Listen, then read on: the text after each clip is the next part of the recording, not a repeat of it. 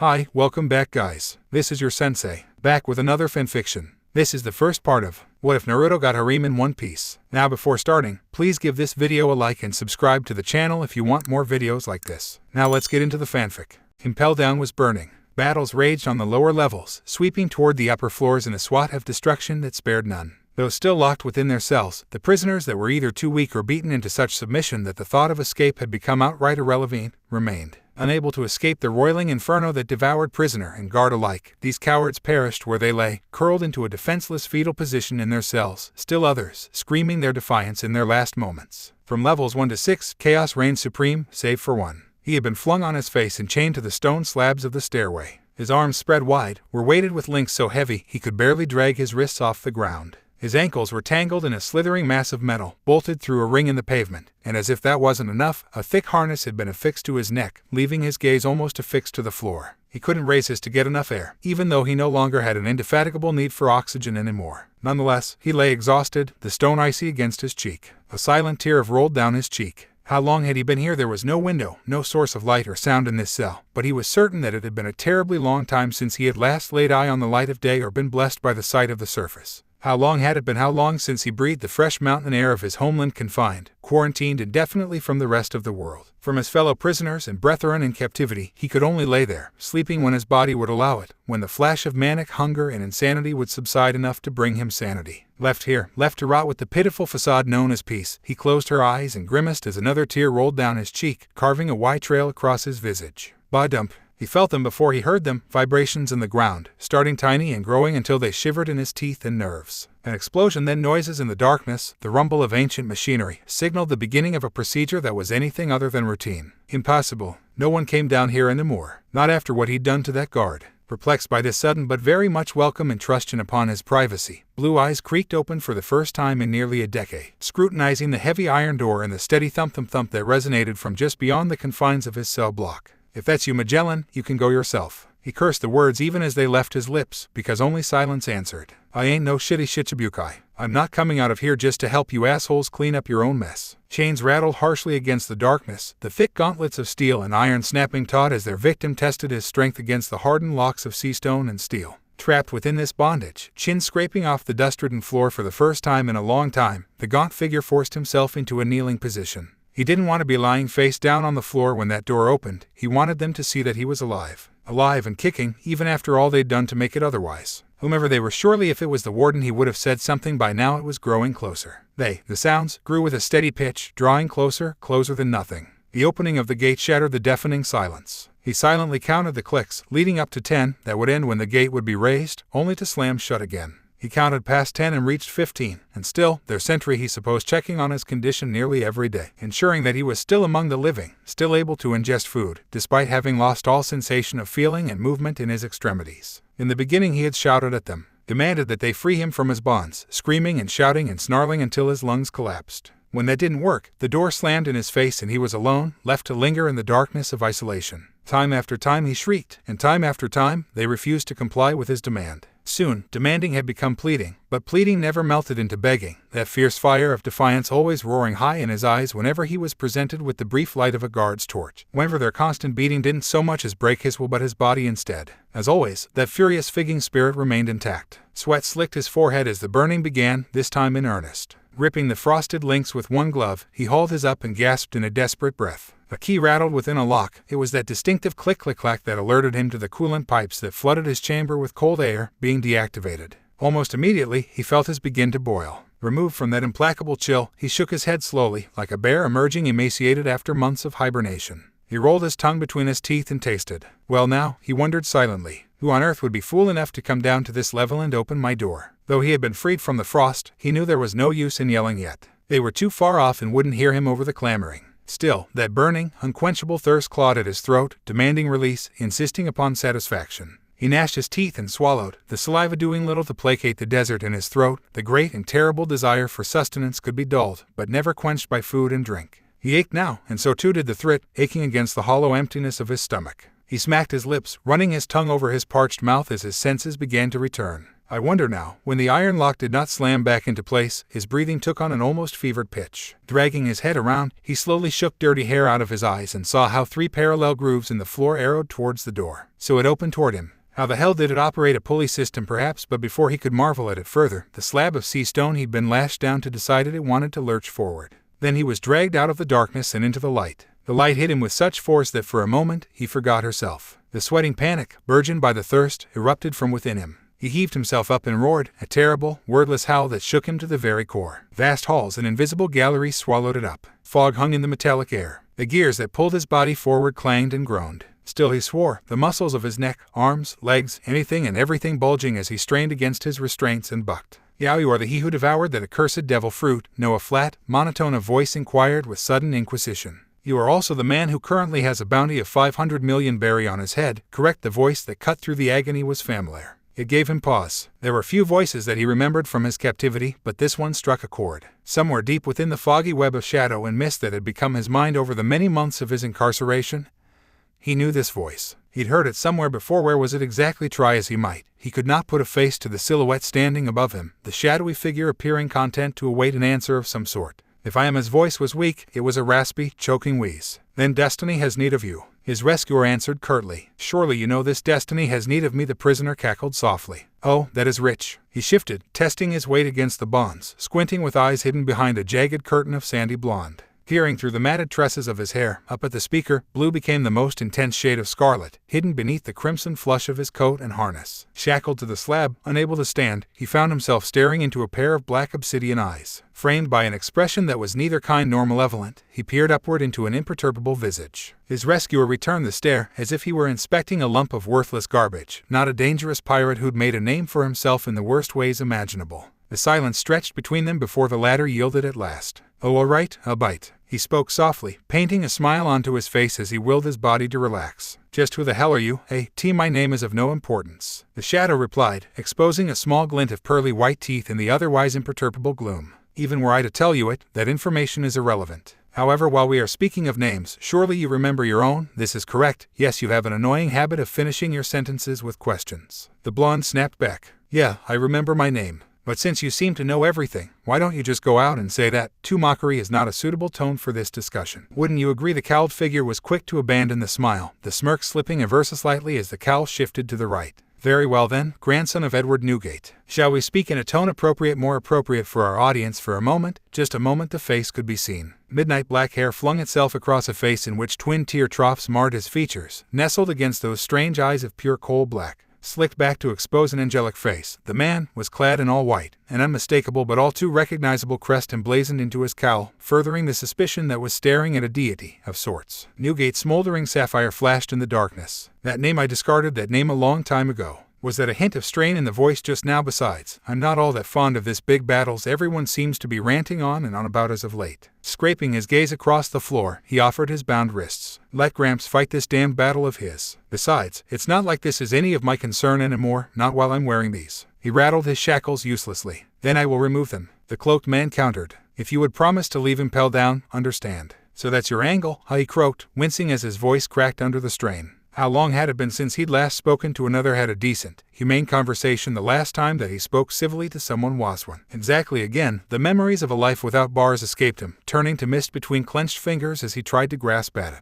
"Huh," he repeated, slowly, carefully poring over each word, dissecting every possible meaning they could give, before speaking them aloud. "Release me." "Very well." The man nodded, and in one swift movement, bent to a knee. "Another high-priced bounty can be found on this level as well." His hand cupped the chained face, nudging it into the light. It was then that a lone chuckle escaped the prisoner, his whiskered cheeks becoming visible in the dim light. His eyes went wide with recognition. This man who looked, sounded, and acted as if he were calming himself offered only a smug smile as the key turned in HS shackles, the gears grating against one another as they were unlocked. "He should be in the cell opposite yours, I think." The blonde dragged a low throaty chuckle out of his throat. "Well then, that's wonderful. It's been a while since I've had a good fight. You truly are thirsty, aren't you?" The cowled figure indulged itself with another eerie smile of reverence, banishing an errant thought in an instant. "Yes, eyes. Gather as many nakama as you see fit, then hasten to the Marine headquarters. Won't you?" Half a question, half a command, the irreverent smile was met much scowling and skepticism. But if the blonde had any thoughts other than his own, he did little to express them. Leering up at his savior Tobe, gauging the reaction of that slakery face lurking just beyond the cowl, he chose his next words with the utmost of care. "You actually want me to form a crew?" he deadpanned. "No way. Not gonna happen." The man smiled and broke the key off in the last lock. "Surely you didn't think I'd release you for anything less?" The man answered. "I was hoping you released me just for the hell of it." The Asaphid unnamed blonde countered. That earned a laugh from the masked man, who, having bent to tousle his hair, abruptly lurched to his feet. There was another sound now, the sound of footsteps descending the staircase that would ultimately lead them to the lowest level of Impel Down. Accompanied by much shouting and hee-hawing, the blonde grimaced lightly as the intruder tapped his head. Somehow, the gesture didn't feel at all condescending.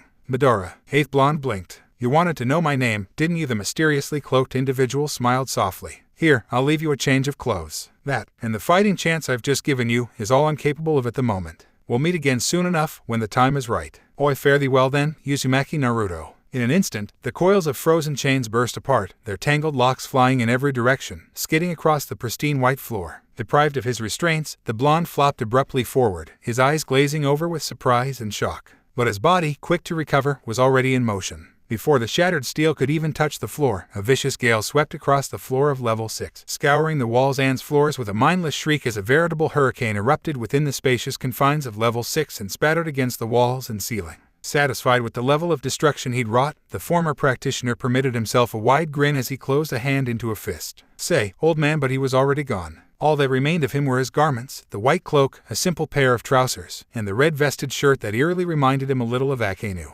Both proved to be empty when he nudged the pile of cloth them with the heel of his boot. Slightly perturbed that he'd been so easily ousted, Naruto bent at the knees, only to inexplicably straighten in a second, scooping up the garments. He eyed them for an instant, before he shifted, the tattered rags of his shirt slipping from his shoulders, removing his prison garb. It was worth a try. He scoffed. "Oh well. Whoever he is, I'll deal with him later." Shedding the hideous black and white prison attire, it took only a matter of minutes to change clothes. By then the footsteps had grown all but deafening, the sounds of soldiers screaming and guards groveling bouncing off the walls within a series of voices. Replacing his prison garb with the red-vested shirt, white cloak, and gray trousers of his mysterious rescuer, the individual known simply as an infamous pirate by the name of Naruto exhaled heavily. "Well, that ought to do it," he mused aloud. "Now then, I think it's about time I reminded those Marines just who they're dealing with." Scrubbing at a wrist with one hand, a harsh gale abruptly shrieked into existence. Even as the winds raged, as his body blustered within the breeze, his boots SCD across the floor. He paused after the second step, peering into a cell that was, indeed, adjacent to his own. Still the sounds of strife and success grew louder overhead, and still the scuffing of boots shuffled towards the cell. At the fifth step, his body inexplicably shimmered. He didn't slow his pace. Wavering, fading, becoming incorporeal, his body disintegrated. Without any rhyme or reason, he simply vanished, dissolving into the raging hurricane that continued to rock Impel Down to its very foundations. Felt even in the upper levels, he smiled as those imprisoned around him yelped and whined in fear as the wind slashed and ripped at the steel, gouging and tearing into the murkiness that had defined his existence for so very long. "Kamatechi," he hissed through clenched teeth, sound emerging from the nothingness. Suddenly, he vanished into the wind. Rather, he became the wind, a series of invisible sickles and destruction sweeping across the floor of the undersea gale. Battering back at the bars with a bestial intensity, the cage stood no chance before the force that besieged it. Creaking against the strain and the years upon years of rust it had accumulated, the iron was simply unable to stand against the sheer pressure of the vortex as it pressed against it and pushed it inward. Harder, better, faster, stronger. In short, the iron bars stood absolutely no chance at all. BAKRAM in a second, the shattered steel crashed to the ground around the frame that had once been the door. Materializing into human form once more, the newly equipped blonde rapped harshly against the door with the remnants of a steel rod. A harsh clang-clang-clang reverberated across the floor of level 6, earning fearful whimpers from those who lay still imprisoned here. When the incessant racket earned no response, he cast the pole aside, thrusting it into the gloom that surrounded the inmate's cell. "Oi, bastard," he barked, shouting into the darkness. "You alive in there? You're noisy." An unamused growl greeted him from the darkness. Wedged into the deepest, darkest corner of the undersea gale, walled off from the other inmates, he heard the sounds of crashing thunder and smiled. Smiled as a series of curdling screams did the silence justice, those who were damned and dying, filling the prison with a cacophony of mourning and wailing amidst the terrible battle being raged just above the upper levels. Slouched over what little remained of his cufflinks, he offered a mute blink as the latter thrust a key into the lock and opened the shackle on his wrist. "The case no mai," he spoke suddenly, regarding him through beady slits. "You're a Loja type, then?" Naruto grinned beatifically. "Why, then who am I to lie to you? Nichin, don't call me that ever again, you piece of shit." This was exactly how the two most powerful men in the world would act. They wouldn't be surrounded by bodyguards in some iron fortress. They'd be completely relaxed in the world's most infamous prison, an iron gale from which no prisoner had ever escaped since its founding. Suddenly, the scene was no longer peaceful, the area of their own choosing. They were both weakened from years of captivity. They had no defenses, because they didn't need any. Then what should I call you? Naruto stared at the man. He said nothing. For a moment he let the beast rise within. He had not lived through hell to be stopped by one man's impertinence. He would not be stopped. The feeling flew past determination to rage. The tattoo on his arm pulsated and he felt his arm tingle. The man stepped back, testing his weight against the wall for a hair's breadth of a second. Sprawled amongst the rust and rotten dust, tickling his nose with ivory tresses of death, a lone youth could just barely be seen. He lay there, content to watch, to observe and remember, to carve the torchlight into the annals of his memory and life after death, here within the prison of Impel Down. Smoldering scarlet seethed at the one who'd broken the lock, the one thing confining him to this place alongst the light, and what little remained of his patience, now stretched dangerously thin. Observing the aforementioned spectacles from the safety and shelter that his cell provided, he slooped to his feet and tried to stand. Uchiha Sasuke. Naruto stared at him and the words dried up. His clothing was plain, the featureless white garb bearing only the slightest stain, a flecking of crimson across the collar. Frowning at this sole and singular blemish, the black-haired inmate reached for the scarlet spittle and dabbed at it with a finger, the digit coming away clanking uselessly on his right wrist. The broken cuff swung lazily back and forth as he dabbed his hands amongst the dew-soaked stone and dried his palm, diverting his attention from the quarry before his eyes. I will remember that name, he murmured, the twin spots of crimson a veritable flare in the darkness, identifying themselves as some sort of stigmata or such. 3 Tamo hung within those scalding sclere of crimson, and he made no effort whatsoever to blink before this implacable opponent. Pausing only to yawn, he reached for the broken manacle adjoining his right wrist, and snapped it in half as though it weighed no more than a leaf. He held little love for the bursome restraint, requested or not. They'd already proven their ineffectiveness when it came to combat. What's your goal? The one known as Sasuke began warily. Power, fame, fortune? Oh, heavens no. Pretending to be charined, the blonde raised his hands in weak irreverence. I'm an introvert after all. I'm not interested in any of those things. What? He paused, steeping both hands before his chin for what felt like an eternity to the brooding occupant of the ruined cell block. If I had to name a goal, it'd be the utter collapse of the hideous infrastructure of corruption that both you and I know to be the world government. The silence was eerie. Don't you have one? Naruto asked, forcing joviality into his voice. A goal, a dream. Maybe if this guy was going to be his nakama, then he had to know his motives and aspirations at least. For a moment Sasuke didn't seem very forthcoming in that aspect, because the silence continued to stretch between the shade and the revolutionary until it outright suffocated. Naruto silently counted the seconds until the intruders would arrive on this level, reaching nearly 30 paces before Sasuke finally acquiesced, loosing an exasperated hiss. 30 paces. I don't have a dream. He began slowly. I have a goal, because I will make that goal a reality. There's a certain person I want to kill, that I'm going to kill. He's my older brother. He killed my family, he took my dreams and aspirations, and he crushed them beneath his heel, all in one night. That man, I will kill him, my family will be avenged.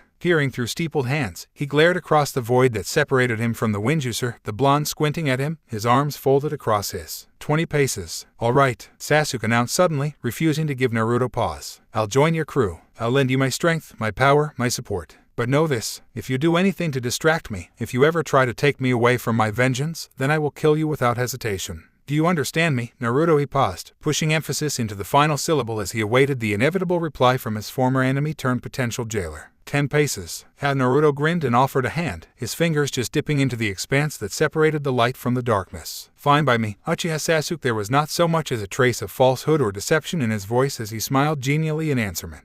It was at that very moment that a boy with a straw hat came barreling down the staircase. Naruto whipped around, confusion flying across his features for a moment, his attention misplaced, his hand still outstretched at the sudden commotion the lad and his 2 odd allies brought with them. Is this guy for real? Sasuke blinked stupidly, unable to believe his eyes, let alone his ears. Naruto, how was this guy serious? He'd been expecting a flat refusal. Instead, the pirate had extended his hand in friendship, an aspect of himself that Uchiha Sasuke had discarded long ago, and even now, felt strange and accepting.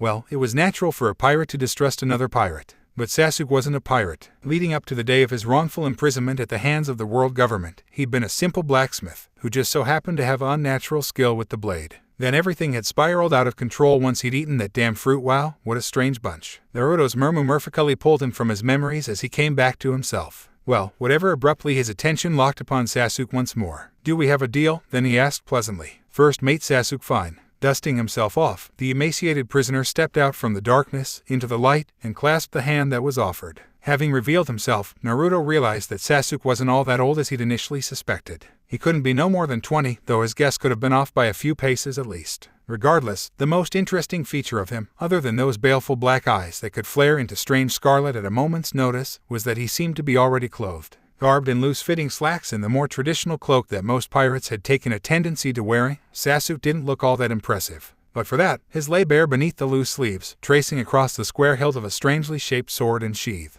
Now that piqued Naruto's interest indeed. Why on earth hadn't they taken his weapon or his clothes? For that matter, when they could have easily done the latter, it was almost as if the guards had been too afraid to strip him of his garments beforehand. I'll have to watch myself around him just in case. Regardless, he'd just taken the first step to making a crew. Not bad, considering he'd only just been released from the 6th level of hell. Scooping his jaw off the floor, he returned his attention to what was quickly becoming a commotion at the far end of the prison. Sasuke followed his gaze for a moment and then dropped it, finding little to no significance in the boy who was screaming at the top of his lungs for someone named Ace. Naruto, however, blinked. Ace, haha, he frowned, abruptly noticing the straw hat the boy wore. Wait a second, that couldn't possibly be. I take it you have a plan to get us out of here, Sasuke asked, dragging him from his reverie with a cruel and merciless swiftness. The stairwell's been blocked up. Naruto turned his attention to the south, eyes flying wide in disbelief as he saw that Sasuke indeed spoke the truth. Someone had layered section upon section of the floor upon the staircase and effectively walled up the only way that would lead upward from level 6. Hey, when the hell did that happen, oi? Do you have a plan or not? Captain Sasuke persisted, stressing the word captain with a slow deliberateness. Haven't you been paying attention to anything I've been saying? Naruto swallowed as he realized what Sasuke hadn't, that they were effectively trapped on the lowest level of Impel Down.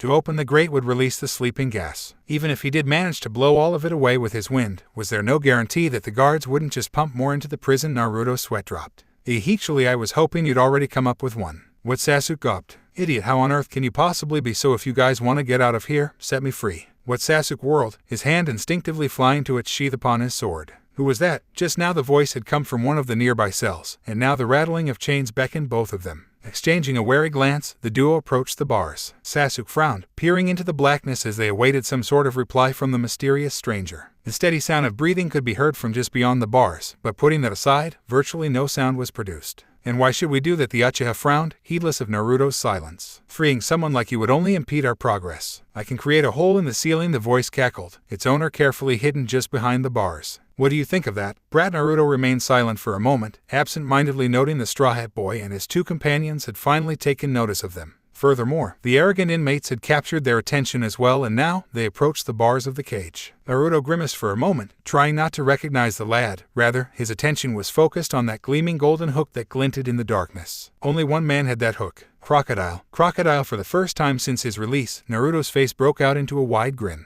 Unfortunately, the Straw Hat Boy chose that very moment to say the exact same thing, and his was an all but murderous scowl that adjourned his face. Irked in turn by the sudden interruption, Naruto scowled anew, his attention fixated upon the boy. Blissfully unaware of the other's identity, immediately a terse standoff resumed. Hey, I was talking, Naruto growled dangerously. Know your place, Squirt. Well, so was I, the boy snapped back. You know yours, idiot. Who the hell are you? Naruto's left eye twitched. Other than some damn kid with a death wish, that his name's Luffy, Straw Hat answered defiantly. Who the hell are you, Luffy? Naruto repeated dumbly. Wait a second. Luffy is in Straw Hat. Luffy, the kid with that big all bounty on his head. What? Your name is Luffy? Too. Luffy tilted his head in vehement protestation. Hey, that's my name isn't Luffy, Naruto roared, a sudden gust of wind ejecting Luffy from their standoff. Deprived of his balance, the captain of the Straw Hat Pirates flew. Literally, he lost control of his already flailing form and was sent tumbling head over heels before he finally crashed into the southern wall. Rather, he would have, had he not rebounded at the last instant, his limbs stretching an impossible length as he riachted across the hall and came flying forward at an obscene speed. Whoever you are, I don't have time to waste on you, he hollered. If it's a fight you want, I'll finish you off in one blow. Gamu gamu. No shit, Naruto gawped, dumbstruck as the fist thundered toward him. He's a rubber man after all. I didn't expect this jet pistol. Abruptly, Naruto's terror twisted into a sickening grin. Not Luffy's punch sheared through the blonde, shaving off the entirety of his face and leaving a headless corpse behind. His head simply dissolved, leaving his neck and shoulders intact as the streaming and unstoppable momentum sent the rubber man sprawling across what remained of his inert body. Nonplussed at the sudden decapitation that had claimed his captain, Sasuke frowned. Then he blinked, because Naruto exhaled, lisping slightly as his mouth began to assume its proper shape and form. His chin soon followed suit, hair streaming back into place and solidifying into flesh. As the ruined stump assumed the shape of his neck, as the neck regained physical form and sentience, Naruto scowled. Say, that actually tickled. Damn it, Luffy winced as he rubbed at a wide fist. I passed right through you. Of course you did. Naruto nearly face-faulted in the wake of such an obvious response. My body isn't a solid. I ate the K's no my. You dolt. I'm an air man without haki behind your blows. Someone like you has absolutely no chance against me. It's like swatting at a giant with a stick. You can't touch me no matter how hard you try. Shaking his head. The SCD a single digit across his face, fury flickering in and out of eyes that were sapphire one instant and scarlet the next. Stupid, you rookies are so damn stupid. Sasuke arched an eyebrow, an expression that crocodile mirrored, his perpetual scowl deepening behind the bars as Luffy attempted to reclaim his footing. He wasn't fast enough. Even as he stumbled half a step, pivoted on his heel and turned, the wind was already whipping itself back into a frivolous frenzy. Wind. It was wind that swooped down behind Monkey D. Luffy, reassuming shape, form and all the solid strength of one Uzumaki Naruto, an arm back and wrapped within a shroud of said element. This kid, by the time Luffy thought to turn, it was already too late. Naruto's fist smashed across his face and he was sent sprawling. He slapped into the ground hard, his body flipping over as he skidded onto his back. His head had an iron-hard root and black spots swam before his eyes. Even with his rubber body absorbed the brunt of the blow, white snarled across his vision and burned the world white. Cold fury burned his world white as Naruto raised a hand and spoke. Monkey D. Luffy. He began ponderously. Do you have any idea who you're talking to? He didn't give the boy the chance to finish. Instead, his fist crackled outward, slamming into the bars that held Crocodile and shattering them as though they were naught but glass. 5 flicks of his right hand later, and the manacles dropped from the wrists of the former Shichibukai. You may have defeated my former comrade here, however, you can't hurt me, and Loja Elemental. And I'm not even all that strong at the moment. That being said, just how on earth do you plan to deal with the other admirals at Marineford? Strawhead, I don't care. Luffy shoved past him. Get out of my way, I'm going to rescue Ace. Naruto pushed back and Luffy landed ungracefully on his ass. You're the one in the way. He breathed, glaring down at the Paramecia-type fruit user. Leave the battles to the big boys, rookie. Follow us out of here, and you'll just be dead weight in the end. What was that? Luffy stiffened, his skin prickling as Naruto loomed over him. I'm in the way. You're in my way. I have to save Ace, right? Naruto interrupted harshly. You don't want him to be executed, right? Luffy paused. Oh, of course I don't want him to die. Ace is mine. Naruto wasn't having any of it. Strawhead, he announced flatly. I've no love for Portavis Ace, but I'll cooperate with you for the time being. However, Sasuke and I won't be taking any orders from any of you, so don't expect any favors from either of us. Do you understand? Sasuke looked as though he regretted that dope remark, but made no comment, instead choosing to further Naruto's explanation, adding condition that caused even the great Queen of Queers to balk at in sheer trepidation. What? Ikenov spluttered. Naruboy, you can't possibly think that's a good idea. No, it's quite the opposite. Naruto countered for his crewmate. We need strong Nakama for our crew. They don't come much stronger than the 6th level of Impel Down. Casting his gaze across the seemingly endless expanse of cells and smiled, a predator in the gloom. Open each of the cells and then proceed ahead of us. This shouldn't take long at all. Seeking the stall in which Portavis Ace had locked himself away from the world, his garnet gaze locked upon the now sole occupant of the cell. One flick of his blade later, and Jinbei found freedom. There, we've released you, too. But the other inmates on this level belong to us, he announced. How does that sound, Captain? Sounds good. Naruto seconded, only to pause at the last instant. Naruto's gaze cut across Monkey D. Luffy, practically passing him up as it fell upon Ivankov. He hoisted the boy higher, his gaze sliding to Sasuke for just a moment as the Uchiha unsheathed his sword and drew himself into a readied stance. A ways behind them, Crocodile waited patiently, a sinister smile adorning the features of his face. Naruto gauged them all, gauging their reactions one by one, before he rudely released Straw Hat and cast him down. What thighs is inconvenient. He frowned at the Queen of Queers, heedless of the boy gasping for breath at his feet. Ivankov, Grandpa told me you were dead. Hee-haw, the infamous newcomer bellowed boisterously at the baited insult. You of all people should know Whitebeard often embellishes the truth. Naruboy, still, I didn't expect to find you here. Of all places, alive and kicking no less. I thought you would have escaped by now after all. You not a word about that, Naruto snarled, all venom and viciousness once more. Ivankov, I'm not interested in anything you have to say. He murmured, softer now, and turned toward Sasuke, the latter offering only silence and contentment as Naruto composed himself. That isn't your secret to tell anyone, do you hear me? Queen of Queers. Before Ikenov bothered to answer, Naruto was already barking orders. Oi, Crocodile, I won't force you into anything, but you're free now, so open up that hole. I've had enough of this eternal solitude for one lifetime, and I don't plan on having another. Pivoting on his right heel, he seized the defiant Luffy, hauling the fuming captain to his feet and glared at the impertinent youth for a moment longer before finally releasing him. Get out of here. Hey, are you deaf? I'm telling you to open the hole and go on ahead of us. He swept an arm outward as the sound of explosions grew ever nearer. You said you wanted to save your brother, right? You'd do anything to save him, right? So don't just stand around here. You no good, dolt. Get your ass moving. I can handle Magellan by myself. Ikenov blinked, but Vayano's poison V will do absolutely nothing. Naruto tittered softly, his gaze sliding to Sasuke once more. Compared to my abilities. It was at that exact moment in which the staircase exploded. There they are, a stern voice shouted. Don't let them escape. Whelmy sideways. Naruto grinned into the smoke. Seems we've got company. Smoke sprayed across the stairwell, sweeping away the remnants of the sleeping gas. It wasn't long at all before the sounds of gunshots ricocheted around the halls, the constant pitter-patter of hot lead and bullets serving as a fine excuse for Crocodile to redouble his efforts and offer a hand to the ceiling. Scarce had he done so than Inazuma began snipping, his scissor hands slicing through the hardened rock as though it were naught but paper, carving himself a spiraling staircase that led up to the already decaying floor. "Damn it," Luffy snarled as Crocodile lowered his hand and hook, satisfaction twisting across his face for a moment. "We'll settle this later," Naruto in silent agreement as the group of 5 skittered up the impromptu staircase. "Sorry about that, Sasuke." He offered his shoulders in a shrug as several dozen barrels leveled themselves at them. "It seems I've already dragged you into an awkward situation." The Uchiha scoffed anew, his sword sliding from its scabbard moments later. "Well, I suppose I could use a warm-up." Naruto's smile only grew as the approaching guards recognized him. "Shit, that one's Loja Classies." Naruto flicked 2 fingers. "K's no Yeba." And the walls spattered with. "Damn that windbag bastard," Luffy grumbled as they hurriedly climbed the cavernous staircase. "I'll kick his ass for sure the next time I see him," Crocodile scoffed. "If you ever fought him at full strength, you'd be dead in an instant." What? Luffy froze. It was as though his soul had been stripped naked and all the darts in the world had flown and sank into it at once. He struggled for breath, hyperventilated. It looked as though it were the end of the world and he would cry, scream, and roar all at once. But he did neither, his visage upturned upward in nameless disbelief and confusion as Crocodile leered at him. Disgust etched into his every feature. He watched his words wrap themselves around the rookie's mind, twisting his confusion into disbelief, and his disbelief into mindless stupefaction. What makes you say that?" Crocodile didn't even flinch. "This kid back there was that Whitebeard's own flesh and..."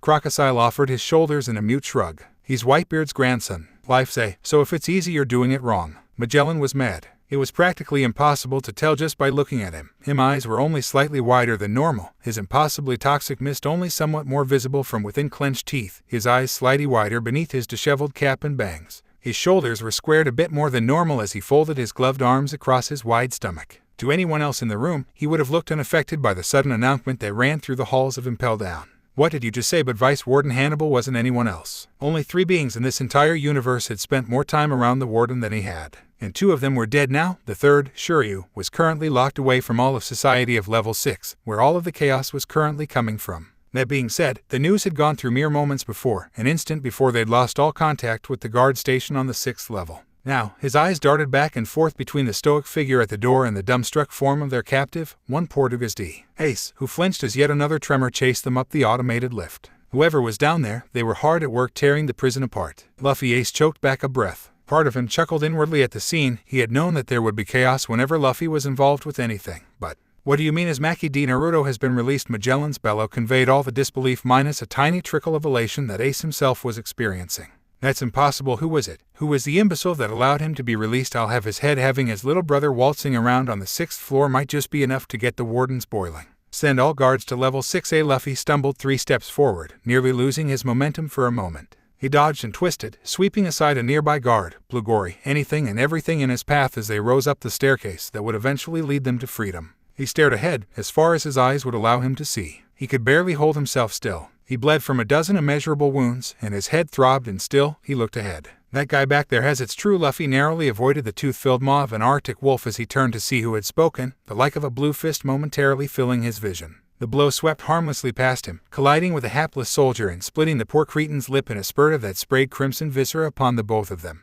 Luffy didn't even feel it. "I didn't know he was being held here," Jinbei continued solemnly. "But his presence might be just the boon we need." As if in reply, another distant tremor rippled through the foundation, furthering imbuing the weight within his words. "As of right now, Narutoken is the only one capable of defeating Magellan." Luffy gawped. It took all his willpower to hold himself together. Another chamber of his heart compressed as he waited for the merman's inevitable reply. Running right now was like drinking liquor while hungover. It scratched and burned at his lungs, and though his feet threatened to leave the earth, still he flung himself ahead off the others. Unbelievable poison or no, that Doku bastard had nearly killed him on one occasion. Now, somewhere in this prison, there was a guy who could actually defeat him. We won't have to wait long, Strachan. Ivankov announced abruptly, his unusually large cranium filling the rookie's vision for another instant as they continued their ascent toward the stairwell that would eventually lead them back to level 5. 5A-K, the infamous land of New Kama. A ways ahead of them, Crocodile cackled mirthlessly. "He's coming up after us." Even further down around them, men were dying horribly. Some were strewn across the floor down, splayed in a pile of twisted limbs. Others lay dead, with no indication of what had killed them. And still the lone guard assailed the wall with his fists, weeping and sobbing and spitting, all semblance of sanity already long since lost to him.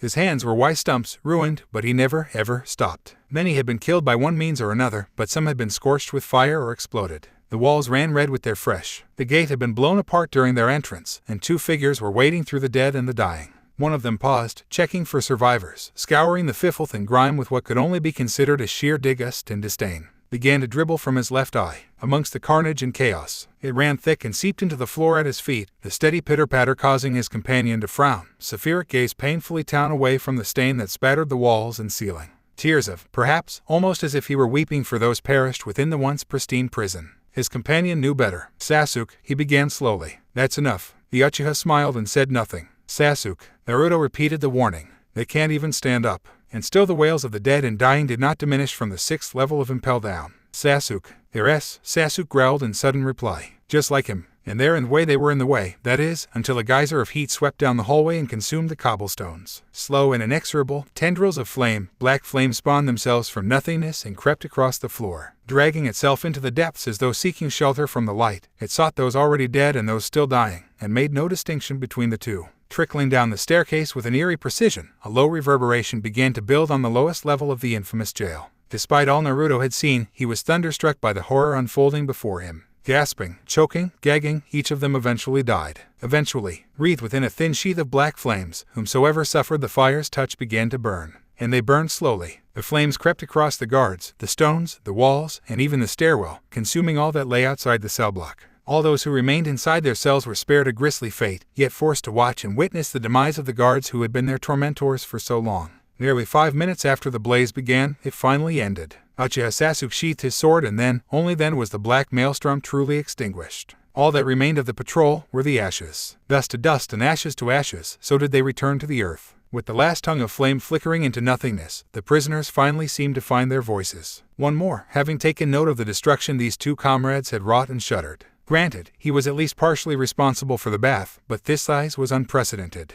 Well, he began slowly. That's quite the nasty ability. Guess it's a good thing that you're my Nakama, after all. My technique works only on the weak-minded. Sasuke amended brusquely. Someone like you has nothing to fear from such a paltry illusion. Sweeping a hand across his face, the twin pinpricks of crimson doused themselves, vanishing with the subsequent lighting of a torch. Naruto spared the black flames a baleful glare. That's not what concerns me. Sasuke smirked, wondering what kind of power that was just now. Are you? Captain Naruto inclined his head mutely. Well, if we're going to be comrades, I suppose I can tell you. Sasuke gestured to the flames, extinguishing them as his fingertips reformed from the flames. You understand that there are 3 types of devil fruits, correct? He continued at his captain's nod. Paramecia, Zoan, Loja. My ability is all of these, and at the same time, none of them. You see, much like the K's no Mai, this particular fruit is ultra rare, and it wasn't easy to find. It's called the what the are you guys doing? Sasuke choked aloud, irritation flaring across his features and making him fierce as he spun about. That depends, he scowled. Who the hell's asking I am? Dipshit, came the immediate reply, a pitched, feminine snarl, growling out from a ways behind them just beyond the bars of a nearby cell. Now answer my question. Bathed in the dim glow that the torch provided, a pair of hazel eyes were revealed.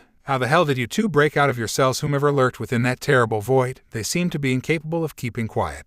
Much to Sasuke's dismay, Naruto proffered the torch from him and edged forward. That's for us to know and you to never find out. He countered. Damn you and your riddles. The reply caused both boys to cringe as if they were children. Just answer my question, you dammer. Naturally, this left Sasuke less than pleased. Why you? A hand thrust itself before his face. Ooh, oi. Naruto shifted, an amused chortle leaving his lips. Flattery will get you nowhere with us. Brushing past Sasuke, he approached the nearest cell steadily, nonchalant in his approach. Switching the burning torch to his right hand, he reached into his belt and exposed one of the many key rings they'd taken from the guards. He jangled them, but perhaps these might, he offered slyly. This earned an unamused hiss from beyond the bars. You no good piece of the key, some nameless inmate whined from somewhere across the room. Hey, you let me out, let me argue, say. Sasuke murmured, annoyance flitting from his features. We'll get to you when we're good and ready. Dripping with derision, his hand lowered half a centimeter, banishing what appeared to be a thin yet translucent column of light. A spear. Sasuke blinked and then it was gone, drawn back into the sleeve from which it had come. He blinked again, tasting the metallic tang of that which was burning flesh. Suddenly there came a wet squishing sound. The Garga man howled as the stream of translucent energy retracted with a wet slurp that could not be mistaken for anything else. What the hell, the like of which could only be made by punctured flesh. A dull thud accompanied this thought, the sound spattering across the cells and shattering the silence. Suddenly, men and women were frothing at the bit. Screaming, shouting, and shrieking, they demanded attention, whining and weeping for their freedom.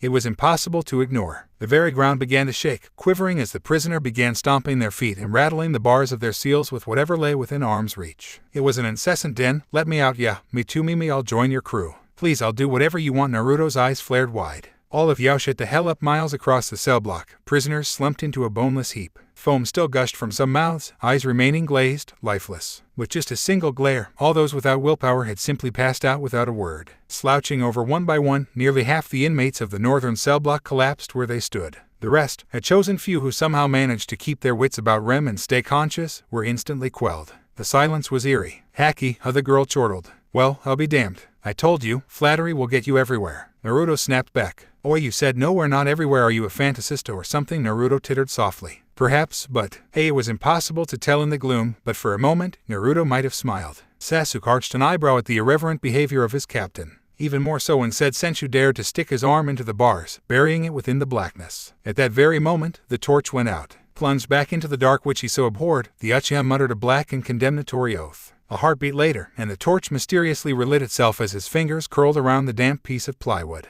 The hell, he was greeted by a rather interesting sight. What the hell was that? For the voice was unmistakably female, spluttered out from within the cell. "You don't just do weird shit like that." Naruto had not only reached through the bars, but he'd pulled his hand back out. There was no mistaking the hand which he held, nor the way in which the prisoner's fingers fisted against his own. In an instant it was over, the moment forever lost. Whomever lay within the cell shrank away from the light when he approached, his sensu's exasperated sigh confirming his suspicions as he withdrew his hands from the bars, his shoulders slumped against further intrustion. What the hell is he up to? He wondered into the gloom. Unperturbed, Naruto suddenly jangled the keys before the prison choice once more. "I think you just got your ticket out of here," Naruto said, his ever-present grin widening marginally. "If you play your cards right, of course. See these?" He jingled the key again, finding amusement in the sudden silence. "I'll let you out of here." He cast his gaze to the other cells, as though contemplating the possibility of leaving her behind in favor of the others. "If you promise to release everyone that is housed on this level, that is. If not, then..." The silence was deafening. "Oi, what was your name again?" the voice asked after some pause. "Uzumaki Naruto." Naruto answered readily, much to Sasuke's dismay. "Idiot, don't go telling everyone who you are." Naruto blinked. "But she's a lady, right? As a gentleman I have to introduce myself first." Tayuya.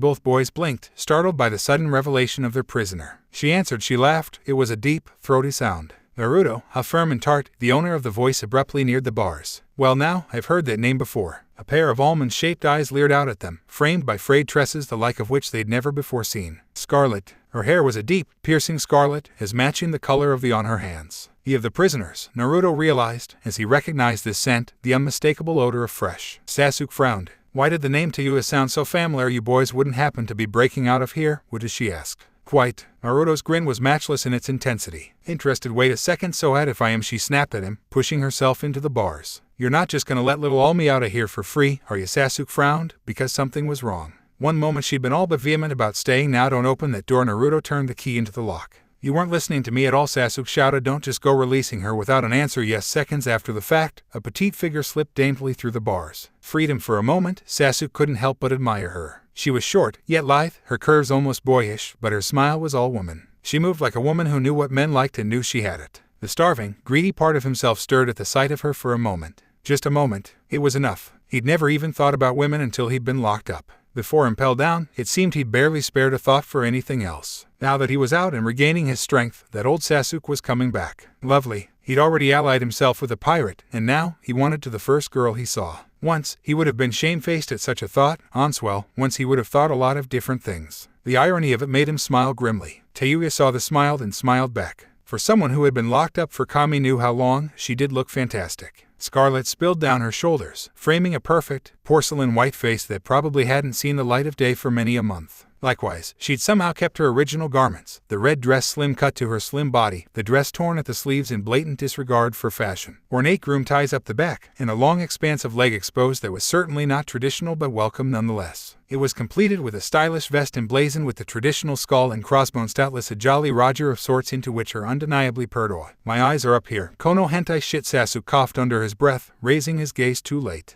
Naruto was there to greet him with a broad grin the size of a Buster Call ship. Tayuya wasn't quite as accommodating. Any vestige of fatigue vanished instantly. She laid eyes upon him and frowned. He touched a hand to the hilt of his sword, prepared to draw in an instant. ECCHI 5 seconds later, Uchiha Sasuke found himself nursing a swelling red handprint on his left cheek. Naruto exchanged a glance between the two and laughed. Feeling better much? Tayuya groused. Thanks, I needed that. Ahaha, you are welcome. Naruto grinned cheerily. Here, give me your wrist. I'll unlock your other shackle. Thanks. Tayuya smiled all too sweetly. Ungrateful. Dope. Sasuke facepalmed from where he lay. Are you even listening? What was that, Amaboy? Tayuya hissed. Sasuke made a small squelching sound. Nothing. Didn't think so. Rubbing at her wrist as the last shackle came free, the redhead offered an unamused snort. Say Naruto-right. She paused in the rubbing of her wrists, sparing the latter a devilish grin the likes of which rivaled Lucifer himself. Thanks. She clasped his wrist and shook once before the blonde could hope to respond. I owe you one for letting me out of there. Sasuke nearly offered a comment of his own before his captain broke out into a loud laugh. Become our Nakama. Naruto replied with an abrupt grin.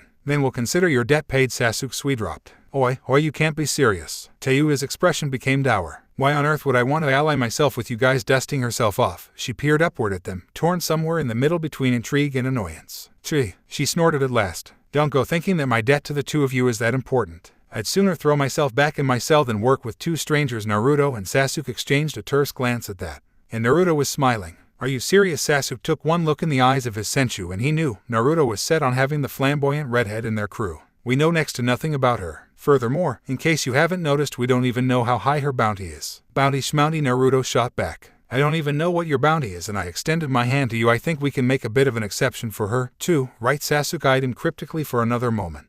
What's your bounty? He asked Tayuya. 400 million berry. Tayuya announced, albeit with a bit of pride. What about you, Imoboyo? So you're only worth 400? Sasuke snapped, thumbing a finger toward his as Naruto arched an eyebrow. Is that all? Try 450 million and 500 million. Barrier combined. You don't. Naruto had the wherewithal to offer a small smile in condolence, but Sasuke's expression was painted itself of pure scorn. And from the look of it, Tayuya was absolutely furious. Tayuya scowled and he could tell she'd never thought of it. Combined, their bounties exceeded hers. It wouldn't take all that much effort on their part to lock her away again, either. Well, she wasn't a rookie pirate, because she clearly wasn't thinking like one. Sasuke watched the expected flash of confusion fade, twisting into a white-hot spark the like of which he knew all too well. Urs grumbled beneath her breath. Why would you want to work with me anyway? Naruto sincerely hoped it was the latter. You look like you're strong, he stated, returning his attention to Tayuya. That's all the reason I need. I'd be a lot stronger if I had my flute. Tayuya groused to herself. That bastard Saldeth, I'm going to break every bone in his body and pry it from his fingers. Nanny. Both boys blinked. I'm a musician, Tayuya replied tartly, inhaling sharply in the same breath. Clear out your ears. Somehow Sasuke had the foresight to brace his footing.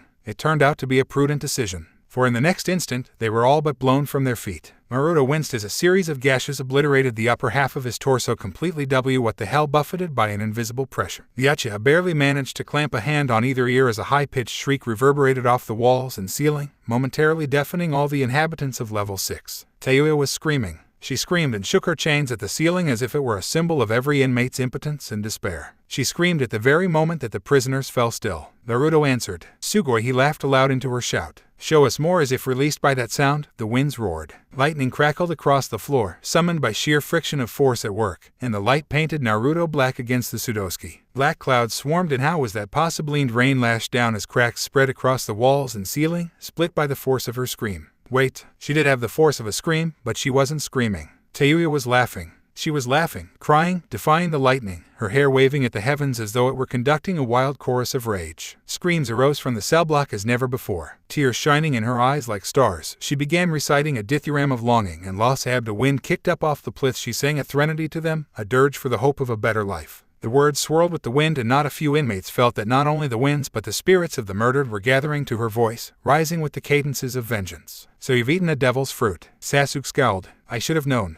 Not just any devil fruit. Naruto frowned, thrusting an arm outward. Sasuke, this is demonic sonata, she announced suddenly. Kirishimi no Karasu. What on earth is this? Pressure. With a sudden snarl, Tayuya dissolved. Naruto faded from existence in that very same instant, leaving little more than a breeze in his wake. With an ear-ending shriek, a huge of light caromed off the ceiling and slammed into everything. Exploded. Tayuya smugly wrenched her mouth shut an instant later, subsequently reforming herself and banishing the baleful scream. Warily, Sasuke unlocked his wrists, the banshee's snarl still ringing painfully in his ears. Surely Naruto had to be in a similar state, he mused. But as he returned his attention to his accomplice, he bore witness to an even stranger sight than Tayuya's ability. Naruto's eyes were sparkling. You're perfect, he crowed. Absolutely perfect. One instant he was standing across from her, a trickle of water leaking through the cracked ceiling and spilling across his face. In the blink of an eye he lay 3 feet away. Sasuke followed his gaze with genuine amazement as the blonde picked himself up off the floor. Patting himself down off dirt and debris, he too was nursing a swollen cheek. Say that again. Flushed from head to toe, Tayuya lowered her still steaming palm. I dare you. Unlike Sasuke's previous encounter, Naruto just laughed it off. Tayuya, was it? Naruto inquired, struggling to a sitting position.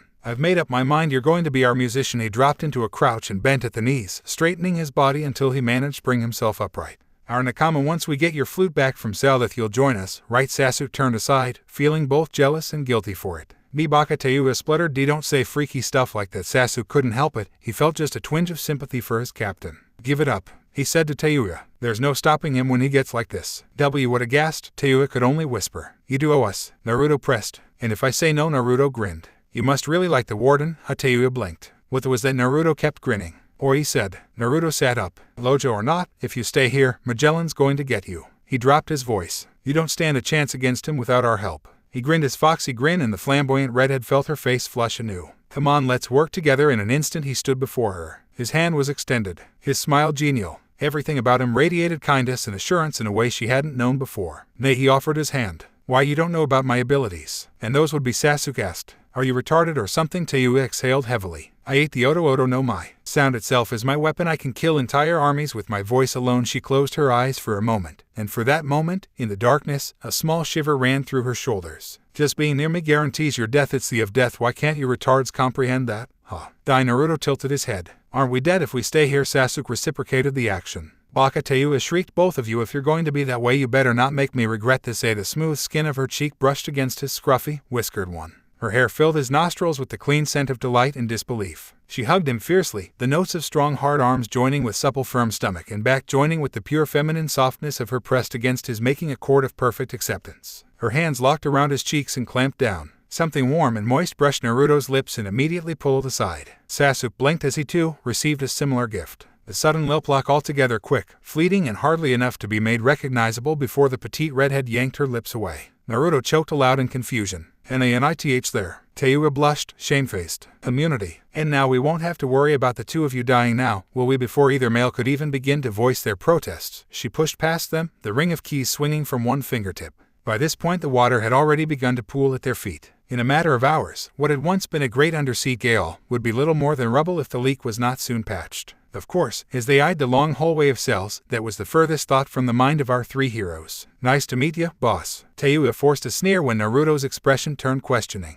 Now, why do you say we blow this joint? She swung the keys depreciatingly back at the blonde, the latter snatching them up before they could be lost in the rapidly pooling water. Eyeing the cell block filled with clamoring inmates, Sasuke only smiled. I couldn't agree more. Magellan was furious. Nay, he was beyond furious. He was enraged. His was a rage that seeped from his very bones, a fetid, fermented fervor that grew stronger and fouler with every step. Poison seeped from his every pore, splattering across the staircase as he descended to the innermost depths of Impel Down. Ordinarily, he would have used the elevator and arrived there immediately, had it not been disabled by the very insurgents that besieged his beloved prison. One of which had already slaughtered half of the guards, freed a number of dangerous inmates, and currently had no intention of going quietly into that silent night. Magellan already had his suspicions as to the culprit's identity. In fact, he was quite certain of it. It was none other than the grandchild of the great pirate Whitebeard himself, Uzumaki Naruto. It had to be. But how on earth had Newgate's grandson gotten free? He'd been chained up with enough seastone to sink a navy vessel. Was his strength truly so great that he had broken free of his prison? Or, and this Magellan dreaded most of all, had he somehow found a way to surpass even the powers of the sea itself? He found himself cringing at the absurdity of such an idea. No, that wasn't possible.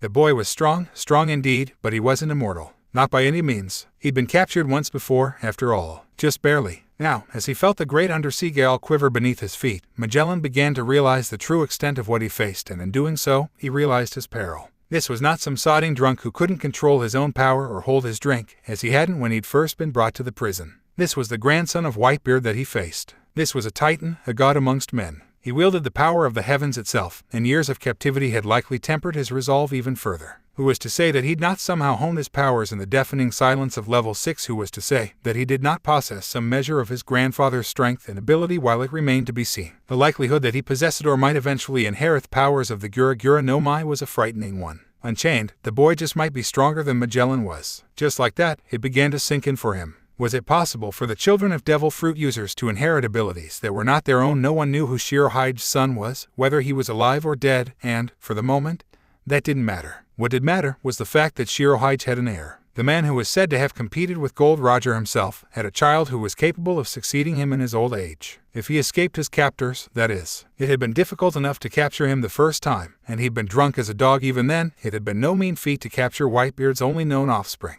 It had been a pitched battle, and victory had only come at a great and terrible cost to the world government. That day, the mole they'd planted and his crew had come to them had alerted them, the Marines, to his presence and his fortunate lack of sobriety. Unfortunately, Naruto hadn't gone quietly. Back then, it had taken an admiral to bring him down. Back then, he'd taken out score upon score of Marines, even going so far as to critically wound Admiral Akatsuki before they'd finally had sea-stone shackles slapped on him. He was strong. Of that, Magellan had no doubt. In fact, Magellan strongly suspected that, should he confront the wielder of the K's no Mai a second time, the circumstances of their last battle would be greatly reversed. Somehow, the boy had grown stronger. Even here, on the stairs leading toward level 2, he could hear the tormented shrieking of his men. It was a hideous, gut-wrenching sound. They screamed, and it was like a thing possessed, snapping and snarling and snickering at him, mocking Magellan and his every achievement, his every goal, all that he had aspired to in the course of his life, and now all that he had failed to do. Fury washed Magellan to his toes. He would not allow it. He refused to allow that impudent whelp to sully the reputation of the world's most impenetrable prison methodically.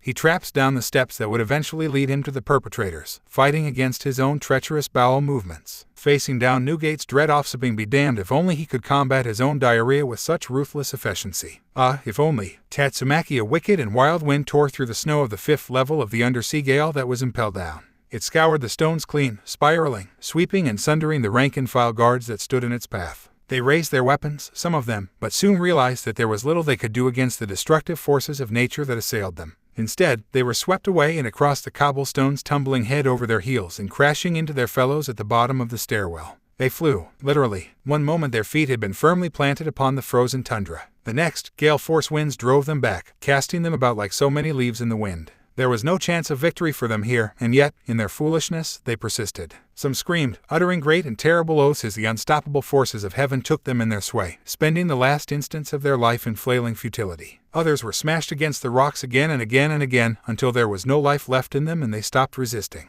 Arms were raised, then rattled as the invisible force broke upon them like a great and terrible wave. Broken bodies skittered across the ice, unable to prevail against the imperious elements that assaulted them. When they finally found purchase upon the ice, it was already too late to do anything but be beaten into submission amidst the snow plains of level 5. When the wind finally subsided, ruination surrounded them. It was the calm amidst the storm, a calm that did not last all that long as the trio moved on to the next contingent of guards barring their entry to the cells that they sought. The unlucky few that managed to survive the initial surge soon found themselves wishing they hadn't. A terrible keening sound split the silence between them and the dark, causing their eyes to wither and their ears to bleed as a terrible threatenity wedged itself into each of their minds. One by one they went mad, one by one they toppled, left to splatter across the floor of the prison, each of them like so much refuse. The ice split beneath this supersonic peal, dragging the unwary to their doom. Any that had survived that, well, let us say that Uchiha Sasuke was a great deal less accommodating than his traveling companions. He flicked his wrist, once, twice, then thrice, and many that still drew breath abruptly did so no longer. Some fell, their heads lolling unnaturally to one side, broken. Others tried to evade his blade, but they were far too slow. Still others managed to survive long enough to bring their weapons to bear, aiming, tracking him with their rifles, only to meet a similar if less grisly fate.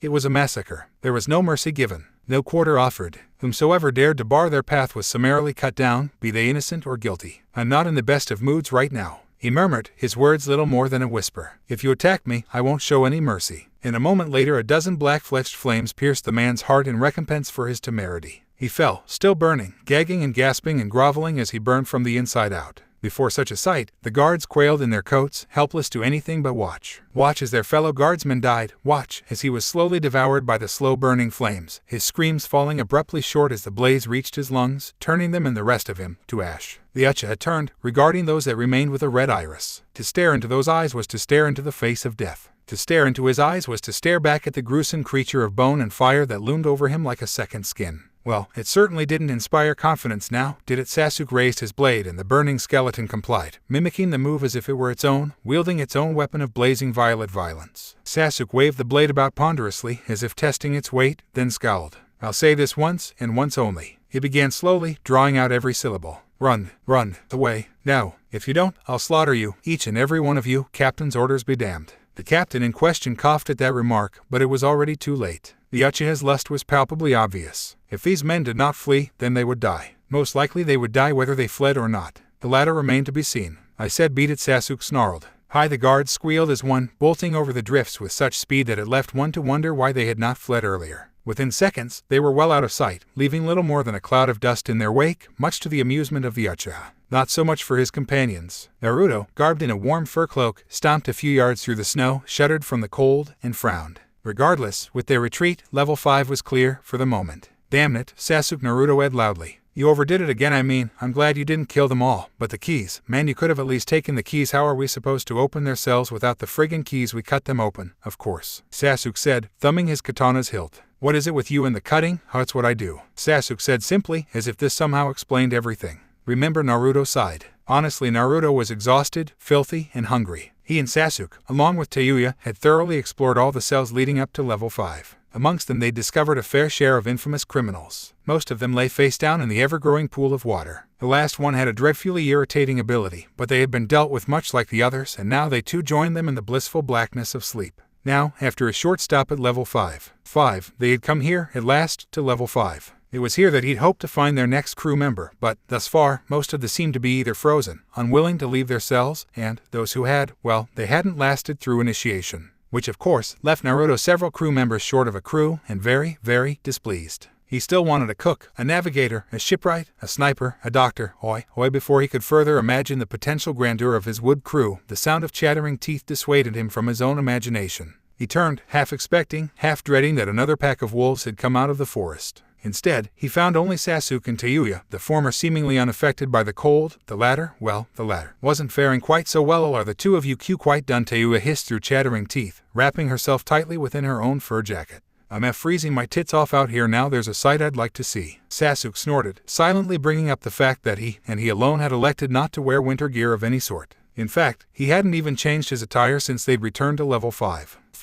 Much like the rest, Naruto and Tayuya had immediately chosen heavy fur coats for themselves, and both had beat the lack of warmth ever since they'd reached the 5th level of the prison. Not Sasuke. F you, Tayuya snapped back, flushing. You less prick, you'd like that, wouldn't you? Sasuke retorted snidely, taking no small pleasure in his vicious reply as the flustered redhead darkened, cheeks and all. After that, Tayuya fell strangely silent and would speak no more on the subject, leaving the unlikely duo to press on in deafening silence as she pushed on ahead of them. For a moment Naruto held a small fear that they might lose her in the blizzard as she dipped in and out of sight. Thank the maker for her flaming red hair. All right, I can't believe you're dressed like that, Naruto said at last, desperate to breach the impenetrable void that stretched between the three of them. Aren't you cold? Not at all, Naruto gulped. Not even a little. Sasuke shook his head. Nope. Why, it's thanks in part to my ability. A trace of pride entered Sasuke's voice. My cursed fruit renders me immune to the cold. So it keeps you warm, is that it? Naruto drew closer, sensing a story behind Sasuke's answer. That's why you haven't said anything? No, actually, yes. Tayuya pushed between the two of them before Sasuke could elaborate further. Sasuke is big and strong. Now, if you're done stroking your ego, Uchiha, I think I might have found what we were looking for. She stormed off again before either could protest, an annoyed look on her face. Above, the wolves howled plaintively, drowning out her plentiful expletives and other oaths that would make even a hardened sailor flush like a schoolgirl. Both boys blinked as the unamused redhead laboriously clomped up yet another drift and imperiously pointed into the distance. Shrugging, they had little choice but to follow her down the rise and up again. Then, and only then, did they see that which she had been speaking of. As they joined her on the small hillock, it was impossible not to. What had this been doing out here? All by itself they were staring at a cell. Is it this one? Tayuya pointed towards a lone remaining cell, little more than a hardened block of frigid ice in the frozen tundra. Ivankov had insisted that they free a certain prisoner, and he'd been so adamant on the issue that Naruto had taken it upon himself to stay behind and seek them out in the hopes that he might find additional recruits for his crew. Granted, he had a swordsman and a musician already, but what he really wanted was a cook. He wasn't going to say that aloud, of course. The last time he'd done so, Tayuya had practically laid him out with an ear-piercing "Who knew the girl could yell so loud?" shriek. So he pretended that his main focus was finding a navigator, hopefully one that could cook, and pushed his way through the drifts, trying to drive some semblance of warmth back into his boots as he traversed the distance between them and the cell. He didn't get very far. Well, hello, handsome. A woman's voice arose from the darkness that encompassed the bars within, clear as a clarion bell. What brings you to my humble abode? Sasuke dubiously inclined his head a fraction of an inch. This is who we're looking for. Clearly, he was unimpressed. Sorry, I don't think Tayuya withdrew her elbow from Sasuke's stomach slowly. Very slowly, allowing the Uchiha to feel the full extent of the pain plugged into his ribs. The Uchiha offered a mute groan of protest, but said nothing more and did not retaliate in the slightest. Naruto ignored their antics, and not just because of the easy familiarity that they'd settled into as they left level 5. 5, because it had come naturally. Speaking of natural greetings, Naruto had managed to stammer out before he likewise found himself entranced. She was naturally beautiful. A beautiful woman with flame-colored curls and dressed in simple white and black prison garb, sat cross-legged behind the bars. Her shirt was half ripped from her body, and only her voluminous hair stood between her bare ass and the bitter cold. Likewise, her clothing was filthy and stained, but none of it seemed to be hers. She looked up at Naruto, also covered in, with eyes so incredibly green, he couldn't look away. She waited patiently as the blonde struggled to regain control over himself, his eyes his mind, and still, she peered at him, staring with wide orbs of brilliant jade hidden behind the bright orange tresses of her hair. It sounds like Vincent is causing quite the ruckus out there. She smiled thinly. Has he finally sent someone to break me out, Ivankov? Naruto asked, stunned. She laughed. It was a soft, chiming sound. Leaning forward on her haunches, she regarded the newcomers with thinly veiled amusement, an emotion that gleamed within her green eyes and set them a-smoldering. It took all of his strength to tear his gaze away from hers, and then, like a siren's call, her voice dragged him back. Do I know him? The woman laughed. I'm his little sister, of course I know him. Everyone's sweat dropped. Sister Ivankov had a sister. Unsurprisingly, this was difficult to believe. When the term Ivankov's sister came to mind, the mental image they'd conjured was not this graceful waif of a creature that sat before them, patiently awaiting their judgment. The results were, and for what possible reason should we want to release you? Teuya scowled. Just because you're the sister of that queer, it doesn't guarantee anything. Teuya. Naruto cried out in disbelief. You can't be serious, look at her. She replied. She'll only slow us down. Sasuke nodded his agreement. I hate to say it, but she has a point. If this woman doesn't have any skills, then why should we bother to bring her along? Because it's the right thing to do, Naruto insisted. We can't leave her here, and why not? Teuya asked sharply. Give me one good reason we shouldn't just leave her here. Naruto paused, taken aback by the lack of anger in his comrade's tone. Be because she'll die, that's your reason? Teuya spat scornfully, the saliva already frozen before it reached the snow. She's probably totally useless. Could you please not talk about me as if I'm not here? The woman's voice settled upon them like a gentle mist, doing little to settle their frayed nerves, but demanding their attention all the same.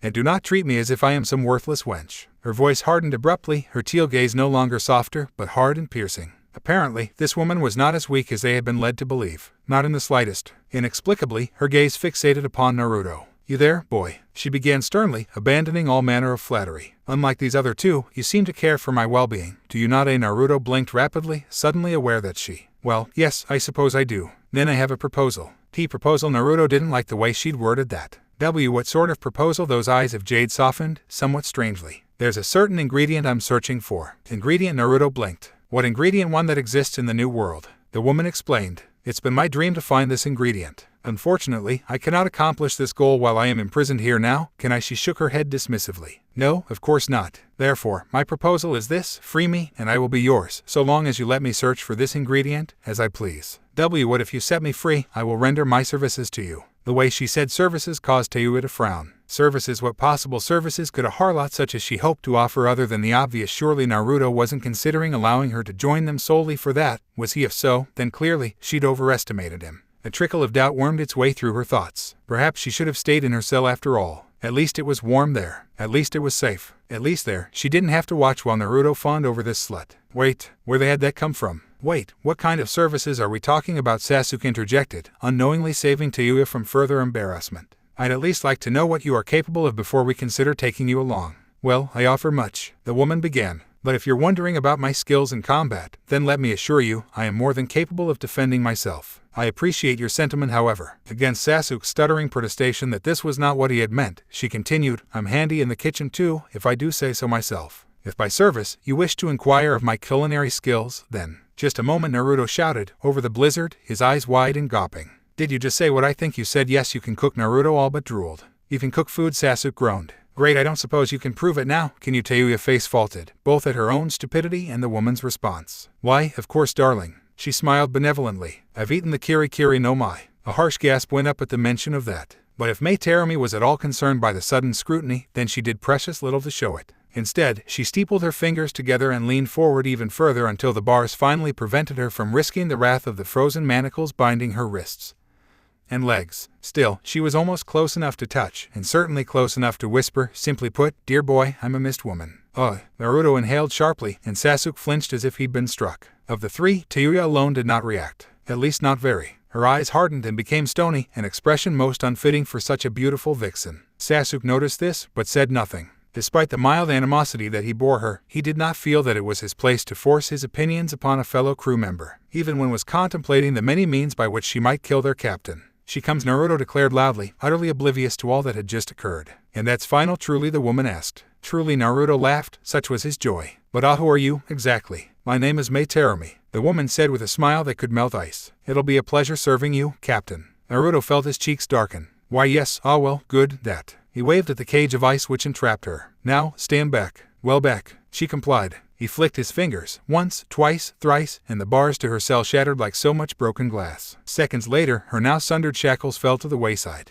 Gawping, the woman flexed her fingers, watching them move and form a fist, then unclench again. She smiled. She laughed and her shoulders sagged, as if she'd been relieved of some great and terrible burden. "Naruto, was it?" she gasped between breaths. "Thank you. 1,000 times, thank you. You've no idea how much this means to me." With his help, she found her footing. As she stood up, she attempted to keep her tattered shirt together, much to Tayuya's dismay. It was hardly possible. Naruto removed his fur coat and put it around her shoulders, and Tayuya felt her face burn when the woman did not comprehend his actions. Instead, Mei stared at him with confusion and tried to get away from his cloak. "There's no need," she began slowly, perplexed by his actions. "I'm quite warm already."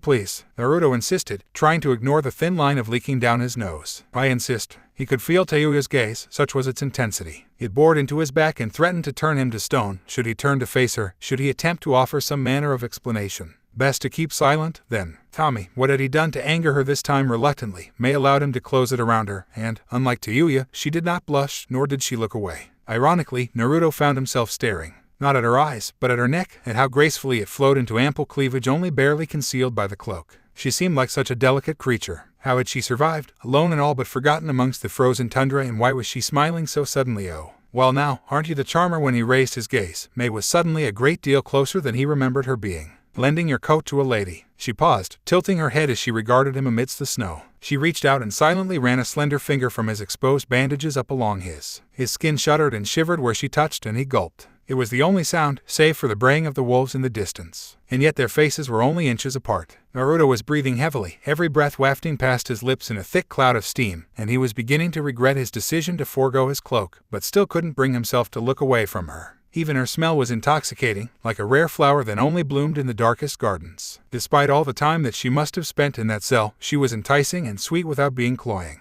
"You're kind of cute," Mei whispered, and Naruto felt his cheeks burn. Her very touch suffused him with warmth, a warmth that drove the chill from his veins and left him twice refreshed and energized. It was as if it were a warm summer day that enveloped him here, not a bitter frigid winter contained within the world's greatest prison. She breathed, and her breath was a good deal warmer than it should have been when she finally spoke again. "Say, you wouldn't happen to be married now, would you?" Naruto gawped, the moment forever ruined in his eyes. Sasuke snorted, such was his disbelief. "What?" Tayuya shrieked. "What kind of question is that? The kind of question a woman asks a man." Mei replied matter-of-factly, pausing only as an afterthought. "Oh, I'm sorry, is he yours?" And the redhead spluttered defensively. "Not at all." Mei blinked. "Pity. He's quite the catch, though if you ever wanted him, I'd be more than willing to share." Tayuya felt her entire body darkening, a deep, cherry red. "Absolutely not. Well, we could always fight for him if you really want. I'm not fighting you ladies," Naruto whined. "Can we please not discuss this here now?" He shot a plaintive glance toward Sasuke, but the Uchiha was already gone. Moving on ahead of their little group, shaking his head and muttering incoherently to himself all the while. He paused only when the cries of his captain grew desperate.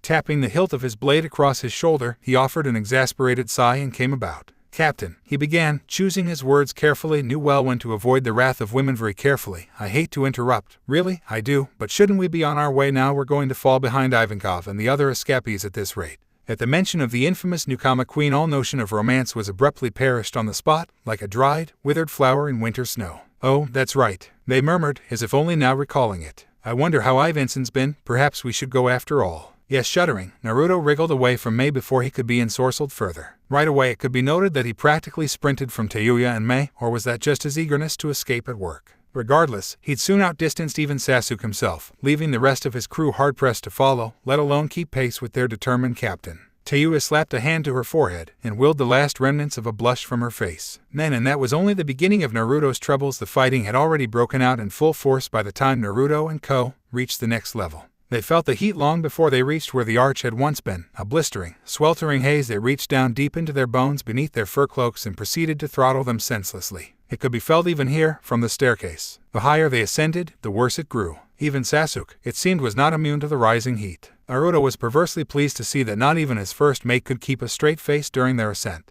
God, Tayua gasped beside him, dabbing at her brow in a furtive effort to keep cool. It's soaking hot, I agree. Mei sighed, loosening the hem of her collar. It is quite warm. Naruto shared their sentiment and was about to voice his own discontent when an idea struck him. Discarding his own coat, he threw the emburring garment to the wayside and raised his right hand, calling forth the lightest of breezes to his side. Tayua was the first one to notice the change. She all but purred as the breeze passed over her, providing momentary relief from the roiling inferno surrounding them. The sound of battle rang out somewhere to the north of this burning hell, but right now, all she felt was contentment. She shot her captain a warm and genuine smile. I love you, she sighed. Naruto started in surprise. Crap. His heartstrings felt like they were being attacked by invisible baby chipmunks. His own eyebrows shot up in unexpected surprise, but before he could comment on her impromptu confession, Mei beat her to the punch, sidling up to the other side of him and looping an arm in his own. Ara, I didn't know you felt so strongly for him. Tayuya's face flushed darker than her hair. Bibaka, I didn't mean it like that. Here we go again, Sasuke rumbled. This was precisely why he avoided females. It was times such as these that made him wonder why exactly he'd decided to follow Naruto in the first place.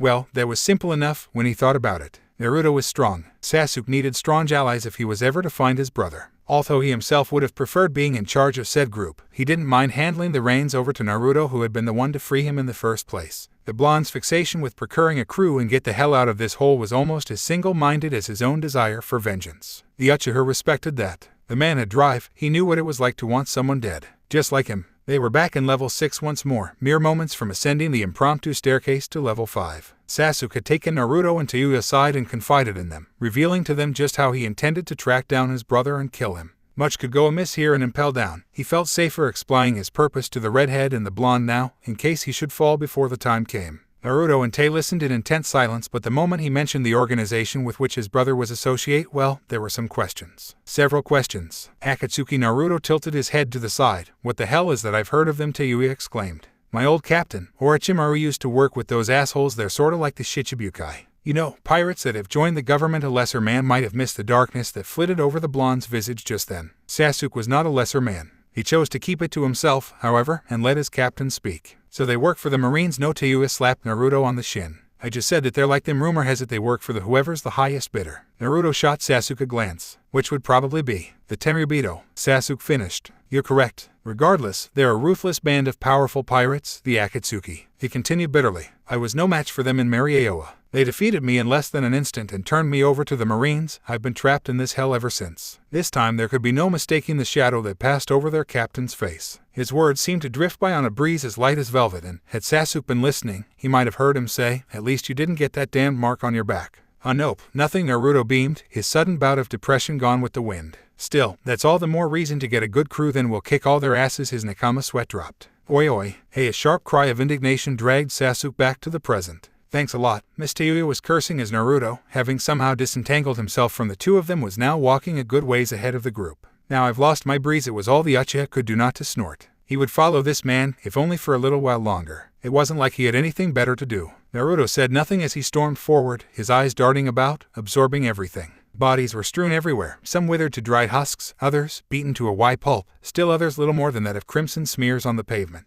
A small smile played at the edges of his mouth. Evidently, they were not the first ones to make it here after all. He could hear gunfire in the distance, the screams of the guards and jailers as they were overpowered by Luffy and the others. Naruto paid no heed to any of that. He glanced left, then right, as though searching for something. Or someone. Abruptly he sucked in a breath and held it. For a moment, just a moment, the Avenger couldn't help but wonder, what was his captain thinking? Oi, he shouted at the top of his lungs. Is anyone still here? Sasuke face-bombed. That's what he was up to. Silence reigned supreme. It seemed Ivankov had already released the prisoners on this level. Sasuke sighed, thanking the gods for this gift. The last thing he wanted was another weirdo in their little band of misfits and vagabonds. Now, if they could just proceed without further incident, a voice answered. Over here, Baka Yeru, Kono Yeru. Damn you gods. Naruto blinked, his verbal tirade cut brutally short. Did you say something? He asked Sasuke. The swordsman shook his head vexiously. I didn't hear anything. But Naruto would not be so easily dissuaded. Ladies Tayuya and Mei simultaneously shrugged. Nope. I thought I heard something. Two over here, you fool. Naruto paused at the edge of the catwalk and rounded on the voice, bringing himself face to face with one of the few cells lining the length of the wall. He could see any number of figures hunched down in the dark, but those were the ones too weak to move, too broken by a life behind bars. Who then had spoken? Who said that? Here Naruto snapped to attention, leaning his head through the bars. You, he asked, addressing a shadow figure way in the back. There was a moment of silence as the man behind the bars adjusted his sunglasses, which impossibly glinted with light. Yes, sunglasses. Why anyone would wear such a thing in a prison or even be allowed was beyond him. But no one could have been prepared for what came next. Yo say ho, know my name, know my fame, don't be lame, 8 tails. That's me. Dar rapping killer be somewhere behind them, May stifled a giggle. Apparently she found his routine endearing. Sasuke didn't. A fierce, predatory gleam entered the Uchiha's eye as he regarded the man crouched behind the bars. Why should we release you, he demanded. What skills do you have? Ain't got no skills, fool be replied, but I know how to fight. Dat be true. Naruto shot Sasuke a pleading glance. No, he replied, but Sasuke, we are not letting him out of there. The Uchiha's scorn was barely concealed. He's annoying. We can't just leave him, argued the blonde. Oh, yes we can, Sasuke insisted. We can't, Naruto snapped back. I'm the captain, I say. He comes exasperated. The Avenger drew his blade. You want me to cut you? Naruto raised an arm in retaliation, the invisible edges of his element swirling at his sleeve. What was that? Duck but knock it off, Tayuya shrieked, her fists raising merciless lumps on both of their heads. Will you two take this seriously? Both men winced, mildly alarmed that Tayuya had been able to strike them despite the fact that they were far from a solid. Hacky, they wondered at her for a moment before lowering their respective gazes, weapons to the floor. TCH, Naruto grumbled, rubbing at his scalp with a sore hand. Let's have a vote, then you first. Sasuke, I think it's best we leave him, the swordsman told his nakama, decisiveness like iron in his voice. He has no skills we can use other than that abysmal rapping. As if on cue, Killer Bee chose that very moment to pipe up again, much to Sasuke's chagrin. The devil fruit resides inside my hide, mackin' beats and rhymes, and I'm mackin' him live. It's what a pirate needs to survive. Battle after battle up here in the beehive. Toss me the keys, bro, and I'll come alive. A vicious glare coupled with unsheathing of Kusengi silenced the up-and-coming rapper, dissuading him from continuing any further. When Sasuke was certain he wouldn't be interrupted again, he sheathed his sword and offered a final retort to make his point. Do we really want to put up with that? I think we should release him. May put in, her words soft and fluid as her own element. It could be useful. We'll never know if we don't take a risk here. All eyes fell upon Tayuya, the only crew member who had yet to voice an opinion, yet to cast a vote in favor or against for the releasing of prisoner. Oh hell no. The musician raised her hands to ward of their stares. I'm staying out of this one, Sasuke frowned. Tayuya, ugh, fine, she growled. We already have a musician, in case you have forgotten, so leave him locked up. That's what I say. Naruto regarded the Kisa and his nakama for a precious second longer, as though he were deciding whether or not to give a dog its bone. All right then, he whispered softly aloud. If that's your decision, then as the captain I hereby overrule you. With a flippant flick of a wrist he flung the keys air and into the cell. There was a harsh rattle as they skidded across the floor, punctuated by a stunned silence as his 3 crewmates gawped at him. They had never once thought, why the hell did you do that? Tayuya shrieked. I thought we took a vote. Naruto gave her a pointed look. The comma can appear anywhere, Taiyachin, don't you forget that. But a loud clack pierced the silence as someone unshackled themselves. Silence. Then Naruto froze, his head turning in the direction of the voice as a wet squelching sound resounded from beyond the bars. Maybe we shouldn't be standing this close. May was about to respond to that when all of a sudden a horde of tentacles, 8 in total, came at them like mini torpedoes. Sasuke hissed. Move. Everyone lurched backward in surprise as octopus tentacles stabbed outwards and burst through the bars, tearing the grate to pieces like so much timber. Naruto laughed aloud. Well, this was unexpected. He danced a yard backwards, skipping in retreat as something monstrous took shape beyond the bars. He couldn't quite make it out for certain in the faint glow offered by the flames, but he was vaguely certain it looked like a cross between a large ox and an octopus. What the is that? Tayuya gawped. Ichujme's reaction was only slightly less subdued. She simply arched an eyebrow and laughed softly at the otherwise grotesque display. Sasuke muttered blackly to himself, something about the 4 of them running a freak show and charging for admission. Naruto heard all of this and grinned. He was actually enjoying himself. To think they'd find another nakama. Granted, the man didn't seem to possess any skills beyond that of this. His devil fruit ghastly rhyming didn't count. Without warning, the tentacles retracted from whence they'd come, resolving into the large body of a tan, muscle-bound man bearing the kanji for iron upon his right shoulder. His fair, blonde hair and mustache stood out in a sharp contrast against his skin. Dark shades obscured his eyes and whatever else might have lurked behind those glasses. Much like the other prisoners, he wore the black and white prison garb of Impel Down, minus the sleeves. He strode out of the cell as if he owned it, whistling softly to himself, a spring in his step and a gleeful glint behind his glasses. Yo, he rapped, walking up to Naruto and flashing the peace sign. Thanks for letting me go, bro. I promised I'll follow you wherever. Don't you know? Instead of extending a hand, he offered a fist. Naruto hesitated a fraction of a second before he raised his own.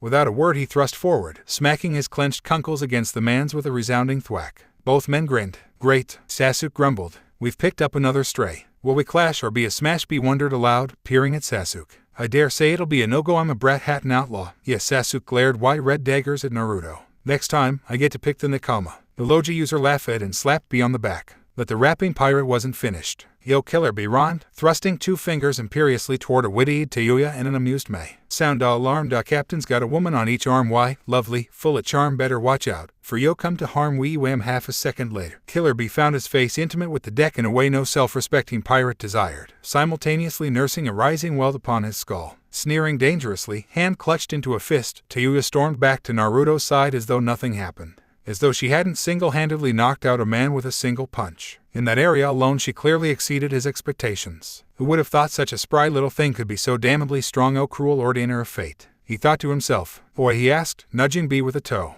You okay? The man jerked back to life and leapt to his feet. Hey ho, I'm okay, don'tcha no good. Without another word, Naruto started forward, moving from a walk to a jog, then an all-out run. Because from here on out, we're not taking a backseat to the action. Footsteps told him that his nakama were following him, matching him stride for stride. He grinned, looking briefly over his shoulder. Shall we show them how real pirates fight? Everyone. He was rewarded by a chorus of affirmatives. Sasuke unsheathed his sword. Tayuya sneered. May smiled. Killer B pumped a fist. Let's go. Luffy knew something was amiss the moment the wind began to pick up. Because there could be no wind in Impel Down. Sound itself seemed to fade before a piercing shriek slammed into his ears and left him all but deafened. He wasn't the only one. Even as he and the others struggled with their sudden deafness, a sudden chill descended upon the sweltering hell that was level 4. The flames themselves seemed to flicker, fading as he looked on. But the silence was short-lived. With a sharp pop, sound returned to Luffy's world. That was when he heard it, when he saw it. A keening green gust swept across the catwalks like a silent scythe, scouring them clean of enemy and ally alike. Someone screamed,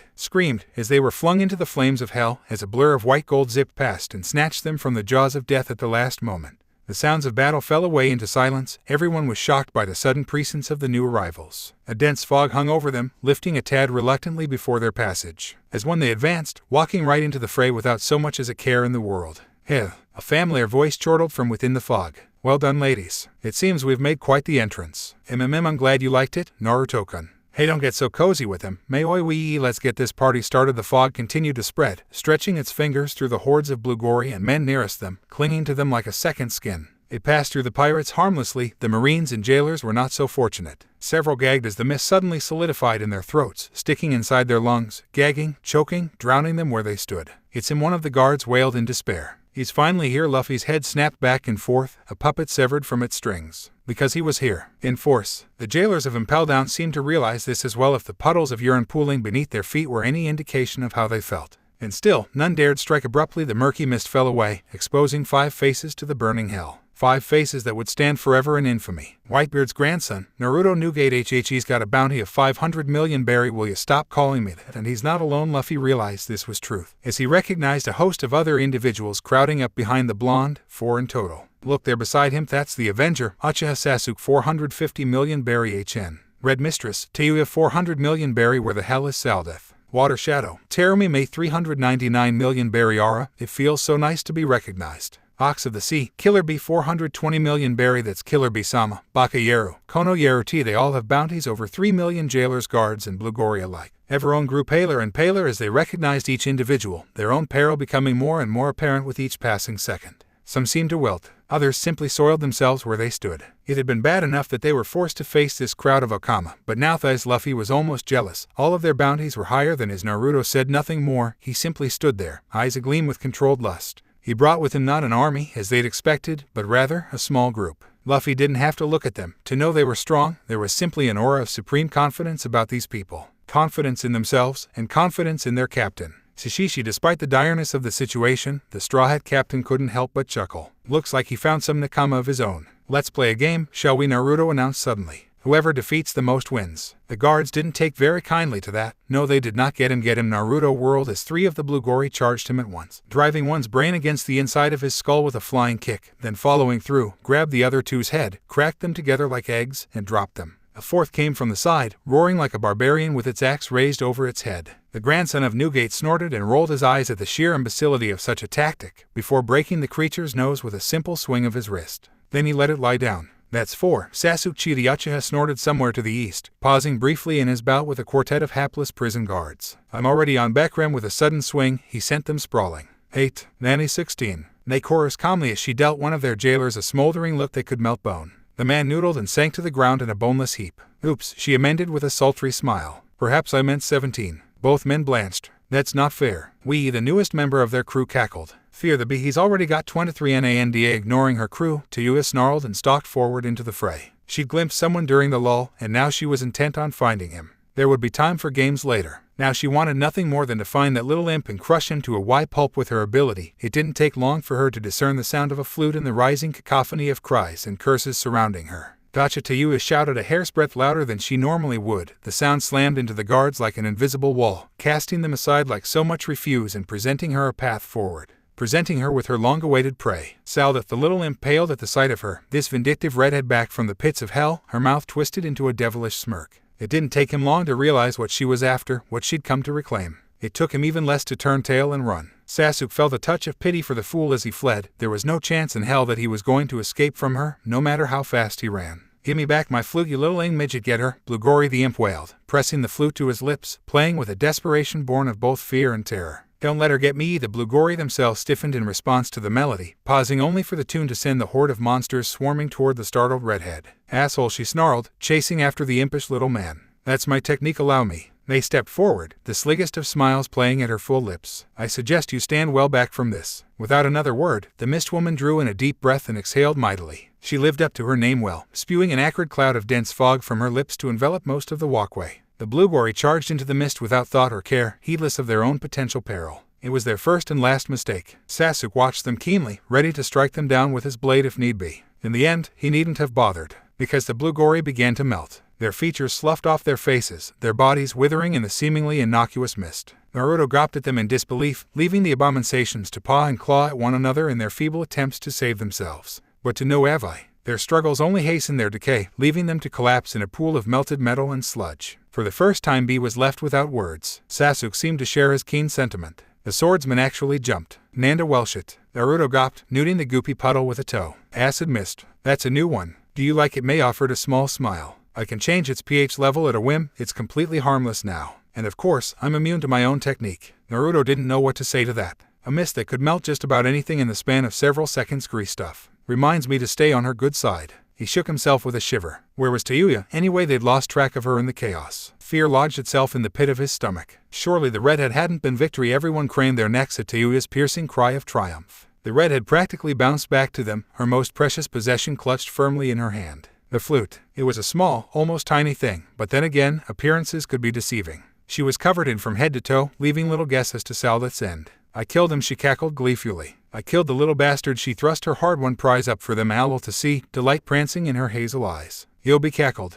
Tay knows how to fight. Tay knows how to sing. Don't mess with her or you'll feel her sting. Every one of a Naruto cringed. In preparation of another scathing rebuttal from the redhead, imagine their surprise when she offered a sly smile instead. You know what, B, she grinned. You keep flattering me like that, and I think we'll actually get along. It'll be a smash, B chorused. I'll kick your ass, not on doggrass. The two of them laughed at their impromptu rhyme and struck a simultaneous pose, fingers splayed toward the scalding ceiling. Hey, yay, Sasuke sweat dropped. I'm surrounded by idiots. Does that include me? Naruto asked innocently. Urusai. The dull creaking of a door ended their little game, drawing everyone's attention. Was the enemy giving up so easily? Naruto frowned. A prickling of warning from his observation Haki told him all was not well. He flung up a gale and just in time, prison bullets whipped past them, the net spiraling harmlessly away in the wind. Others weren't so lucky. Lacking the elemental prowess of the Loja, they found themselves captured, bound in the mesh like a spider trapped within a web. This is the fortress of hell, they balked, alarmed to find themselves face to face with the assistant warden himself, Hannibal. You shall not pass. The astonishment swiftly wore off as a weary, exhausted Luffy took a step forward, demanding that the man move. Did he move? He did not. He watched them for a time, even admired Hannibal's refusal to fall after the first few jet pistols. Naruto sighed and pulled down on the hem of his collar. They didn't have time for this. Sasuke on it. The Avenger stepped forward, fixing Hannibal firmly within his gaze, an easy fact when one saw that he'd just been knocked down again by Luffy. A small smile played at the edges of the Avenger's lips, his coal black eyes flaring a harsh crimson as the world looked on.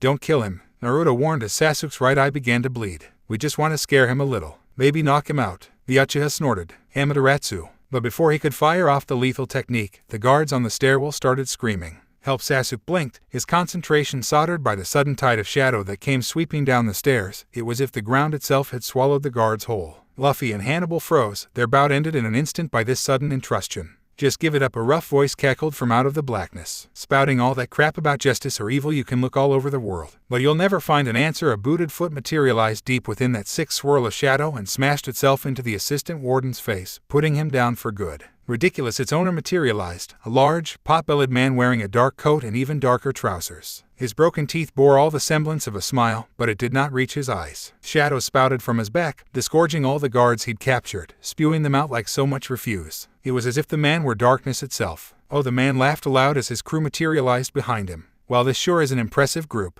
We've walked in on a pretty major incident, Teach Jinbei growled. What are you doing here? His white eyes narrowed. Or I suppose I should call you Blackbeard now. Naruto and Luffy bristled as one, but it was the blonde who was truly affected. In his mind's eye he saw it all over again. So much Blackbeard, hey, no need to be so violent. The now-named Blackbeard grinned jovially, mind unclenching that fist of yours. Oh yeah, I heard you and Ace were good friends, but I'm not the one you should be blaming here. A tiny smile broke out on Naruto's chiseled face, like a crack etching along a stone surface. He laughed, then it was a deep, throaty sound, not a thing like himself. The wind, keening like a lost child, stirred his ragged blonde hair, caressing it with cold fingers, gathering in the palm of his hand as the whole of Level 4 looked on. Blackbeard Teach frowned, rounding on the blonde as though seeing him for the first time. His eyes widened in recognition. Oh, he laughed. Well, if it isn't Naruto, long time no see. How long has it been? A decade too. His grin grew lecherous as he beheld Tayuya and Mei. Nice pair of broads you got there. Looks like prison life has treated you well. His gaze found Sasuke and Killer Bee. You've even got yourself a crew. I'm proud of you, kid. Proud? Naruto snarled, his pupils dilating as increased adrenaline began to pump through his system, his visible eye blue and bright with lust. At the sight, their cook felt her vibrate.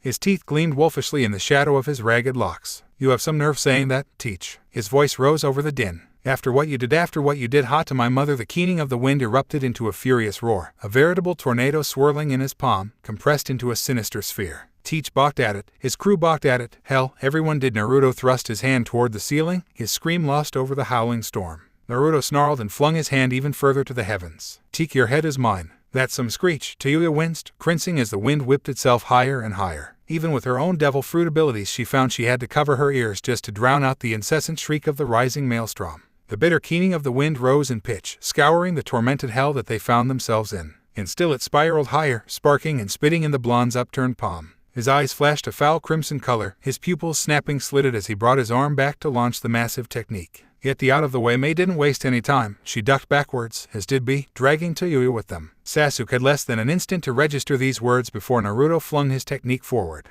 The Uchiha lurched into motion, arching his back in mid-lunge. His hair blew across his face as something passed with impossible speed overhead. He glimpsed nothing more than a ripple in the air itself, the faintest wisp of steam or mist wadded into a like so much discarded parchment. Had he not been looking right at it, indeed, expecting something very much like it, he'd never have known it was there. Blackbeard didn't even have time to blink. One moment Naruto was holding it, the next, he flung it, just like its namesake. Rasen Shuriken and the world erupted. Die! Tayuya cried out in shock and surprise as the Rasen Shuriken struck, spreading outward in a roiling dome of shrieking fury. It was like standing in the eye of the hurricane, watching the storm rage around you while you yourself were left unharmed. Naruto stood at the center of it all, his heaving in short, angry gasps, rasping with exertion as he lowered his arm to survey his work. Even from here, the redhead could see the burn marks lining his left arm. His sleeve had been obliterated by his own attack, marring the entirety of his wrist and elbow in angry red welts. Such power, Mei purred to herself, perversely pleased by their captain's devil fruit display. Tayuya shared her opinion. Still the explosion swelled, forcing everyone back as its blast radius expanded, striking down anyone fool enough to stand their ground. Pirate, jailer, and Blue Gory alike, each found themselves shredded by the powerful squall, all those fool enough not to currents of heaven itself. Sasuke gritted his teeth. Watch out for the shockwave, Yobi cackled. Da boss knows how to rock and roll, you catch my flow. Everyone face vaulted. No, we don't. Gradually the air currents began to abate. Naruto waved a hand and banished the last blast, leaving nothing but dust and debris in its wake. There was a silence. Tayuya grimaced. Well, shit. She tried to whistle, ended up choking on the smoke instead. You really don't hold back, don't you? Naruto flung an arm outward, barring her path. It's not over yet. Tayuya blinked, rolled her eyes. What do you mean it's not over? She asked, incredulous. You saw that explosion? He'd have to be a ing monster to have survived that. The words dried up in her throat and her turned to ice as she saw a massive form stir within the smoke. Tayuya frowned and Mei alongside her, lips pursing in displeasure as the figure of Marshal D. Teach became visible and apparent to the onlookers. You really do pack a punch, Naruto. Teach's voice cackled as the smoke cleared. You could have killed me with that just now. Teach himself had fared worse than Naruto. She saw, much worse. The massive man had lost his coat in the explosion amongst other things. He was missing most of his right arm and all of his left leg. The wounds had forced him to a knee, his injuries dripping fresh ichor with a steady drip drip drip. The rest of his crew lay scattered about the floor like so much refuse, each bleeding from the dozens of wounds inflicted by the Naruto's unholy Rasen Shuriken technique. They might live if they received treatment, and to everyone's dismay, the Blackbeard pirates began to pick themselves up. Persistent bastards, Tayuya snarled, her words little more than a furious hiss. Naruto wasn't fazed in the slightest. He simply raised his scarred palm again. The second Rasen Shuriken burst to life in his hand, growing in size and volume with each passing second. His eyes pulsed a maddened, malevolent red that promised pain. I guess I'll have to use my full power this time. Teach flung his remaining arm forward and opened a hand, fingers splayed and grasping. Kirazu. This time there was no witty retort. Naruto simply balked as his feet lifted from the floor seemingly against their own volition, leaving his crew to balk as tens of tendrils of darkness hauled him forward. He tried to hurl the Rasen Shuriken at Teach as he flew, but the deadly missile buzzed harmlessly overhead and through the Arinto Teach's awaiting grasp. To everyone's disbelief, Naruto was grabbed as though he were solid. There was a moment of pained silence as Blackbeard's hand closed around Naruto's neck, hoisting him off the ground and into the air. Zahaha, Teach cackled, certain in his triumph. That's right, you can't use your ability now. Weren't expecting this, were you, Naruto? He punctuated the blonde's name with a devastating drop, slamming the blonde face first into the unyielding, scalding floor of Impel Down. There was a sharp snapping sound as he struck the floor, showering everyone in a cloud of dust and upturned stones. Despite his animosity towards the blonde for attacking Blackbeard first, Monkey D. Luffy felt a twinge of sympathy for him at that very moment. Even he would be rolling around on the ground after a hit like that. Naruto. Tayuya shouted. Stay back, came the strangled reply. He's mine to finish. Luffy thought he was an eye. Tayuya seemed to share his opinion, her eyes wide with concern, only to relax moments later at the sound of her sensu's voice. Don't go scaring us like that, dumbass, she sighed, dabbing a bead of sweat from her brow. I was worried. He rules MLB chorused. The captain cannot fall. May smiled softly. As expected of Naruto-kun, Sasuke smirked as the last of the dust began to clear. If he couldn't do at least this much, then he wouldn't be worthy of being captain. Luffy gawped. After seeing this, he was inclined to agree this guy because Naruto hadn't fallen. He was still standing. He'd taken the full brunt of the drop with his legs alone, leaving Teach hunched over him. Unprotected, vulnerable, even as Luffy realized that this would be the perfect time to strike, to take a shot at the large man's unprotected back, Naruto swarmed into motion, snapping his neck around, sinking his teeth into Blackbeard's arm. To his credit, Teach didn't release Naruto. That proved to be a mistake. A fatal mistake, as Naruto used the momentum of his bite to thrash his legs against the ground, bringing his body full circle. Now he was facing Blackbeard, and his hands were still free. For my mother, he hissed. Teach sneered and squeezed Naruto's throat even tighter, arrogant in his victory. What are you gonna do so long as got a hold of you? You can't use your case no my dai siren, Naruto muttered, bringing both hands forward and upward, clenched into fists. Teach had just enough time to glance down, to see the clenched hands, feel them pressing up against his before he recognized the technique. Whitebeard's grandson flashed Blackbeard a grin that made the devil look tame. His muscles bulged with unseen power, not the power of his devil fruit, but one just as, if not more so, deadlier than the rest, surging through his clenched hands and into his unwitting target. He uttered one word and one word only, giving name to a technique that sent a silent shiver of remembrance down Luffy's spine. Rokuogan, Teach yelled in pained surprise as a wave of supersonic energy ripped up and through his, leaving him outwardly untouched. Inward was another matter. The deadly blast tore through his insides like a hurricane, making a massacre of muscle and bone before smashing into the stairwell over yonder, fountain forth between Teach's teeth, pouring down onto the battered blonde below, the sudden shock of impact causing his grip to slacken, just for a moment.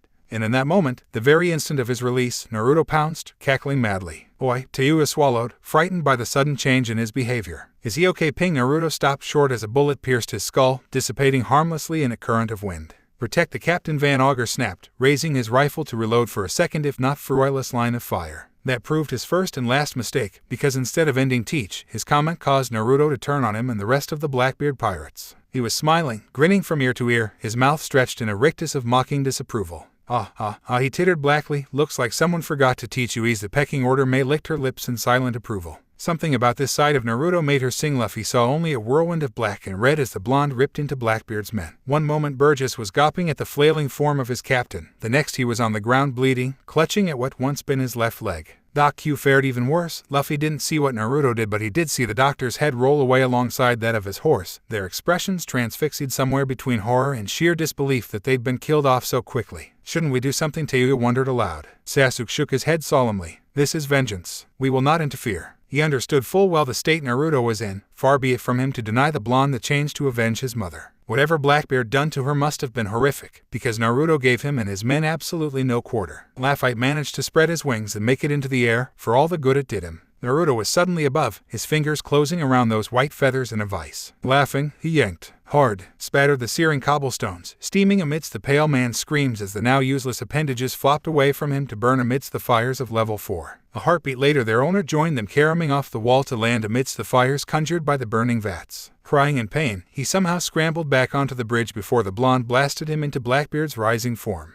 Marshal D-Teach, having only just now struggled to his feet, found himself driven to the floor yet again spitting as the slight man crashed into him. Neither rose again. All this had happened in the time it took for Van Augur to reload. Naruto backhanded him almost contemptuously, then he turned upon Teach. Impossibly, the massive man was still getting back up. But this time you could see the fear in his eyes, smell the terror emanating from his very soul. Damn it, brat, he hissed at Naruto. I hate you hate the fact that you're powerless to stop me. Naruto advanced upon him now, a black gale stemming from his body. That you're completely outmatched. Well, imagine feeling the way you do now all of the time, like I have fools sneering. He ripped the hulking captain from his feet and dashed him against the bridge like a rag doll. Once, twice, 3 times. How do you think my mother Kushina felt when you ganged up on her in the rain and she had no way out? Well, now it's your turn. Snarling, he flung him away to join his broken band of pirates. I hope you enjoy it, because I sure as hell plan to. Gasping, Blackbeard tried to raise his remaining arm. Kirazuke's no Yaba, Naruto roared, opening another rent in Teach's before he could enact the gravitational pull. He struck down again and again and again, and only when he was certain that the boisterous buffoon would not rise again did he finally advance,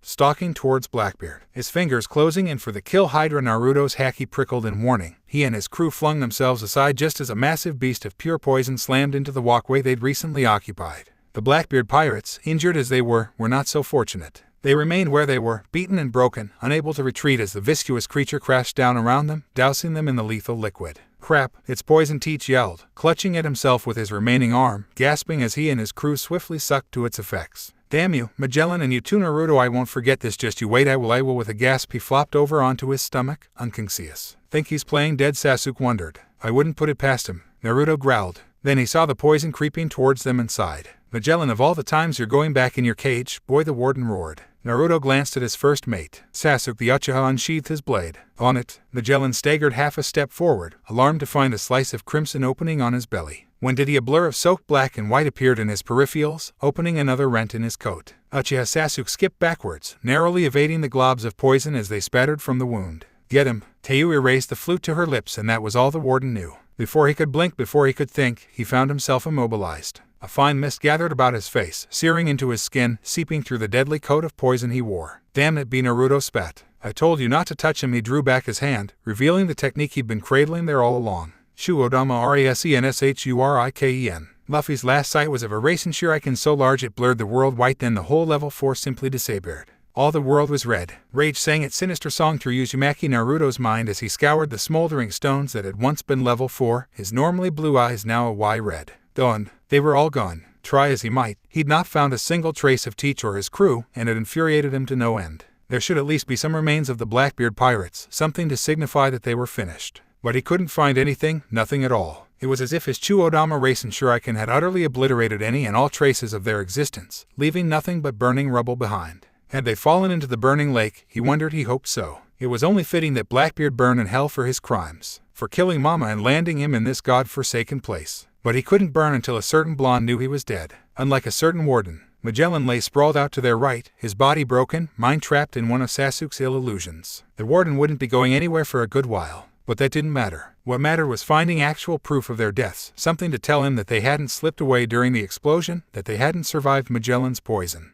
Anything to tell him that retribution had been made, pain for the loss of his mother paid in spades. Tell me I avenged you, Mama. Please just tell me sent you. He has to be dead. Gotta be. There's just no way he could have survived that. He was bleeding before the poison hit, and then the damage from that second Rasenshuriken Senshu. But what if he isn't? What if he escaped? What he's still around here somewhere, just waiting for me to lower my guard? He already took Mama away from me. I won't let him take my crew. Senshu, what? He rounded on the voice calling him, eyes wild beneath his battered blonde bangs. The look May was giving him proved different from her smoldering smiles. Her expression was one of empathy, sympathy for his plight. Naruto did his best to remind himself of that, relaxing his shoulders before turning fully to formally address his crew. It was suddenly so hard to remember that they were on his side, just innocent bystanders or not so innocent in Sasuke's casting his vendetta against Blackbeard. They had little to no knowledge of his motives, and they'd just witnessed him kill in cold. He was treading on mighty thin ice here. Snap at them now, and their tenuous alliance might very well fall through. "You all right?" Tayuya asked at last. "I'm just fine." No, I'm not. I'll never be all right. It's done." "No, it isn't. Not until I see a body. I can move on." "Won't, can't, never." "What was your deal with him anyway?" the redhead persisted. "Sounded like the two of you had some history." A muscle jumped in Naruto's jaw. "Well, all right, sensitive subject. Sorry, no." He forced the word through clenched teeth, willing his mouth to relax. "If I'm going to be your captain, I shouldn't be keeping secrets, anyway. I suppose it's time I told you. Have you ever heard of Kushina the killer?" Uzumaki confusion nodded their faces. "I have." May spoke at last. "Supposedly she was wanted for betraying the Marines. Murdered an entire platoon and jumped ship, or so I hear." "How, you don't know the half of it?" Naruto felt a bitter pang of longing stir in his. "That murderer you speak of was my mom.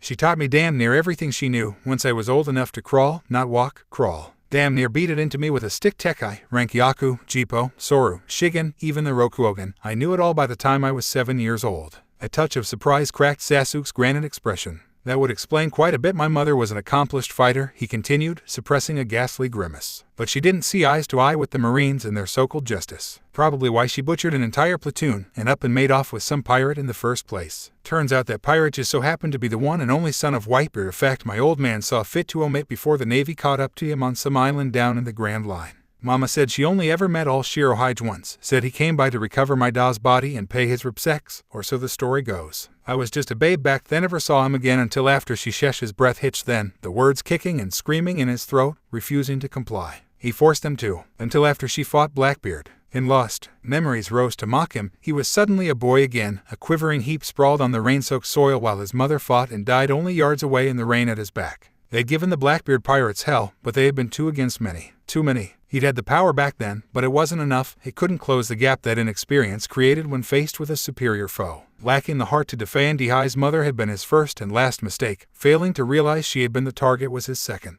They'd never come for him at all. He'd been left there to rot. The same could be said of his mother's body. Zahaha, even in death, or was he even truly gone? Teach's words still mocked him. Better luck next time, kid. Now he had will and power in spades, thanks to the fruit he'd eaten. Power enough to obliterate Teach, but not enough to bring his mother back. Never enough. So what happened ultimately? It was Sasuke who forced him to continue his tale. The Uchiha's expression suggested he was more than a touch interested in the outcome of this story. Naruto sighed and continued to weave his painful yarn. Whitebeard came back a few days later. His boys found me and nursed me back to health. Offered me his protection when I finally got better. Said he was sorry about Mom, that family had to stick together and all that bullshit.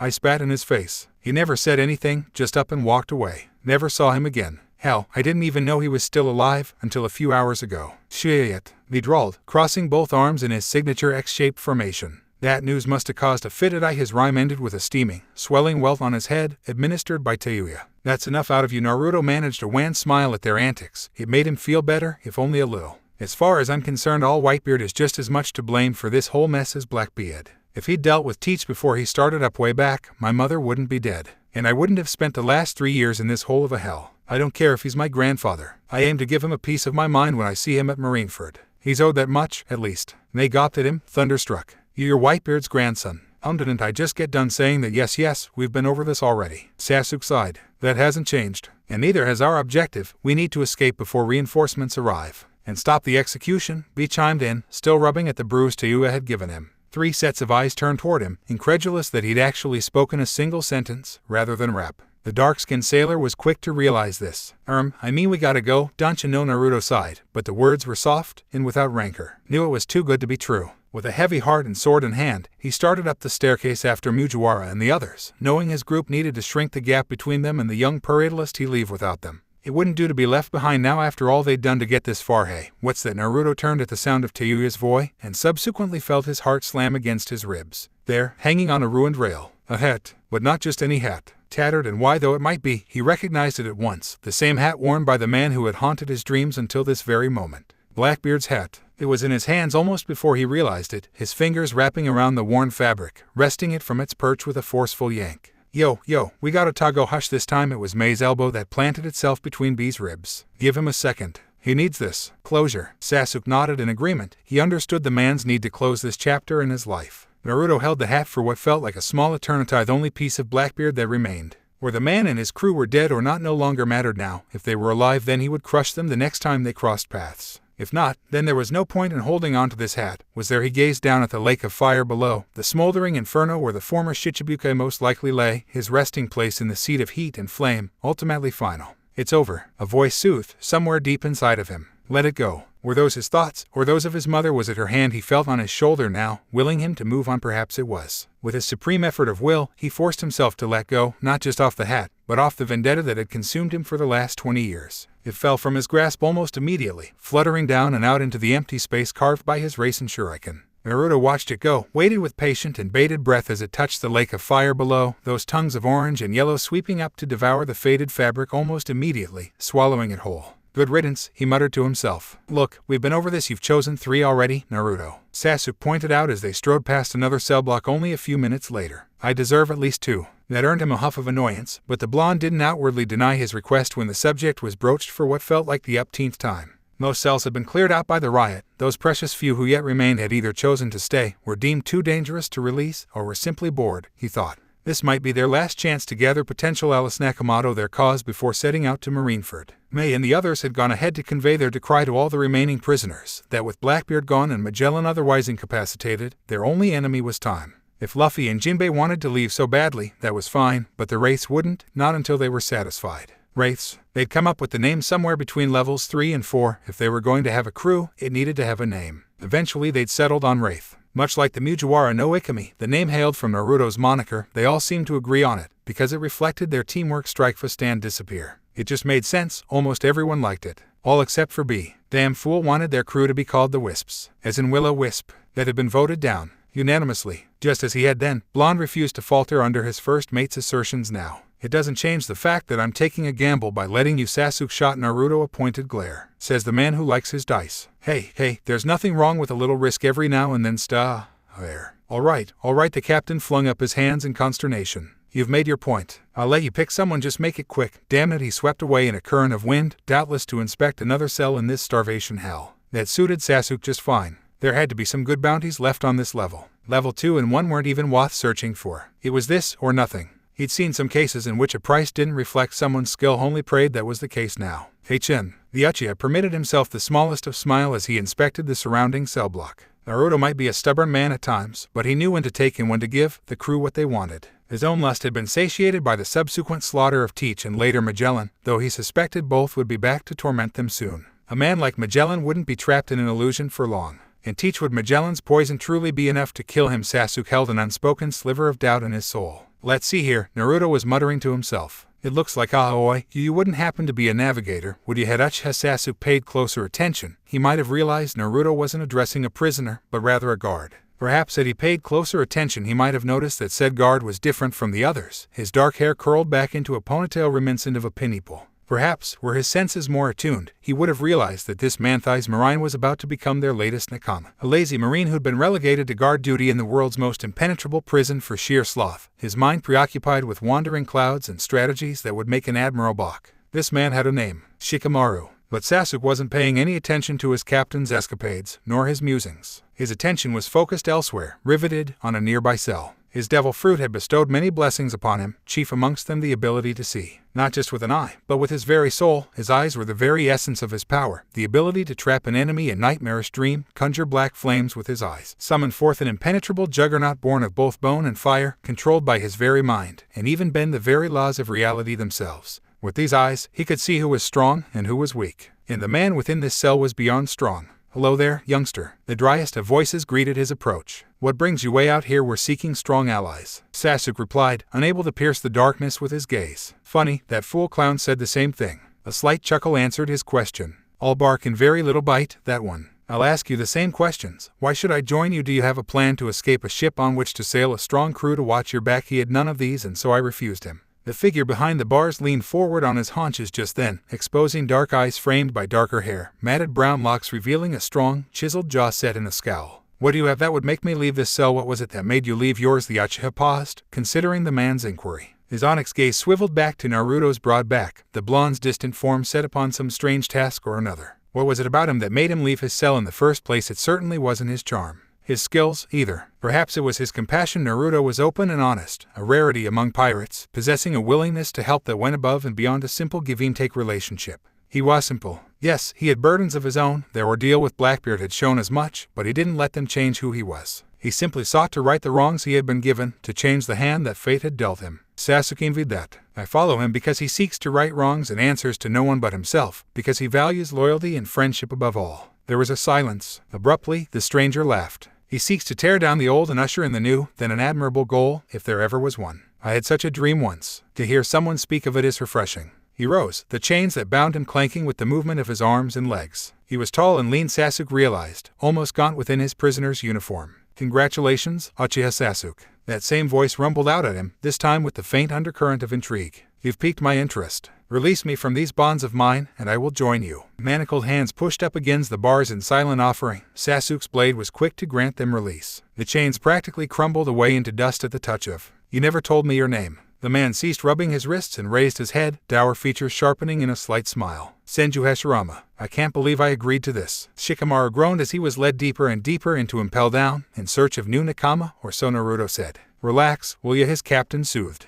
I've got everything under control. You'll love being a pirate, I promise. Shikamaru wasn't entirely certain about that. He'd been content to simply lay down and play dead once the riot started. Capturing prisoners was too troublesome for him, anyway. It was that very same attitude that had landed him guard duty in Impel Down in the first place, despite his intellectual genius and mastery of stratagems. He hadn't seen the point in applying himself against player spirits who stood so far beneath him. It all felt so pointless, sometimes. Where was the challenge in facing uneducated brutes, who just as soon as shoot him than try to puzzle their ways out of his traps? But Naruto had proved himself to be no hapless pirate. His mind was as sharp as the blade he kept at his belt. He was no base prey, he was a predator, strong and proud. Master navigator though he might be, the former Marine couldn't help but wonder if he'd made the right decision in joining him. Naruto had been poised to finish him off after he'd asked that last question. The moment he mentioned he was a navigator though, the blonde's entire demeanor changed. His crew was already the stuff of legends, and Shika could see why. Naruto could be very persuasive when you gave him the chance. He certainly didn't know how to take no for an answer, that much remained certain. Now here he was, talked into becoming the very thing he'd sworn to fight against. And for what a chance to escape his boredom, hell, if it meant he could get back to cloud watching with the occasional bit of navigating here and there. He didn't care. Who knew what adventures might await them?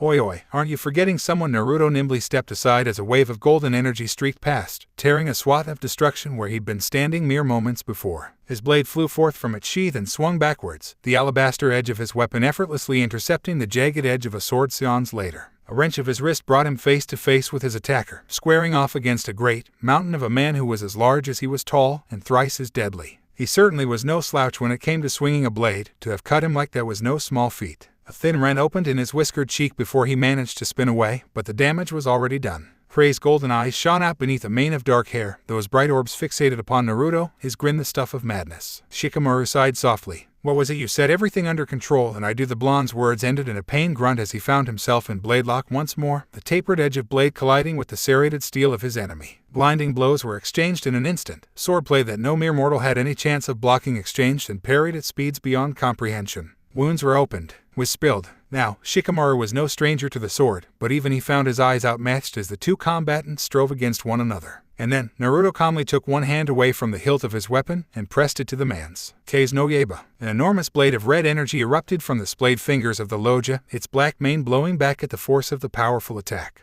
The black burst of oxygenated wind swiftly engulfed both Shikamaru and the swordsman, their eyes squinting against the hot light as the thin stones beneath their feet evaporated under the strength of the attack, leaving their attacker to stagger into the light. Holy shit! Shikamaru found himself face to face with someone who had no business being here, a demon of death and destruction whose only purpose lay in seeking out stronger opponents. Though most of his face lay hidden in the shadows of the great undersea gale, there could be no denying the wounds he'd sustained to his, no mistaking the lust in those golden orbs. His was a face many had feared, and even more had hoped to be dead. Apparently their hopes and prayers were in vain. Soraka Kenpachi, madman of the South Blue, grinned from ear to ear, despite the injuries he'd sustained, and started forward at Naruto once again. Oi, brat of Whitebeard. What's the matter? Fight like you mean it, like you did before on level 6. Give me a fight. Golden light seemed to stream from the man, his strength rising with the desire to do battle. The slightest of hesitation showed in Naruto's sword arm, betraying his intention as he growled, deep and low in the back of his throat. Oh, for the love off, stay down, will you? I'm not interested in fighting you right now. Cackling, the swordsman brought his blade crashing down. I'm not giving you a choice, shitty brat. Before he could finish his swing, his sword met.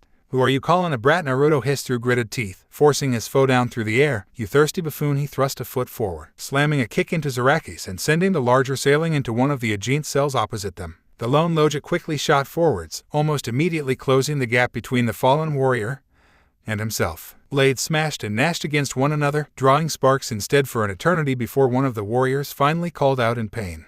"I'd Chuodama," Naruto called as he hovered above the gaping hole in which Zaraki Kenpachi was buried. "Rasenshurike," the massive shrieking sphere leapt from his hand, and into the hole, a dog freed from its chain. A massive wave of white energy plummeted downwards at the scar in the stone below, engulfing the hole within a web of wind. Shikamaru quickly darted backward, placing some much-needed distance between the two of them as his Suntobe captain leered into the crater he'd created. "Is he dead?" The blonde opened his mouth to reply, "Ha-ha." A voice rang out from the wreckage, dispelling all of Naruto's hopes at a premature victory. "This is it. This is the fight I've been waiting for against someone like you. I think I can fight all out. Don't go and die on me now." Uzumaki, before he could even think to raise his weapon, Naruto's bleak blade found his neck. "You stay the down," he warned, "or next time it's your head." "I see you've been busy," Naruto remarked as they happened upon one another again. Sasuke was mildly surprised to see that the blonde had gained some superficial wounds in the hour since they'd parted. A series of shallow gashes ran diagonal across the bare flesh of his right arm, and a small slice could still be seen where a blade had cut deep into his cheek. In contrast to the two nakama Sasuke had procured, Naruto had picked up a pair of his own, and they couldn't have been more unilike. "So have you." Zaraki Kenpachi was a giant in human form, his broad shoulder nearly scraping the arch as he crossed beneath it,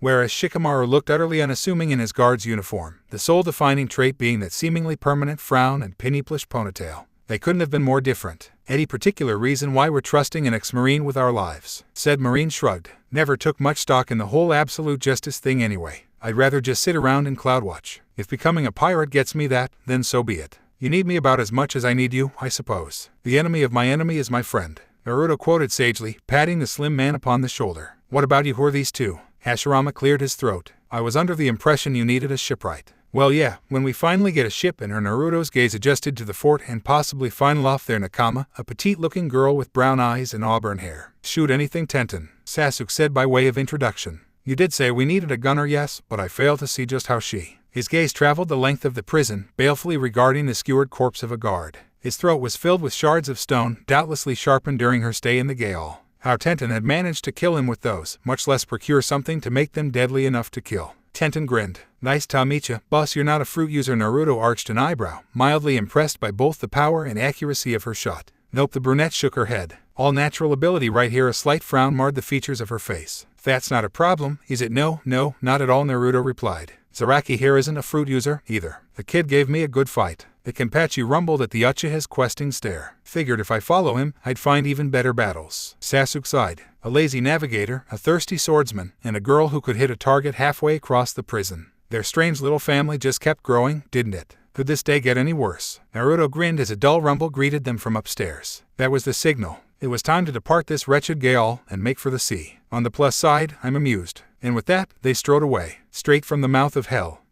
"You people are crazy, yeah," says the man who became a pirate. "I'm starting to regret that now." Naruto cackled heartily, his laughter momentarily overpowering their navigator's screams as their vessel plummeted from the frozen wave, dropping directly into the battle raging below. But not just any base battle was this, no mere clash of Marines and pirates towards which they were falling. This was Marineford, the center of the Marine might, their base of operations on the Grand Line. Gathered down there were the greatest men and women that the Navy had to offer. Their admirals, Shichibukai, vice-admirals, strongest of soldiers, best swordsmen, most accomplished of snipers. The best of the best were here. The grunts and incompetents, those not fit to fight a battle of this magnitude, had been left at home. If one were to smash the Marines here, they would shatter like so much glass, and the world government would never truly recover. With their back broken, the world would be easy pickings. "But you can't hurt Han." Luffy's words rang through his mind. "She helped me. Then I'll leave her be," Naruto decided to himself. "But if she gets in my way, she's dead, just like the rest." Zaraki seemed to mirror this thought. An unsettling grin had taken up residence on the large man's face. Naruto didn't have to look to know he wore the same sinister smile. His saying at the thought of a fight like this, even the thoughts of confronting his grandfather were pushed to the back of his mind. They had that much in common, at least. Both loved a good fight. Naruto simply knew when to choose his battles. Kenpachi didn't care who he fought, so long as they were strong. Here was a man who had come up from nothing, carving a name for himself with the sword. Killing was simply in his. "Are we there yet, Kenny?" And then there was that. Naruto willed himself not to look at the little girl perched on Zaraki's shoulder, but it was almost impossible not to stare at her pink hair and be confounded. Yakairu Kusajishi. She was a tiny thing, a seemingly innocuous bystander amidst a band of cutthroats. Kenpachi had made her a part of the deal, releasing his daughter from level 1 shortly before their departure. Her bounty was a mere 75 million as opposed to the whopping 480 million placed on the swordsman's head, and with his subsequent escape from Impel Down, it was Bounto. Oi, Yakiru, didn't I tell you to keep out of sight? But I was bored. Well, go be bored somewhere else. His slate-gray eyes, no longer that eerie yellow, turned to regard an irate Tayuya. Go hang on to Red over there, will ya? Hi, I ain't her damned babysitter. You'll have to be. Naruto chuckled softly. I'm going to need him once we land. We'll be cutting a path right through the enemy. Yeah, ha, the man bellowed with his strange laugh, voice roaring in their descent. This is why I follow you. Kid, big battles, it doesn't get any better than this, ain't thar right? His enthusiasm was met with a few grumbles of annoyance on the part of their comrades, and a bright grin from Yakiru. That doesn't change the fact that we're still falling, Shikamaru shouted, struggling to make himself heard over the increasingly high-pitched wind.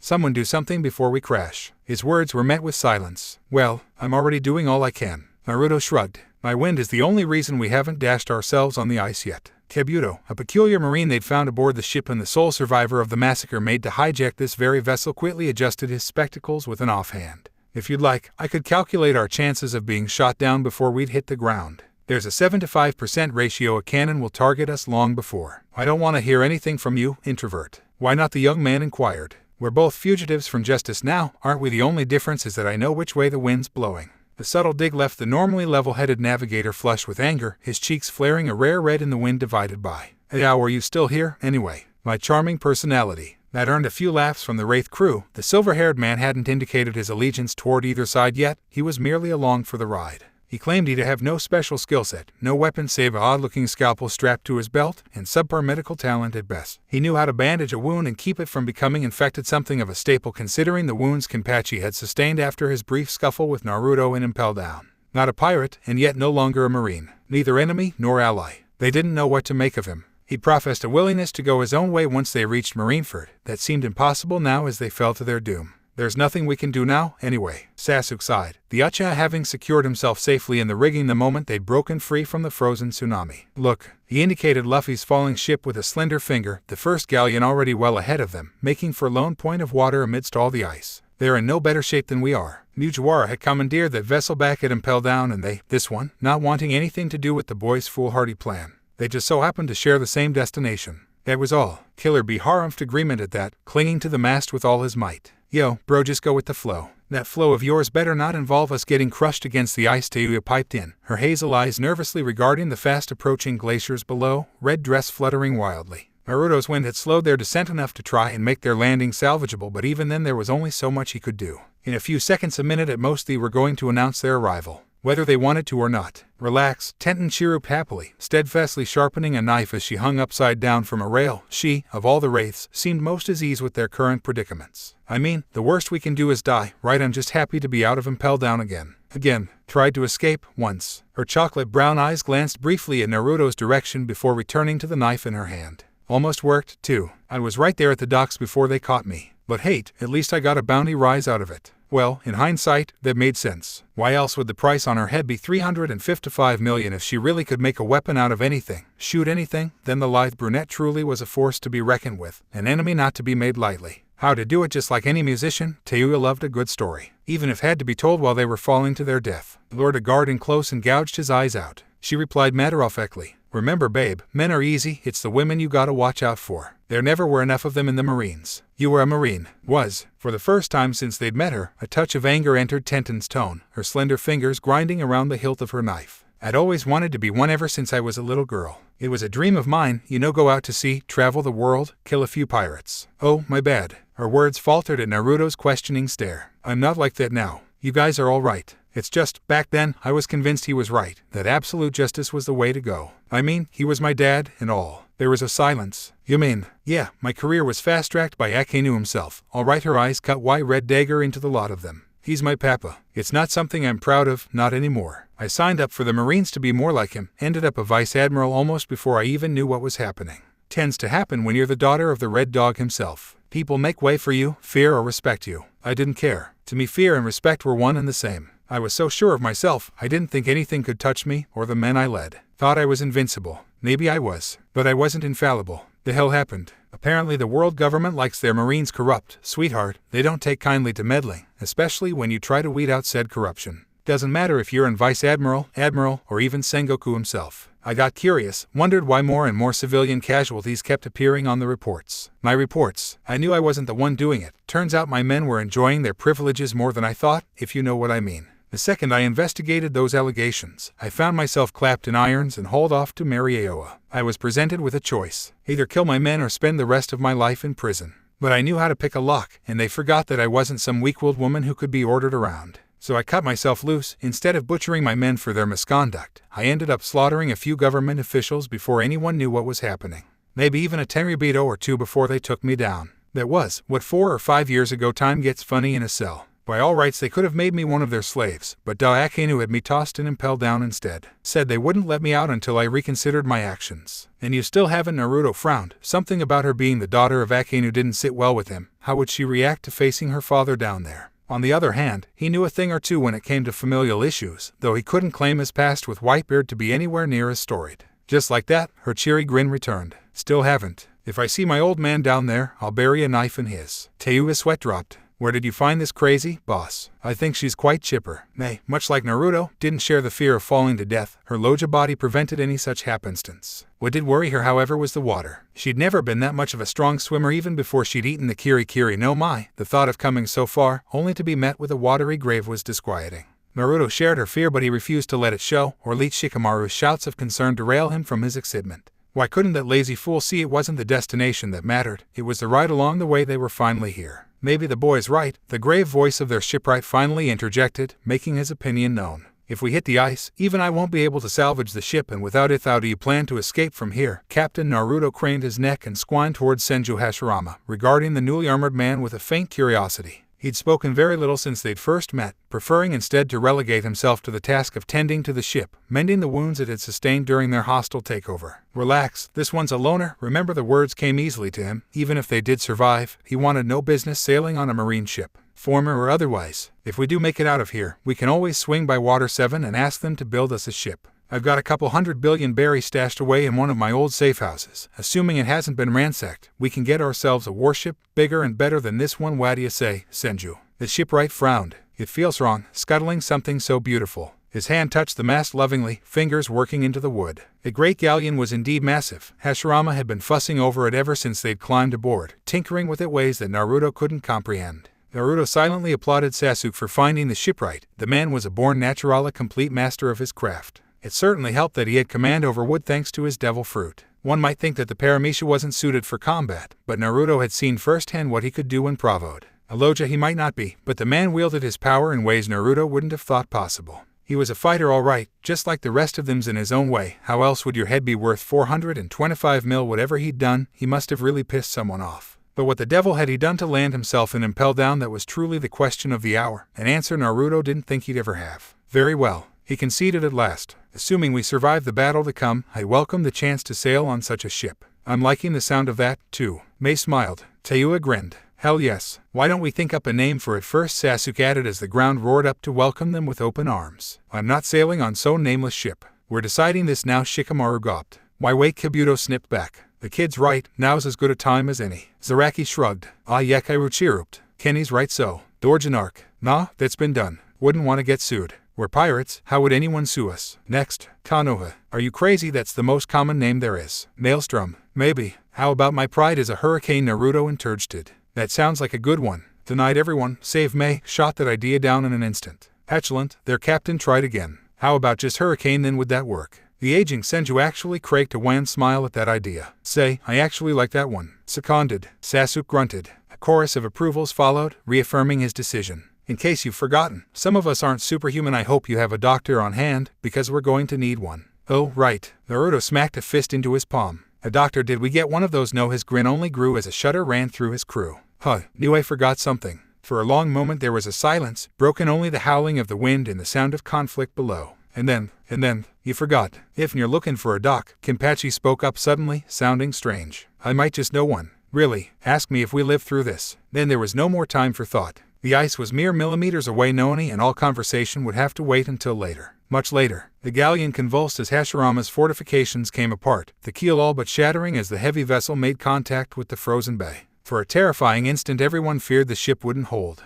But then the ice broke beneath them, exploding outward in a sea of salty and spray. But their ordeal wasn't over yet. Brace yourselves, we're going to hit the BAKRAM. Everything stopped. Everyone stopped fighting. The world simply ceased to be. All eyes turned toward the mighty crash, gawping at the great galleons that had landed right in their lap. One but two each bore a crew that would make even the most hardened of hearts quiver in fear. It certainly didn't help that the second wreck remained shrouded in an eerie fog, preventing any and all eyes from peering into the gloom. But the silence prevailed in the end, the Marines eventually recovering first as they beheld the two scuttled ships. Aurora, Akatsuki murmured, peering down into the wreckages. This can't be good. That surprised me. Kizaru drawled. Akenu remained decisively silent as the smoke began to clear. We actually made it. And we're here. About damn time. Quit complaining. Kenpachi, you wanted a fight, now you've got plenty. Aye, Red's right, Kenshin's going to kill everyone. She does mean everyone but us, right? Seriously guys, I'm not ready to die yet. Relax, Tenten. Nobody's going to lay a hand on you, alright. As expected of my captain, you really are protective. Still, a woman's voice intruded. Perhaps I should lift the fog. It wouldn't do for us to be shot without being seen.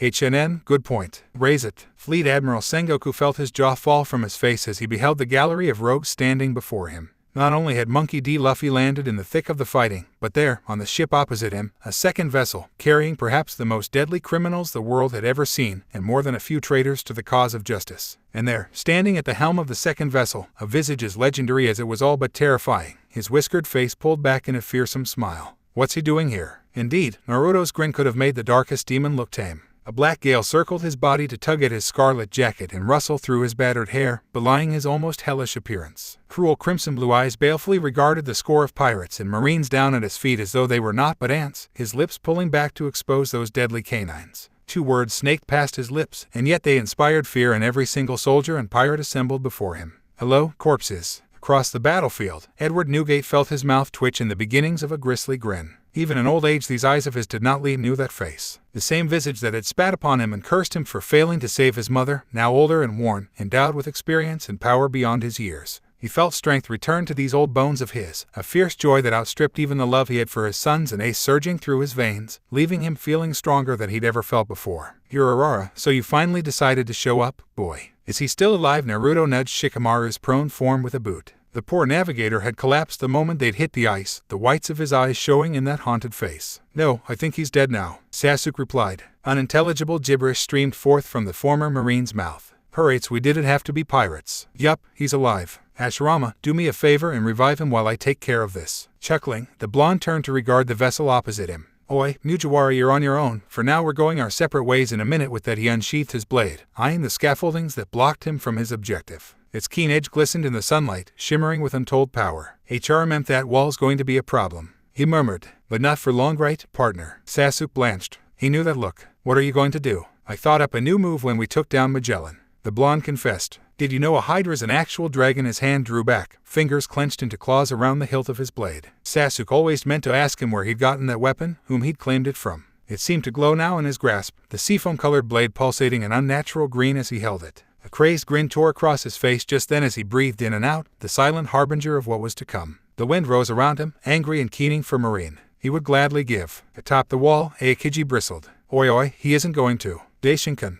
With a grunt, the blonde dropped it. He did not drop the blade, as in release it, he simply dropped the sword, cutting down in a motion so sudden and swift, it was nearly invisible to the human gaze. Uchiha Sasuke's eyes were anything but human. However, he saw what Naruto was aiming for, not the admiral, but the wall itself. Marineford exploded. Chunks of stone and masonry blew outward and drifted like paper on the breeze, debris and bodies sailing as one in all directions as the slash made its mark. There could be no other word for it. One moment the wall was there, the next it was just gone. One swing of his blade had done the deed, its edge naked one moment, then sheathed the next. He cut through the wall with just one swing. A Marine screamed. Has someone do something, get the admirals. Naruto wasn't listening. All right, you dogs, listen up. This is an order from your captain. His voice thundered across the frozen tundra, making itself known to all alongside his wildest smile. I hereby order you, each and every one of you, to go wild. All right, you dogs, listen up. This is an order from your captain. Naruto's voice thundered across the frozen tundra, making itself known to all alongside his wild, ear-splitting smile. I hereby order you, each and every one of you, to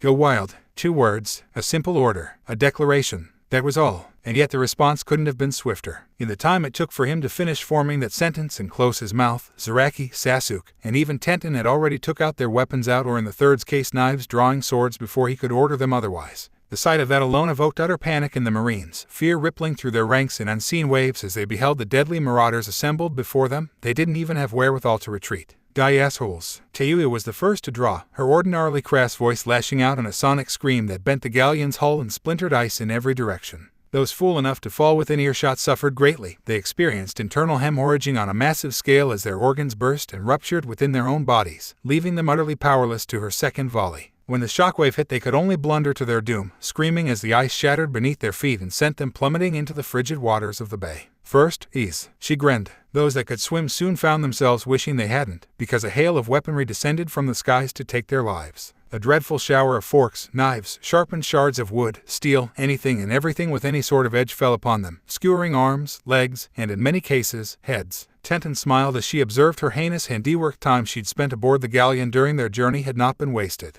In the ensuing seconds, she lived up to her title of shoot anything, hurling all manner of weapons, some mundane, others improvised into the incapacitated horde Tayuya's shout had left behind for her with frightening accuracy. Second, the brunette chirruped happily. Trapped between the weapon fire and that god-awful wailing, most were cut to ribbons almost instantly. Those few that somehow managed to withstand Tayuya's deadly voice and evade Tenton's inhuman sights found themselves at the mercy of Kenpachi and Sasuke's blades. There was no quarter to be had there either. The waters of the bay were soon stained red with marine. It weighs almost too easy. Where were the officers and the vice-admiral? Surely they hadn't gone down so easily. Unless, Sasuke frowned at the realization. Something's wrong. Shizaraki scoffed in agreement, glancing at his Noid blade. What the hell is this? They're nothing but small fry. You're just too strong. Kenshin Yakiru beamed from atop his shoulder. Indeed, it could be said that for every marine the Wraiths hadn't slain, they'd done the most damage, incapacitating nearly a fourth of the soldiers alone and leaving the others utterly terrified with their brutal display of teamwork. What remained was left in utter disarray, retreating shrieking to higher ground despite the orders of their superiors to stay and fight.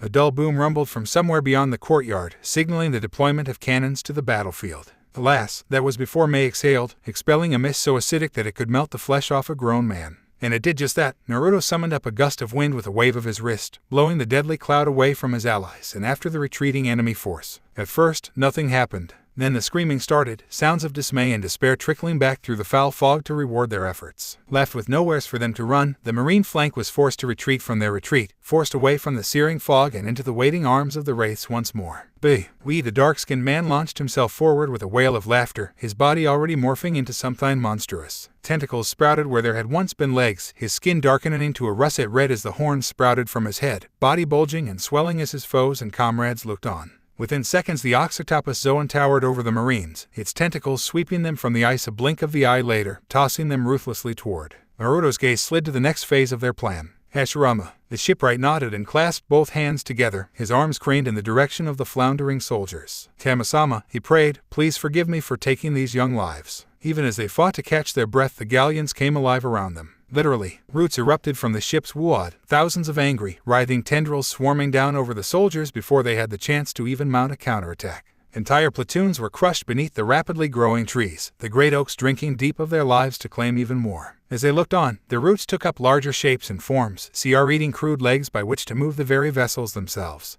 But the old shipwright wasn't entirely reliant upon his abilities alone. Naruto watched him viciously backhand a marine that strayed far too close to their vanguard, snapping the man's neck like a twig. Oi, Yakiru, Kenpachi rumbled darkly. Get off, it's about to get rough. Hi, Wei Tayuya grunted in surprise as the pinkette clambered off Saraki's back and onto her shoulders. Get off of me, Chibai, I'm not giving you a ride, but her new passenger would not be dislodged so easily. Yakiru had a death grip on her back and simply would not be dissuaded. You damned brat, fire at will. There was a deep crack of cannon fire and all her struggles were suddenly forgotten, dozens of cannons converging on their position in an instant. Sasuke snarled something sinister beneath his breath and became engulfed in violet flames. A towering creature of bone and fire arose from nothingness, its massive ribcage engulfing the crew, its large arms crossing in a phantom X even as the mortar fire reached their position. Their world erupted in a muffled retort, not the massive explosion she'd been expecting. Explosion she might have found it funny had it not saved their lives. Well, this is new, Tayuya murmured, peeking out from under the indigo veil. Since when can you do that? A long time now, Sasuke replied, his tone only slightly strained. Using it places too much strain on my body, though. Even as he spoke, the towering skeleton sagged, its glowing eyes growing dim as the energies the Uchiha supplied were severed. Within seconds it was gone, dissipating into harmless embers as they looked on. Bah, Kenpachi rumbled. That ain't shit. I bet you couldn't kill a dozen men without using your fancy powers. First to 100 kills wins, Sasuke challenged. The swordsman licked his lips. I like the sound of that. Is it too late to change sides? Shikamaru groaned aloud, cringing as the enemy charged towards them. Yes, he had his knuckle blades, but the thought of facing down so many elites without a plan was daunting, to say the least. They had to know he was with Naruto by now. He tried to turn to his captain, but the man had other plans, pausing to address the men and women of his crew. I told you all to go wild, he began, and I meant it. However, our targets are the admirals and the Shichibukai excluding Boa-han. I've been led to believe that she's an ally, but she'll probably attack any of you on Sai if she sees you. His words rang harsh but true. Now, I won't blame any of you if you don't want to fight them, but I have faith in you. Each and every one of you do whatever it takes to survive. Fight live to see tomorrow. Give your enemies nothing but take from them everything. He punctuated his declaration with a raised fist, defiantly striking the sky. Now that's what I'm talking about. Kenpachi was all but berserk with lust by this point, his eyes carrying that strange golden sheen once more. I'll slaughter them all myself. Yakiru seemed to be of a similar, albeit lesser mind. Though Kenshin, Sasuke's deadpan was barely concealed. Don't worry, I won't let any of them die. We'll, maybe someone, die. Killer B feigned shock. Bakayeru, Kono Yeru, say that again and I'll make you fly. Asu Tenten saluted smartly. Just leave Akenu to me. Just be sure to come back. All right. Mei's gaze held a touch of softness and perhaps something more when he looked at her, but it was gone just as swiftly as he saw it. We're nothing without you. Hashirama and Shikamaru were a touch more reserved in their enthusiasm, but the latter seemed to have calmed somewhat. Finally, his gaze turned toward Tayuya. If he thought there had been softness with Mei, then there was an absolute fondness in those hazel orbs. Unlike the others, she actually looked worried for him. Naruto, I'll accompany you. Kabuto volunteered suddenly, cutting her off. I have some business with Shirohige as well. Suit yourself. The blonde shrugged. He risked one last glance back at her, wondering what it was she'd been about to say. Maybe no. Whatever it was could wait. Good luck, he muttered. I'll return as soon as I'm able. You ass, she grumbled as they whispered away with the winds. Better not get yourself killed. He's coming here, isn't he? Shirohige sighed one more, feeling the weight of his age. It had begun to press down on him as of late. He was getting too damned old for this shit. Naruto and his wraiths were the new age. Perhaps it was time he had someone replace him. Time to step down and live out the rest of his life in peace. But today was not that day. The Whitebeard pirates had made no such move to engage these titans, many of which were known to them. Kenpachi Zaraki was a name whispered only of in legends, and Naruto's infamy stood even beyond that. His exploits were many and miraculous. He'd carved his name in a Y swat across the Grand Line before finally being captured. Although he might have refused to become a part of Newgate's little family, he was still the man's grandson. It was only natural that he wanted to keep tabs on them, and those tabs now told him that it was time. Marco frowned as the wind began to pick up, gradually resolving into a familiar form. Pops, isn't that? Urarara, Whitebeard chortled loudly. The sound was like a small avalanche all its own. Relax, my son. It looks like he wants to talk. Luffy had never run so hard or fast in his life. Marines fell in droves around him, but he didn't care. He just had to get to that execution platform. That was all that mattered. Ace was all that mattered. He never once paused to think that it might be Naruto who was luring the enemy away from him, that he was the reason he hadn't encountered any enemies as of yet. That chat with Whitebeard still weighed heavily on his mind, however. Just what did Ace's old man have to do with Naruto? Anyway, Shirohige had said something as much. You came here with my grandson, right? Was Naruto his grandson? If so, then that meant... it was too confusing. Steeling himself, Mugiwara willed strength to his faltering limbs and ran onward. Ace, just hang on a little longer. I'll be taking my leave now, Uzumaki-san. Naruto turned away from the battle to regard Kabuto Ikashi with a friendly, yet wary eye. The Marine had disembarked with him when he'd sent out his crew, but he'd refrained from attacking or even speaking. Until now. Now, when they were far away from the others, he looked perversely pleased with himself, his smile almost serpentine in its intensity, as if he'd seen all that he needed to see, and now was the time to make his escape. Or perhaps a surprise attack. One could never be certain with him. Please tell me you're not going to betray me after all that. Perish the thought. The young man smiled slightly. I'm just going to report to my superior. And possibly, his grin grew even wider. Madara-sama sends his regards and wishes you victory in your battles. None of the crew would have reacted to that name. However, Naruto felt freeze in his veins. Madara, the man who'd broken him out of prison to begin with before he could further inquire, Kabuto retreated. First one step, then another, vanishing into the fog of war that they themselves had created. It took everything he had not to follow. Why do I have a bad feeling about this? Sighing, he dissolved himself into wind and hurtled towards the Mobi. Edward Newgate was getting old. He didn't have very many years left in him, and his lifespan would likely be shorter still, assuming he survived this battle. But this was one that needed to be fought, one that he had tried his utmost to ignore for the last decade. Try as he might, he could put it off no longer. There were only 3 things in which Shirohige had failed. During his lifetime, Minato had been the first. He'd failed to protect his son when he'd needed him the most. Then, years later, he had failed to protect Minato's wife, the younger sister of red-haired Shanks, Kushina. His third and final mistake stood before him now, glaring white red daggers into his. Uzumaki Naruto. He should have brought the brat with him by force back then, when there was still time. Even if it made the boy hate him more than he did now. Anything would be better than this. Still, he couldn't quite conceal that squint of pride in his gaze when his grandson alighted atop the Moby. Naruto had never set foot upon his flagship before. Those blue eyes, Minato's eyes, took a brief moment to survey his surroundings. Wary, even here in the field of battle. Good. His senses were still sharp after his time spent in Impel Down. Naruto stepped forwards and Marco immediately moved to block him, not willing to risk another incident like the one with Squard. Stubborn fool had tried to stab him, deep in the stomach, all because of some plot by Akinu. Perhaps it was his years of searching for his grandson that had kept Shirohide sharp. Whatever the case, he'd been able to avoid the blade and calm his stubborn son from doing anything rash. He could very well afford to be injured right now, with the battle raging around them.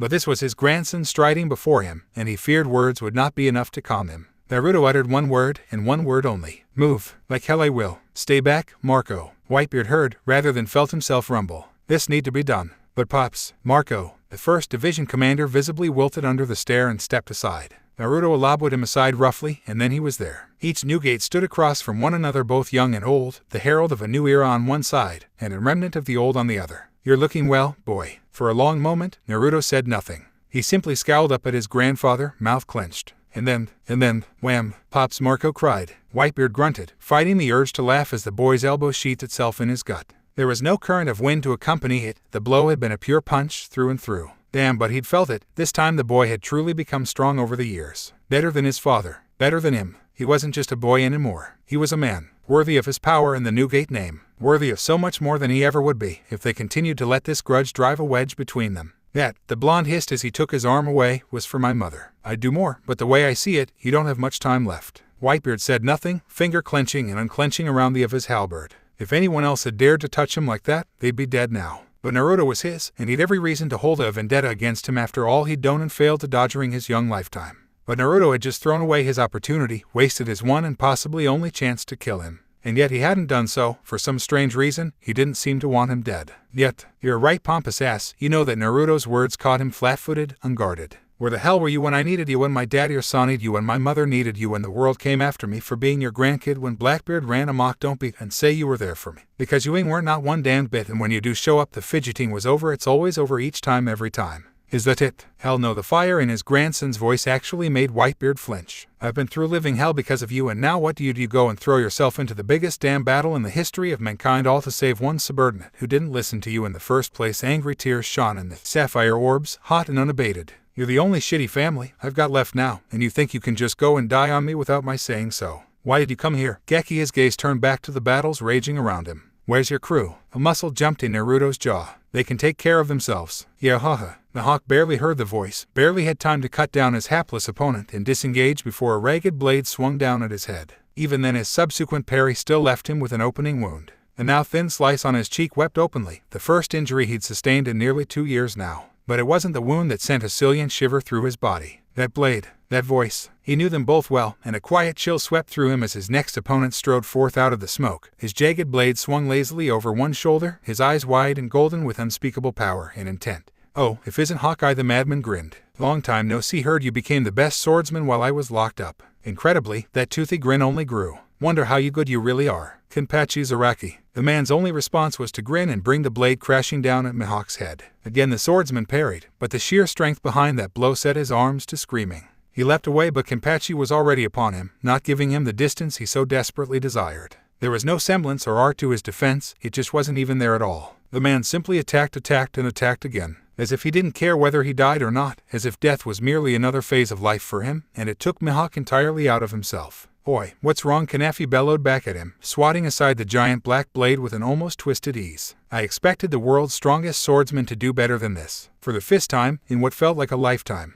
Hawkeye Mihawk was actually frightened. Borsellino balked slightly as he missed it again, his heel sweeping harmlessly over the man's head. This was odd. Very odd. Incredibly odd. Not only did this strange fellow continue to predict his every attack as though he were crawling at a snail's pace, but he was actually providing him with advice. Advice a stranger opponent he had never seen. Despite that oddity, this pirate was beginning to worry him. Kizaru had long considered his agility to be above all others. No one could surpass the speed of the Pika Pika no Mai. Except this man. You're bending your knee too much at the apex there, Hashirama Senju admonished lightly. The slanted yellow irises of his sage powers narrow and intent as he bobbed and weaved amidst lightspeed blows, raising a hand or lowering a leg to deflect on occasion, the slightest sheen of sweat the only sign that he was truly exerting himself. Perhaps you should try. Oh, there it was again. He reacted far too quickly, catching his heel a heartbeat later, stalling him in mid-kick without so much as batting an eyelash. Better, he admitted, wrenching him painfully forward by the leg. But you rely too much on kicking alone. You see, a body is just like a ship. If you mistreat it, the host breaks down. Left untended, for example, if your limb were to twist at a certain angle. Zinged. His free hand shot upward, effortlessly blocking the Ama no Mirakumo sword. Kizaru once more found himself baffled. He'd expected to slice right through, but no, a thin veneer of wood coated the man's hand, keeping his palm whole and intact, leaving the light blade locked helplessly in place. Hashirama heaved a slight sigh. Now, he soothed, I wasn't done giving my lesson. And the bone goes briac. Ugh.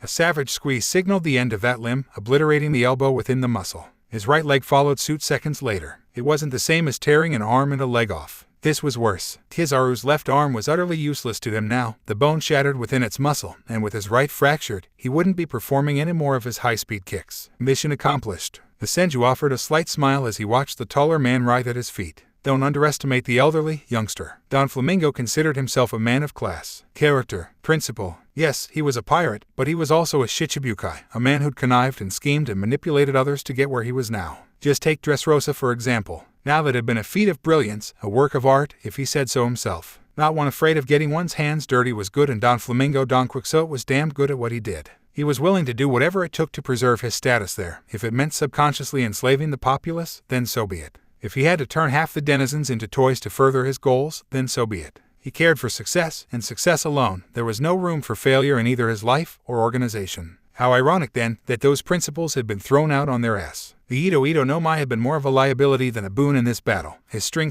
fruit simply hadn't been able to grasp his opponent for more than a moment at best before she missed it away. Being a Loja simply worked in her favor. With the sea so close she could disappear and reappear at will, using her fog-like mist to burn through his strings thanks in part to her ability. He daren't come closer enough to administer a killing blow, for fear of suffering that very same fate. He had the burns to prove it. That damned kid had chosen his crew well. He'd set himself up with the worst possible opponent. Oi, he seethed, you're starting to make me angry here. Deadlock. They Terumi exhaled softly, a thin miasma of fog leaking from her lips. I do so hate killing handsome men. Ararara, where do you think you're going in such a hurry, Mujiwara? Luffy's turned to ice water when he heard that voice. No pun intended. Thanks to Naruto's unintentional aid and that of Ivankov, he'd been able to fight his way through the ranks until this. Now he found himself facing an old foe, the very same man who'd frozen him solid only a few months prior. Rather he would have, were it not for that of a certain Uchiha and lazy Nara bearing his path. Why am I involved in this Shikamaru bead? Sasuke shrugged, his blade coated in bleak flames. Someone has to make sure the kid makes it to the stand. Man, I still fail to see how that should be me. Uchiha Sasuke sighed and raised his blade. Stop talking, here he comes. Everything was falling apart. Their fortifications were collapsing, their flank was all but broken. Not even the timely arrival of Sentomaru and the pacifistas had done anything to hamper the wraiths. They'd simply blown through the portly man and his small army of cyborgs. He had no idea what their goal was. Naruto and his crew seemed intent to cause as much chaos as possible. But they hadn't yet reached the courtyard. There was still time to execute Porca's Diace and put an end to this farce of an invasion. Now if he could just get past Whitebeard and join the battle, he hissed in pain as a wide trench opened his, the crimson stain virtually invisible amidst his coat. Ever since that boy had set foot in Marineford, he had caught a second wind. If he didn't know better, he'd wager that the old man was actually happy. In Nugami Guren, halfway across the battle, Shirohige plowed forward, uncaring for the burst of magma that struck him square in the Sakazuki actually started, the man just kept coming. That damned grandson of yours. Edward Newgate spat out a Wygob and incredibly stood up again. His white mustache bristled above his smile, a throat gururara tearing its way out of his throat. Pride swelled in his as he watched that boy, pride not just for himself, but that his son's Minotaur's legacy lived on through his pea-child. His grandson, gripping his halberd with renewed purpose, the strongest man in the world dragged his aching body upright a second later, rising to his full, towering height. Even wounded he was a fearsome sight. How much more could he take? What had that boy said to him back there to give him such resolve? He's not that easy to kill. Cracks formed as his fist slammed into the air, the tremor fruit wreaking havoc on the battlefield once more. Akenu had only an instant to register that before he was flung forth from his feet, the man's massive hand closing around his throat in a crushing vice. And neither am I. For a long moment Akenu said nothing, his right arm pulsating an eerie shade of scarlet, crimson as he hung there, trapped within the larger man's grasp. Hellhound. A single word hissed through clenched teeth as he brought that arm around, sheathing the molten limb elbow deep in the man's. For the first time in nearly a decade, Whitebeard staggered. He tasted when he breathed. Crippling pain, his numbness in his legs, and heat in places where it should not be, heat everywhere. Gah. Halfway across the battlefield, Naruto froze. He felt something lurch in those all-seeing eyes turning back to regard the underhanded attack. Time seemed to slow, the currents of fate and destiny dragging the moment to a standstill in his eyes. No, got him it, no. Old man. He turned, hurricane in hand, only for a glint of steel caught his eye, the blur of thrown metal shooting past him like a small comet. It was gone and past him almost before he realized it, flying blade arcing end over end as it passed him by. Someone raced after it, snatching a knife up off the battlefield, racing on ahead of him in a blur of black and white. You son of a... Akenu bristled as that familiar voice ripped through his ears. Tenten. Perhaps it was the fact that she was his daughter. Perhaps he simply did think she had it in her to kill him in cold. Perhaps a touch of sentiment remained from his days as her father. Whatever the case, Sakazuki found himself entirely unprepared as Tenten leapt upon him, driving both knives deep into his shoulders. The Red Admiral roared in surprise and pain, clutching at the no-spurting wounds that adjourned the lengths of his backside. Pain bent him double, but it wasn't just pain of the body, pain at being denied him his chance to finish Whitebeard off. It hurt, knowing that his legacy had finally decided to openly betray him. He'd extended an olive branch in the vain hope that Tenten might come to her senses someday, see the error of her ways. There was no chance of that now. Not now, as his only child drove the knife deeper into his back. Fury roared across his visage, anger overtaking him at the sheer impudence of his own progeny's betrayal. Begone. Time seemed to unfold very slowly at that. One moment Tenten was stabbing her old man with unstoppable fury, the next, she was the one screaming, falling away, clutching at her burned stomach. His attack had gone right through her gut, burning its way out the other side in a shower of burned intestines. Her body crumpled to the ground, broken and beaten, her no longer rising and falling with life. Tommy, the bastard, attacked his own daughter, gored her. In cold he didn't even know if she was dead. If his grandmother was dead. Something snapped. Akenu, you suicidal bastard. Hard. Marineford was a hurricane and Sakazuki stood in its eye. The wind shouted obscenities at him, roaring and raving nonsensical gibberish as the storm raged around them, walling everyone else out. That suited the man just fine. He had no idea of what was coming his way, couldn't feel the killer intent a mile away. It was so tempting to go after Whitebeard now, to finish the man off, while he was wounded. But even a wounded animal could bite, and knowing Shirohige, the man just might take him with him before he went into that cold black abyss. Still, the temptation was there. Akenu ignored it, his attention remained decisively elsewhere. Because his daughter lay only feet away, her visage a mask of anger and sweat, her hands frantically scrabbling at her stomach in a vain attempt to keep her insides from spilling out onto the frozen ground. For a moment he'd thought her dead on the spot. But no, she'd lurched back to life, grabbing at her guts almost before she'd hit the ground. Was that sea-stone chainmail he glimpsed beneath the ragged tear of her shirt? Clever girl, making something like that. Just like her mother, she hissed, bubbling between clenched teeth. I'm actually going Tasanuva. The ringlets had done little to absorb something like his magma, but they'd weakened just enough of the blast that his daughter had sustained a survivable hole in her stomach, rather than a mortal, gaping tear in her as he'd originally intended. She might live assuming she received immediate medical attention. Pity she wouldn't be getting it. He raised his arm with intent, magma boiling at the edge of his elbow, searing forth across his wide shoulder to meet his hand. They locked eyes then, father and daughter. So that's it, her words were little more than a growl. Not even a hello dear, or how have you been from you're just gonna kill me. You are no longer my daughter. Akenu rumbled, the words deep and hoarse in his throat. You are a pirate, and as a marine, it is my solemn duty to work. His words ended in a pained hiss as his daughter arched her back and spat, expelling a series of razor-sharp senbon needless directly into his kneecap. The Hakalaced projectiles caused him no small amount of pain, but it was the knowledge that his daughter had once more gotten the best of him that truly galled the Admiral.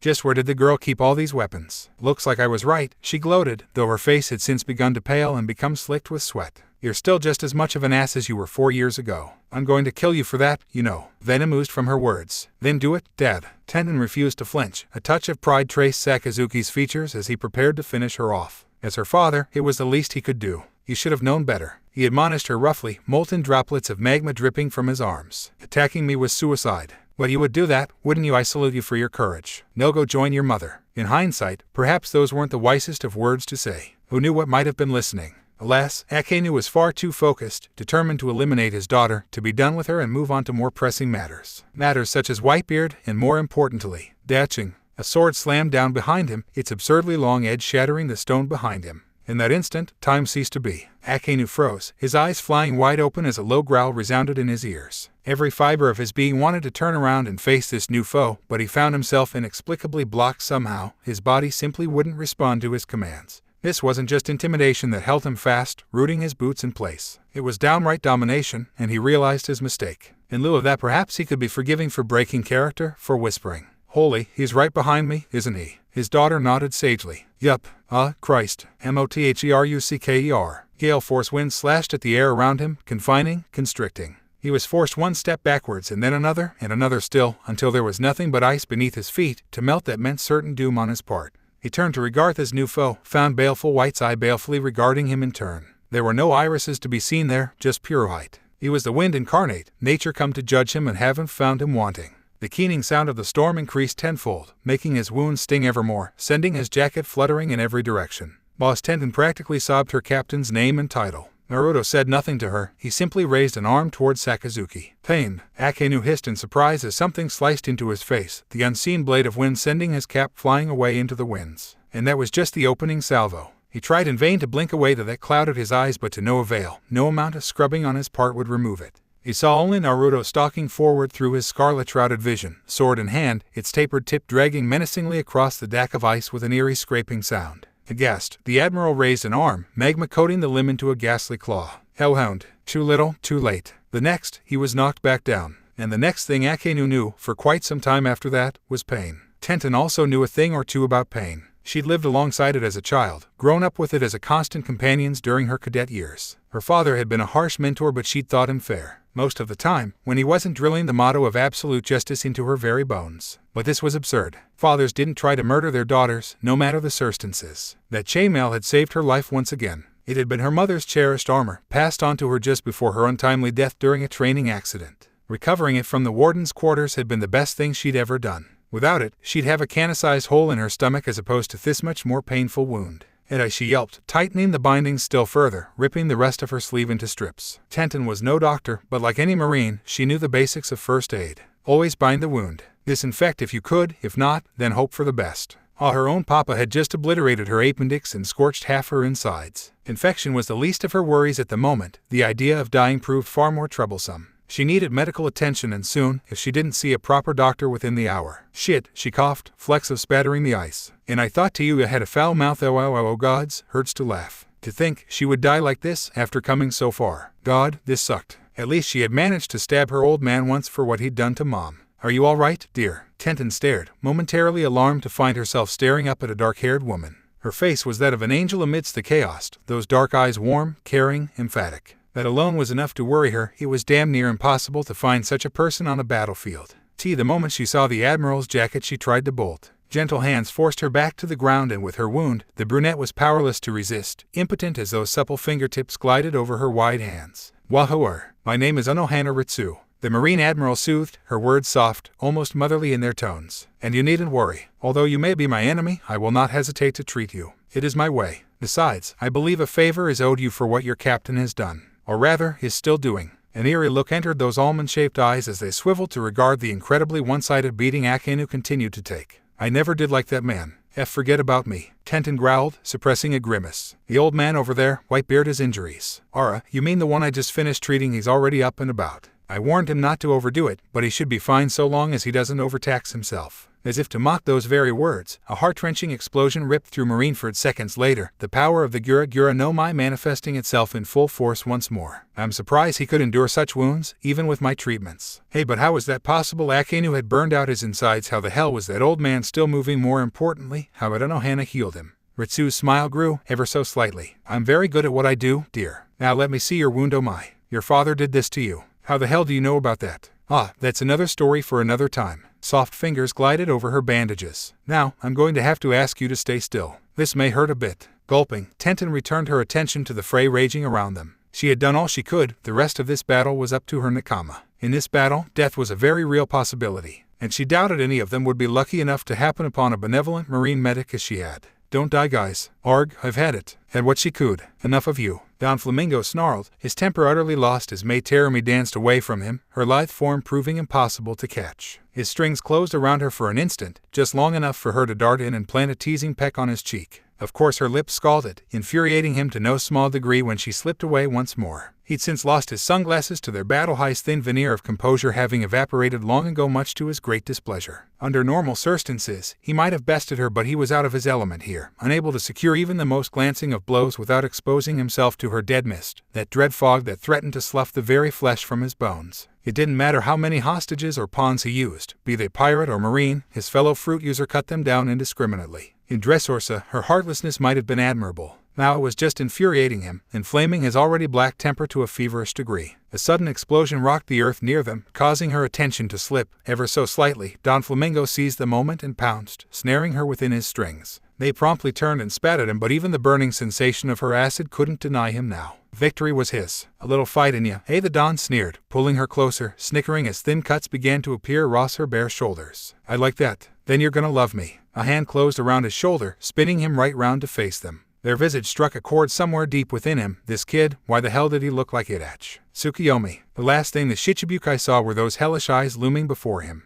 That was his first and last mistake. Pain flared behind his gaze, hellish images flaring before his mind in rapid succession. Mental torture of the highest degree in calibre, so painful he never even felt the blade slide between his ribs to pierce his liver. Perhaps that was cruel of the young Uchiha. Perhaps not. Whatever the case, Don Flamingo would not die a quick death that day, assuming he died at all. His body crumpled like a sack of white potatoes, sinking to the ground amidst an ever-growing pool of live or die. His part in the battle was done. You all right, Aura, Sasuke-kun? They purred, surprised, yet grateful for his timely intervention. I appreciate the assistance, but what happened to Aokiji? About that? Halt, fiend. Sasuke blanched, a rare look of discomfort overcoming him as his head snapped in the opposite direction. They craned her neck towards the voice, her teal eyes widening ever so slightly as a pair of figures distinguished themselves in the gloom, standing proudly amidst the fog of war raging back and forth around them. What she saw there elicited an arched eyebrow. Bushy brows, dark hair, matching outfits. These fellows, why did they feel the need to wearing green jumpsuits beneath their marine uniforms, and why did those uniforms have to be skin-tight? Friends of yours, she asked mildly, lips twisting in the slightest of smiles. Hell no, the Uchiha retorted with virulence. I've been trying to get away from them for the last 5 minutes. They won't leave me alone. By the power of youth I will defeat you, Uchiha Sasuke the younger of the pair declared, stepping forward. Now turn yourself over and surrender. That's the way, Lee the older of the two encouraged. Show him power of your youth. Yosh, gaze and say. It took everything they had not to melt their bones right then and there. All this blathering of you and whatnot was enough to strain even her legendary patience. And that was saying something. Surely you're joking. They're stronger than they look, Sasuke muttered, raising his blade. I tried, but between them and Kyuzen I had to send Shikamaru ahead with Luffy or risk being overwhelmed. Do you think he'll be alright? Sasuke frowned. Shikamaru or Luffy? They chuckled. Both. Do not think you can ignore us, Pirates. Rock Lee shouted loudly, garnering their attention once more. If you will not surrender, then you leave me. Sasuke's visage turned fearsome. Oh, you saw what we just did to that Shichibukai over there. Do you really want a piece of us? I admit you're a bit of a problem for me alone, but 2 on 2 impossibly. Those eyes seem to darken, warping from scary to downright murderous. We'll kill you in less than a minute. Lee actually faltered for a moment, his courage threatening to evaporate in the face of their combined front. Alas, it simply did not last. You do not frighten me, Uchiha. Good, Lee, good, don't let them unnerve you. I've learned from the best, sensei. Lee, gaze and say. Lee, Gaisensei. Abruptly the duo embraced with teary gusto, somehow evoking an image of a setting sun amidst the chaos. Both pirates simultaneously sweat dropped. Oi, oi, oi, oi. Sasuke sighed. I hope Hashirama's having better luck than we are. Narg, what do you think you're doing? Just following orders, is all. Gecko Moria gasped desperately for breath as he found his neck twisted at an excruciating angle, the bones threatening to pop and snap at the slightest provocation. The rest of him was in no better shape, his bulky body entrapped by all wooden blocks from the waist down. The earthsome shackles holding him firmly in place whilst his wood killer prepared to take his life from this world and usher it into the next. Ironically, his tormentor seemed genuinely regretful in his actions, nay, seemed inclined to apologize for his misdeeds even as he prepared to administer the killing blow. What the hell was going on here? He tried to take the man's shadow, only to find himself like this. It had all happened so swiftly he was still struggling to make sense of it. Now, Moria relied heavily upon his shadow fruit to do the bulk of the fighting, but the man had even done something to secure his doppelganger, pinning it to the ground with these strange wooden stakes of his. Without the power of his fruit to aid him, Moria was as helpless as a child, and it showed in the way he struggled. I'm sorry, youngin, but orders are orders. The last Senju replied. The moment you decided to attack me, your fate was sealed. I must admit, even that admiral was more of a challenge than you. No wait, don't. And the neck goes snap. Moria's neck proved surprisingly fragile, it snapped like a brittle twig. His body held out for but an instant, the whites of his eyes showing red as his bloated heart struggled to receive signal from a brain that no longer held any function. Hashi released him, allowing the man's long neck to collapse with the rest of him. What were the others doing? He wondered. Naruto's wind could clearly be heard wailing somewhere beyond the yard, but he'd no idea where Sasuke and the others had gone. As if on cue, his spiky head of hair caught his eye. Oh, there's Shikamaru. A pause. Why is he running away? Run for your life. Luffy couldn't help but share Shikamaru's opinion. Despite everything they'd gone through to make it this far, through hell and high water. Aokiji was still chasing them. Kizaru and Akenu remained occupied, but even one admiral was one too many for his liking. To make matters worse, his companion had no way of slowing him down. They'd only been able to evade him thus far by plowing through hordes of marines, knowing Kyuzen would never risk harming his subordinates merely to capture a pair of pirates. Shit. Unfortunately, that strategy entailed escaping said marines, an effort that exacted a most painful not to mention hilarious toll on the two men. Luffy could at least rely upon his Gamu Gamu abilities for protection. All Shikamaru had to his name were a pair of energy knuckles, knives, and his own superior intellect. Needless to say, he was running out of ideas. They barely escaped Smoker with Han's assistance. There would be no such Haka-powered kicks to wrest them out of trouble this time. Which way, Luffy demanded, left or right? Right, go to the right. Together they cut past another clash of pirates and marines, skirting the conflict, only to feel the temperature plummet perilously. That was the only warning they had before all hell broke loose, a wave of arctic winds rushing down to slice them to pieces. Aokiji made his appearance seconds later, swinging down at them with all his considerable might. Ice saber. Kyle, not that one, the ex-marine shouted as they scrambled around the frigid blade. Just being close to it was enough to chill their skin. Then which way? I don't know. All right, I've never been here before. But I thought you were a marine. What good are you then if you can't show me where to go? That hurt, you jerk. But the younger pirate was right. They couldn't dodge Aokiji forever, not in a battlefield like this. Still, he wasn't a fighter, not even remotely adept at close combat. He specialized in long-distance tactics, using the terrain and superior forces to overwhelm his opponents. Having nothing but haki and a knife was disheartening to say the least. But no, he had to try make a stand here. If he continued to run away while his nakama fought and died around him, what kind of man did that make him? Luffy's head snapped around as the marine strategist ground to a halt beside him, sandals biting deep troughs into the ice. His face was set in iron, his hard black eyes glaring unflinchingly back the way they had come, back ramrod straight as he stood in the face of the encroaching enemy. Penny-pleasen, I told you to stop calling me that, Shikamaru growled, unnotching his knives. Now go on ahead. Raising a hand to his mouth, he bit deep, desperately trying to overcome the fear with pain. It worked, albeit barely, the flinty taste of serving to momentarily clear his mind. I'll cover you. But, got him, knit straw hat, I said go. Luffy dithered only a moment longer, his fear for Ace winning out against his fear for the older man. I'm counting on you. Shikamaru watched him go with a wince, suddenly terribly aware of the trembling in his hands. Stupid. This was so stupid. Why did he suddenly feel the need to stand his ground? But even as he started to reconsider the consequences of his actions, and the icy admiral arched a frigid brow. You're not running anymore. THTH, that's right, asshole. The navigator willed his knees not to knock together. Bring it on. I don't have to beat this guy. I just need to slow him down. You have no idea who you're messing with. Well, you've got guts, I'll give you that. Kyuzen replied. But I know a distraction when I see one. I think I'll just get rid of you and go on after Straw Hat. Crap. Ice. DORYAH. There came a sharp flash of bitter steel, the icy edge intercepted, then shattered altogether by a jagged weapon of angry iron. Shikamaru gulped, willing himself to follow up, to look into the eyes of his savior. Attached to said steel was a hilt, and to that hilt an armed owner of said arm, none other than one Zaraki Kenpachi in all his grinning glory. He looked like absolute shit, gristly cuts adjourning the length of his body, the top half of Haori and Akama having been lost to battle, exposing his skeleton. All in all, it was an utterly terrifying sight. Yo, Shikamaru. The man grunted. Looks like you found somebody strong. Mind if I cut in? I'm saved. BGMI my guest. Shit, this time it's an admiral. Kenpachi laughed. It was a deep, throaty sound. Lucky me. Hopefully you're good for more than a warm-up, ice boy. A cloud of cold steam pushed past Aokiji's mouth, his lips furrowing into a thin line as he considered this new foe. Ararara, now I recognize you. You're that guy who butched all those people in Nene's lobby. Kenpachi Zaraki, was it what happened to Hawkeye? I thought he had you preoccupied. Waz, that Mizaraki returned with a grin. Can't remember. But as for Mihawk, I let him go for old time's sake. Brat wasn't up top par after all these years. Shikamaru almost gulped at that. The man was cut up all over and he didn't even consider that a warm-up. This guy wasn't just crazy, it was batshit insane, unshouldering his ragged blade. The master swordsman leveled the weapon at the icy demon, eyes abrim with battlelust, like a full cup about to overflow.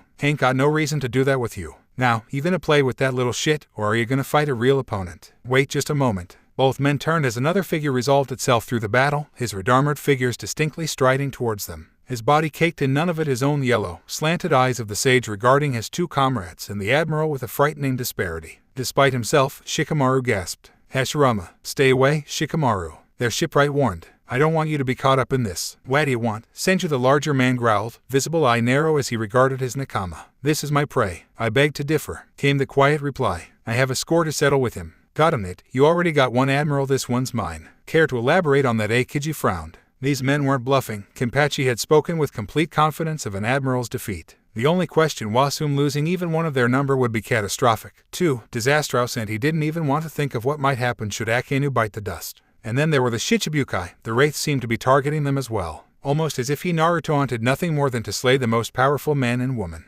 Ara, you mean Kizaru's? And Hashirama smiled then, not his usually friendly grin, but a ghastly grimace so chilling it made Aokiji himself shudder in revulsion. I left him in the esteemed care of the Whitebeard pirates, back in the plaza. You can rest assured he won't be causing any more trouble. And now I get this one, Kenpachi bit out, waving his blade dangerously close to the sage's head. Ain't no way in hell I'm letting you have two in one day. Shall we take him together, then? Not if I kill him first. Oi, you don't mean. Hashirama's left eye twitched in the beginnings of another smile. That's right. Our true objective is none other than. Time got funny when you were near death. Take one Porcas d'Ace for example. The man was certain he would have died multiple times if it were not for the timely intervention of the wraiths and Whitebeard, who knew what pitched battles were raging down below, what foes fought unseen. A knot of worry twisted in his gut at the thought. The battle must be going badly if even Sengoku himself had gone down to fight. He could hear the wind shrieking and keening down below, wailing in relief or distress, he knew not. Akainu was probably dead or at least in dire straits. He must have been, else the fleet admiral wouldn't have gone down there in a panic only moments before. Whomever stood there, whomever wielded the powers of the K's no Mai, they were going absolutely berserk in the courtyard. Now, with only Grandpa Garp left guarding him, it was only a matter of time before someone tried to be a hero. Demonic Sonata, 10-sword style. Ugh. The firebrand blinked as his grandfather's battered body sailed up to join him on the execution stand, his broken hands still twitching towards his groin in a vain attempt to cover the damage that had been wrought too close to his family jewels. That was what happened when you were blasted by a sound wave at point-blank range and kicked in the ass. Seconds later his savior reappeared, dress fluttering in the wind as she alighted a mere millimeter before him. Well, a dulcet voice crooned. That takes care of him. Ace might have been in mortal peril, prepared to die at any moment, but he simply couldn't get over just how goddamn beautiful this woman was. Flowing scarlet hair mirrored a crimson dress, offset by all cream-colored skin, a heart-shaped face and dark eyes. She was the most stunning creature he'd ever seen, gorgeous in her intensity, terrible in her beauty. And then she opened her mouth. Stop staring, face. Ace's jaw promptly dropped to the ground. What? Sup? She raised a hand in greeting. My boss sends his regards. We're here to bust you out. Wait. He finally became aware of the dark-skinned man standing behind her, his bulky form marred with Garp's black sunglasses regarding him intently. Who are we? The name's Killer Bee. Now it's time to set you free. Yeah, ignore him. He's an idiot. Teyuya said nothing more, quietly kneeling behind him. The click of a key opening the lock was the most beautiful sound he'd ever heard. The last son of Galdi Roger felt strength flood his veins, angry embers licking a trail of fire down his flesh as his power came flooding back to him. Grimacing he stood, forcing himself to stand on sleeping legs, his lower body numb from kneeling for so many hours. Power roared through him and he welcomed it with relief. It seemed today wasn't his day to die after all. Thanks, he muttered, rubbing at a raw wrist. Boy, where's your captain, anyway? The redhead turned her gaze aside, her mouth set in a slight grimace. Was that fear or consternation that tightened her brow? Who knew? He's preoccupied. Akainu reeled from yet another impossibly strong blow, his world spinning as another wrenched against his ribs. He'd lost count. His opponent was an unstoppable force of nature, it seemed, and defeat was growing near. To think been holding back this entire time, but no longer, he realized, as another blow dropped him into the ice, only for a second to launch him into the skies moments later. A third sent his body caroming off the tundra, once again mercifully putting his body out of range from the deadly and almost unseen strikes. Daishinkan, or so he thought. The Marine Admiral narrowly rolled to the side, his body chilled as Naruto's sea-colored blade slammed into the ice, obliterating another swath of land with his blade. That deadly slash didn't stop there, however. It kept right on going, carving yet another swath of destruction into Marineford. Men and women alike were tossed about like mere ragdolls, unable to do anything but scream helplessly as their beloved base continued to fall apart around their very ears. A squad of those very soldiers rushed to assist him, desperately calling out for him to rise up and fight back. Sakazuka-san, utterly unaware of the danger standing mere meters away. Akainu tried to open his mouth to call out to them to warn them away, but to no avail, the words wouldn't come. Out of the way, small fry Naruto growled as he swung the blade forward. Yakuzan! A swirl of ghastly green fire burst from the blade's tip, engulfing the soldiers before they could reach him, sending them shrieking to the ground. His sword seemed to sing as they burned, devouring their charred husks, growing stronger with each passing instant. Naruto ignored them and their deaths, reaching down to take hold of Sakazuki's collar. The Admiral's attempts to burn him were met with an pie atmosphere. One simply did not burn the air. The pirate only drew him closer, his fingers digging fiercely into the lapels of the man's jacket.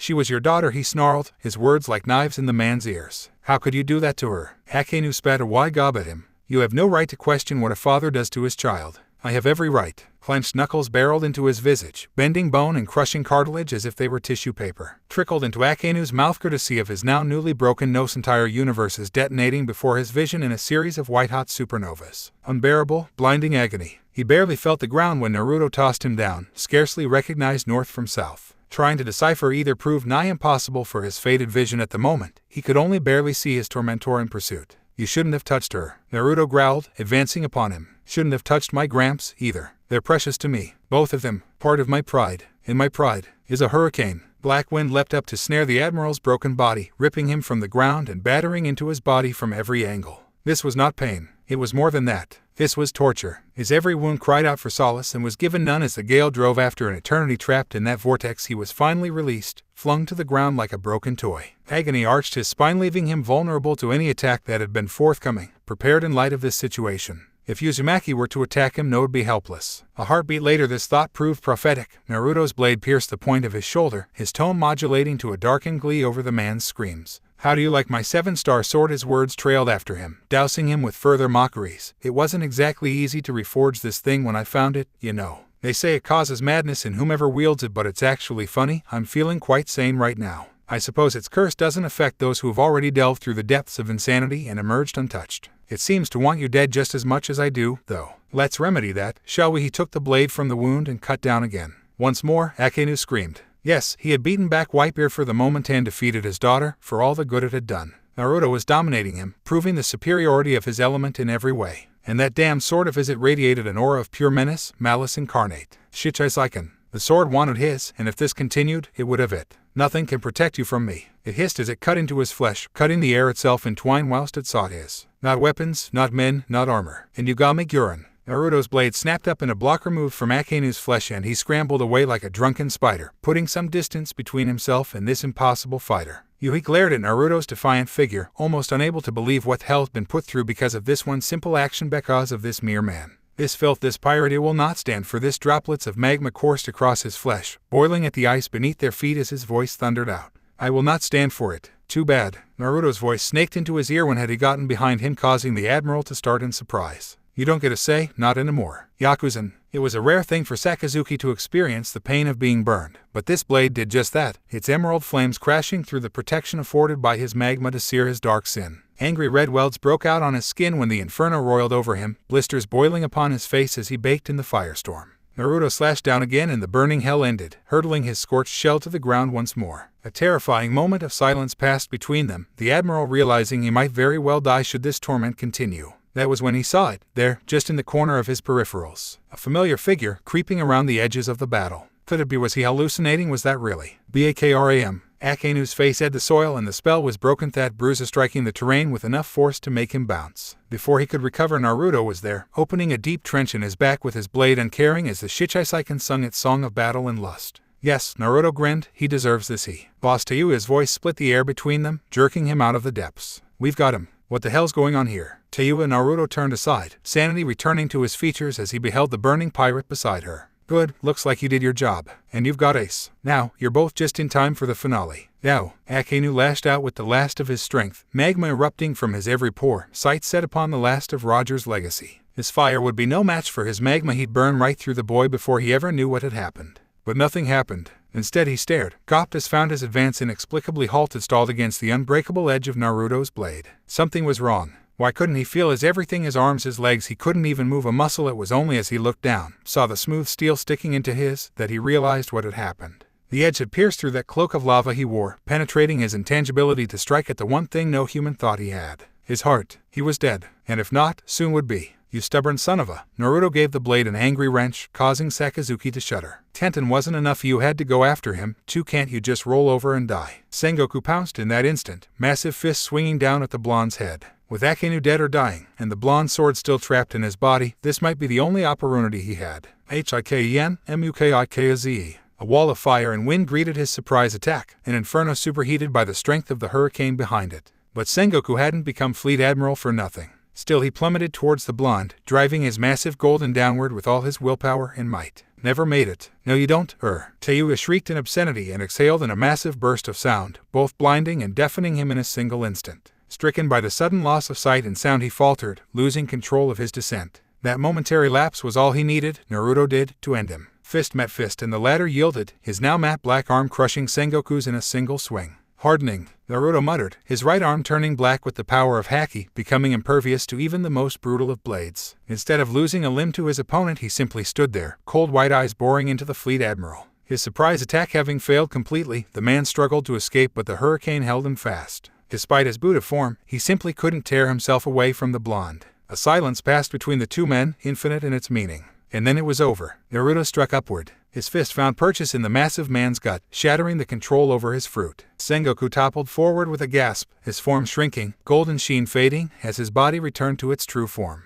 With his free hand, Naruto quietly tugged the 7-star sword from Akanu's, the green blade still glimmering with the dying man's. Sengoku had no doubt of what would happen next, yet in all his might, he simply couldn't find a way to fight free. His free hand smashed relentlessly against the boy's face, but he'd hardened that too, and merely received a broken knuckle for his efforts. Naruto didn't even so much as flinch, his lips parting for a slight sigh. To Yuya he spoke softly, his gaze falling to the small form still perched on her back. Yakiru. Yeah, don't look. Naruto didn't even bother to speak to Sengoku, he simply raised the Shichisekan and cut down. Hard. Sengoku barely even felt it when the blade split him in twine, its alabaster edge cleaving through his right shoulder to emerge effortlessly through his left, completely bifurcating him. Damn, that was his last thought before his two separate halves split and toppled apart. He was dying before he even hit the ground, his lifeless gaze a silent plea unto the sky, begging for mercy as that cold steel descended upon his neck. Naruto gave none. Sengoku's head rolled away from his shoulders, and the last hope of the Marines died with it. Naruto didn't know how to feel. On one hand, he had just slain two of the most powerful men the Marines had to offer, mere minutes apart. His blade was still bathed in there, greedily gobbling up their strength and adding it to his own. And yet he knew Sengoku's death hadn't just come at his hands. Were it not for Ace and Tayua, he might have had the opening at all, might still be fighting at Losinga against one of the greatest Marines he'd ever known. He had killed the world's mightiest Marine through luck, and luck alone. Teamwork was what had felled the fleet admiral, he'd merely administered the killing blow. The thought wasn't pleasant. Shit. Tayuya was suddenly at his elbow, gawping down at the man's headless torso. You really ain't did it, didn't you? Chop the hell out of that guy. Naruto stared down at his soaked sword, the 7 stars of its surface still gleaming brightly. I guess so. Grunting, he reached down for the admiral's head, hefting it as though it were but a bauble and tying it into his belt. There, the death of their commander-in-chief should be enough to convince the Marines of their plight. Brutal, but effective. Atop Tayuya, Yakiru averted her eyes, grimacing at the sight. Naruto chose very carefully to ignore her, instead turning to Akenu, the last of his troubles still bleeding out only yards away. And possibly the red dog was still alive, though not for much longer. Unlike a certain someone. Even now, he could feel the light that was tented in his mind, registering as a flickering flame within his haki. She too was alive, the difference being she would live to see another day. Relief flooded him like a wave, a surge of incredible joy momentarily blotting out his anger. Stills, he was almost grateful for her absence now, though the gunner loathed her old man. Naruto was certain she wouldn't want to see what he was about to do next. But it had to be done. He'd tell her the truth of it all later. Akenu still lay on his back, covered in his own, but he turned a dark iris to regard the wraith when he approached. Here to finish me off, his words were little more than a whisper. Naruto nodded. In case you're wondering, it's over. He began, nudging the dying man in the side with his boot, rolling him over so that his final sight might be of the sky. Sengoku is dead and the battle is lost. Your daughter survived though. Someone must have found her and applied first aid. She'll live. Thought you should know. A thoughtful expression wiped away the admiral's angry scowl at that. His pale face seemed to consider those words, his eyes growing foggy and distant. Perhaps he was thinking of happier times when the two of them were nothing more than a family, when there was no rank or title to separate them. Perhaps not. Naruto liked to think that he was. Then they cleared for the final time, peering up into the endlessly blue skies overhead with a long so intense it was almost painful to look at. I see. There was a silence afterward, and for a moment, Naruto actually thought the admiral had passed on before he spoke again. I suppose that's good, then. I lived my life doing what I thought was right in any case. His remaining eye swiveled to lock upon the blonde. The world government will hunt you to the ends of the earth for this, you know. He didn't sound angry, just certain. You will never know a moment's peace so long as you sail these seas. Your every waking instant will be spent looking over your shoulder. The world itself will want you dead. Even a crushing defeat like this will not be enough to deter them for long. My death will only strengthen their cause. For a split second, Naruto hesitated. Akenu wasn't necessarily a bad man per se, if those last words were any indication. He genuinely believed the world government to be in the right. Wrong or not, one's perception simply didn't change overnight. The world would want for what had been done today, and that would most likely be his. They can send whomever they want, it won't matter. They'll just be sending lambs to the slaughter. So you say, I have to finish you off now. Naruto found the words tasted like ash in his throat. Can't risk you coming back to kill us. Very well. Sakazuki's sight drifted shut in resignation. He'd spoken his piece and was satisfied. But before you take my head, will you grant me one last request? Naruto strongly considered telling Akainu to just off, but something in the man's tone stopped him. Fine, he grunted. Name it. Take care of my daughter. Nodding, the blonde cut down with his blade. Stop, ACE. Naruto froze, his blade halting a mere millimeter from splitting Sakazuki's neck in twine. The sudden inaction sent shockwaves rippling across the ice and cleared away the smoke, broadcasting their position to virtually every marine within a mile radius. The clearing of the fog also allowed him to see just whom it was that had called out to him. Monkey D. Luffy was hurtling towards them like a bullet loosed from a gun, swift strides all but devouring the distance between them. And there, still approaching, but a good deal slower thanks to her recently bandaged wound. Tenten, Luffy, both men openly guffawed, relieved to see their loved ones in one piece and only slightly worse for wear. Naruto was the first to move, dimly registering Mugiwara's many profuse and profuse arigatos as he pushed past, letting the brothers have their little celebration. You look like shit, he chuckled. I feel like shit, she groaned. Give me a hand here. I want to talk to my pops before. Naruto faltered, his smile vanishing. The remainder of the Marines were keeping their distance for now, but once they realized what was going on. Yeah, I gotcha. She limped forward with an awkward gait partially favoring her right side until he finally moved to aid her. She collapsed against him with a gasp, nearly crippled by the action.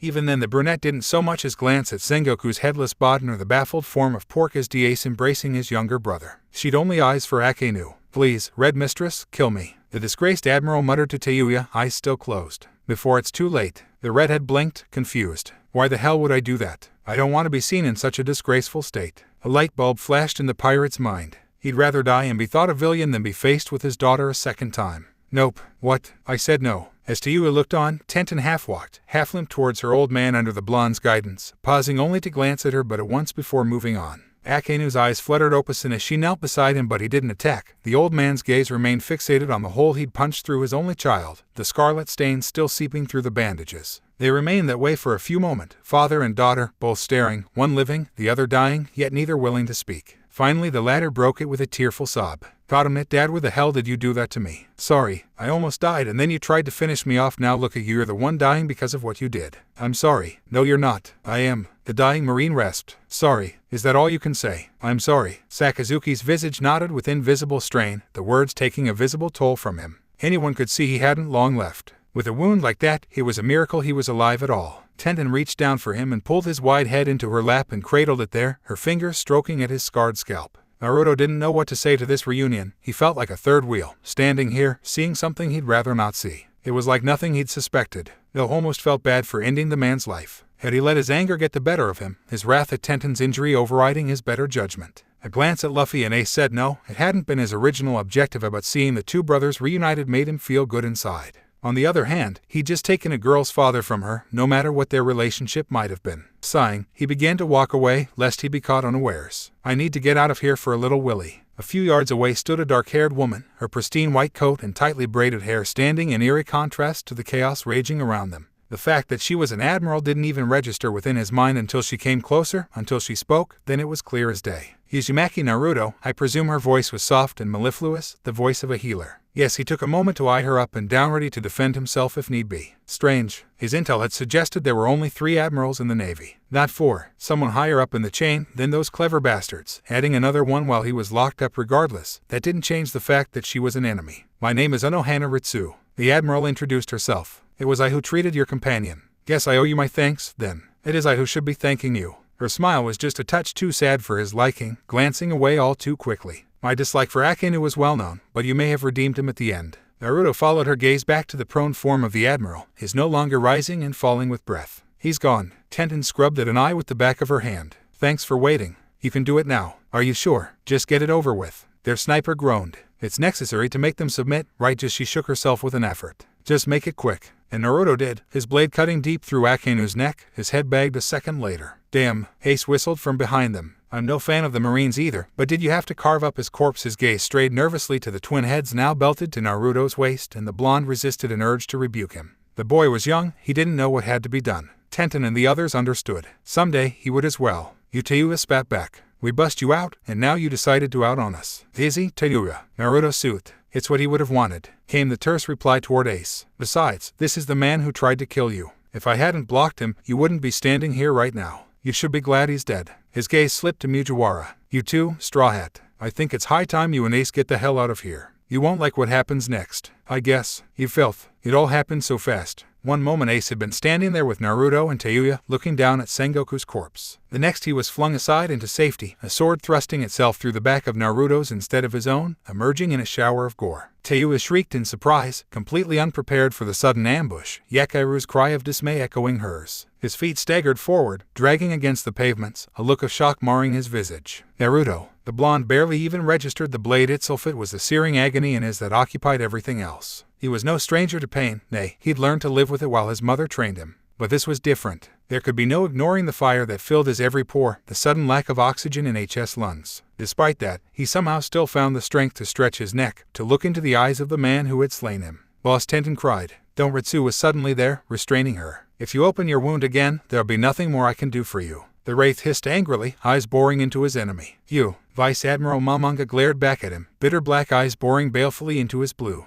Naruto tried to open his mouth in reply. All that emerged was. The man gave the blade an angry wrench, ripping it from the blondes, sending his victim stumbling forward. A mistake, and a green one at that, made by a man consumed in the throes of anger and passion. One that cost him most dear. With the pirate no longer trapped on that Nadachi, with his body now prone upon the ground, his allies were free to wreak havoc upon the killer of their comrade. As they saw fit, and they did. Gamu Gamu Najit Bazooka. Air rushed out of the man's lungs in one tremendous hoof of pressure, Luffy's high-speed blow merely the first of many. HIKEN-SONATA. A wall of unholy orange fire and sound slammed into Momonga's unprotected flank, bowling the Marine over and badly burning him, smoldering his coat from his shoulders. Ace advanced after him not a second later, Tayuya hot on his heels. Even Yakairu, still clinging tight to her shoulder, had a look of wrath in her bright pearly eyes. In that instant the Vice Admiral knew death had come for him, but it had been worth it to avenge the death of his admiral. Drawing himself up, he prepared for the worst, steeling his soul for the void. Wait. 4 pairs of Ice-on Marine and 3 per 8 snapped towards the blonde's body. Because it was moving. No longer twitching in the throes of death, but rising, dragging himself upright, jerking like a puppet severed from its master's strings. Letting hurt, Naruto shuffled to his feet like a man starved for food, standing woodenly and without care. His wound wept crimson, but impossibly the young man still stood, cold blue eyes burning on the Vice Admiral who dealt him the grievous death blow only moments ago. All too slowly he began to speak, a strange and eerie incantation flowing forth from his lips. 7 downward slopes, 7 wide hopes, all bound by the same ropes. With each syllable the flowing from his began to slow, tapering off until it had stopped altogether. I am the vessel of this sword, it is mine to command, now let us dispense with the verbal trope. The Marine gaped, clearly unable to believe what he was seeing. Naruto barely believed it himself. He'd almost forgotten what kind of power the Shichisaken had imbued him with. Without it, he was merely a powerful Loja and a skilled swordsman, each dangerous in their own right, but when combined with the 7-star sword, his abilities were nothing short of godlike. And after having drank the of many foestwo of them admirals, no less, it was full to brimming with power. Now that power flowed up the absurdly long edge, through the handle, onto his arm and into his wound.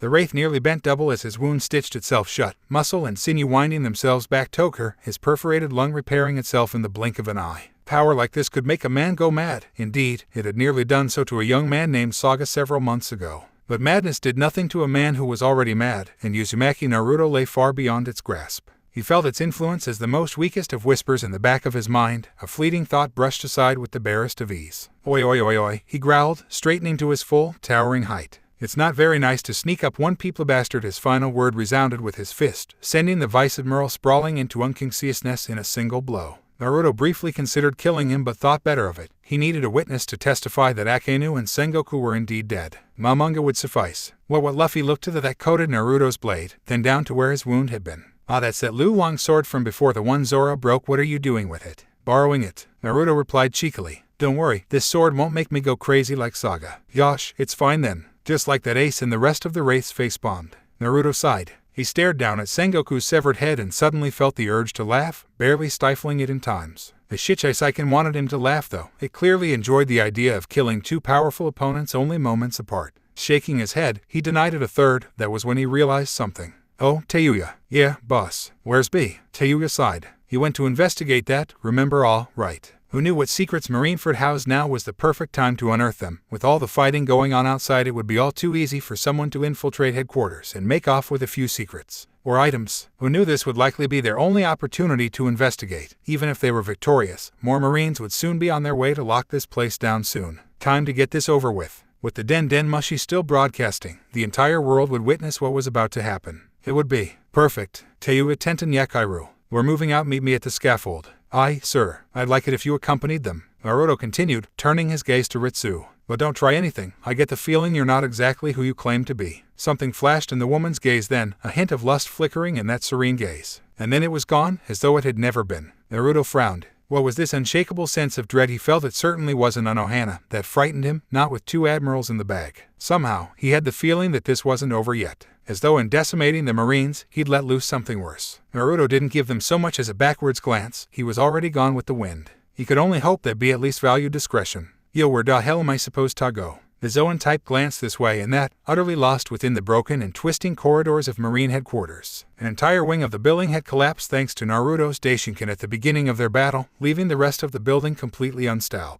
He wasn't afraid of being crushed, rather, he was afraid of failing to complete his mission. Naruto had been adamant Ace was freed. Someone needed to investigate headquarters and make off with as much intelligence as they could. In hindsight, perhaps Killer B wasn't suited to that job. He'd never been the scientific type. He'd sooner smash something rather than look at it for more than a few minutes. Baka Yeru Kono Yeru, he grumbled to himself as he descended yet another staircase. I should be out there fighting, not in here. Hidden fool. Still grumbling, he swatted at a nearby painting, not even pausing once to consider the ramifications of his actions. Imagine his surprise when that painting twisted aside, the wall falling away to reveal a darkened stairway. Thus exposed, the hybrid turned, arching a dark brown behind his glasses, lips quirking in bemusement. Now this was more like it. Bingo. He swept down the stairs in an instant, not even pausing to open the first door he found. He just kicked it down, no match for his strengths. The metal slab fell away with 2 blows, revealing a strange complex just beyond the doorway. What secrets lay within, he wondered. A large glass cylinder dominated the center of the room, its pale blue glow casting the darkened lab in azure relief. He stared at it for a long moment before his gaze was drawn to a large wooden table opposite. There, their bodies crushed by a portion of the falling ceiling and scattered amidst a slew of papers, lay a pair of Marines. Guards, then. That made this room even more interesting. Making his way to the table, he cleared the 2 of them aside, uncaring for the wet, squishy sounds they made. His attention lay with the papers. He sifted through the unintelligible notes as best he could and came up with a great many. Something about water and human experiments stuck out in big bold letters. Failure, it said. Subject to unstable. Prone to emotional fits, irrationality, horribility, hysteria. Mass production not feasible, incompatible with devil fruits. Recommend immediate termination of subject and project restart. There were many more notes beneath it, but splotches of ink, and it made them utterly unintelligible to his eyes. There was a name there though, or at least the first 2 letters of it. Jew. That was it. Beyond that, nothing legible. But whatever was in this human-sized cylinder had to be interesting. Oh, a bright gleam shone in those dark sunglasses. This'll be nice, it'll suffice. Wrapping the strange cylinder up with one of his many tentacles and the pile of papers in the other, he made for the exit, hoping that this prize would suffice. He didn't even want to think of what Naruto might do to him if wasn't. Death was coming for him. Its cold fingers traced his shoulders, its voice whispered in his ear. It's time, it seemed to say. You've done enough. Just give in. Close your eyes. Rest. Whitebeard could feel his insides burning, the organs screaming with each and every step he took. This was it, then. He was done, or so near to it, that he couldn't tell the difference anymore. His spirits remained the same, but his body had been all but blasted out by Akanu's last attack, internal damage that no modern medicine could hope to fix. Even with that infernal woman's odd treatment, he didn't have long left. It certainly didn't help that he'd waged an almost single-handed war against almost the entire Marineford by himself in the hours since. In another time and place he would have fallen to Blackbeard by now, but with the latter gone, he found himself striding still forward upon the battlefield, surrounded by his most loyal soldiers. Today, he tasted the sweet fruit of victory. One never would have guessed it by looking at him, but Edward Newgate was dying. It could be seen there in the way his hand trembled around his halberd, the slight wheeze of his, and his glassy gaze. The Marine soldiers were still terrified of him though, and they'd every right to be. Even on his deathbed, Shirohige could end them in an instant.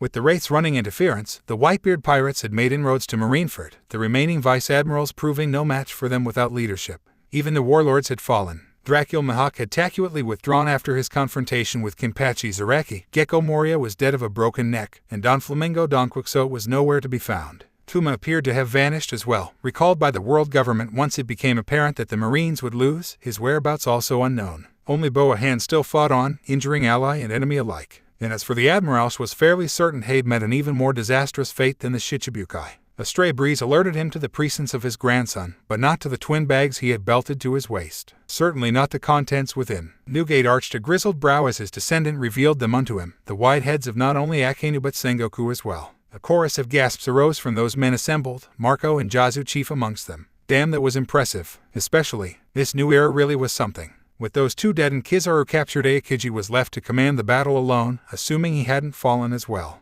It was ironic, really. Shirohige had come here to rescue Ace, and here, his grandson alongside his crew had ended the war almost single-handedly. It nearly brought a tear to his eye. "You're Aurora," he rasped, wincing as his laughter dissolved into coughing. "That's a fine prize you've got there, boy. It makes me proud." "You look shitty, Gramps." There was just a touch of sorrow in his grandson's tone. Hell, he felt shitty. It had been so many years since he'd been beaten this badly, not since Roger. He could feel it in his bones. Death was calling his name, crooning to him in dulcet tones. But not yet. There was still one thing left for him to do. With this in mind, Whitebeard knelt before his grandson, laying a large hand on the boy's head. A tremor of power lanced down his massive arm, jutting out from his broken body and into the blonde. Naruto started as though he'd been struck, blue eyes widening every so slightly as the quivering fade. Shirohige seemed older somehow as he backed away, rising to his full towering height once more. It was as if something had been passed between grandfather and grandson, though only the former knew just what it truly was. Well, that was weird, Naruto muttered, glancing down at himself, finding no visible changes. Did everything seem brighter, somehow? Marco frowned.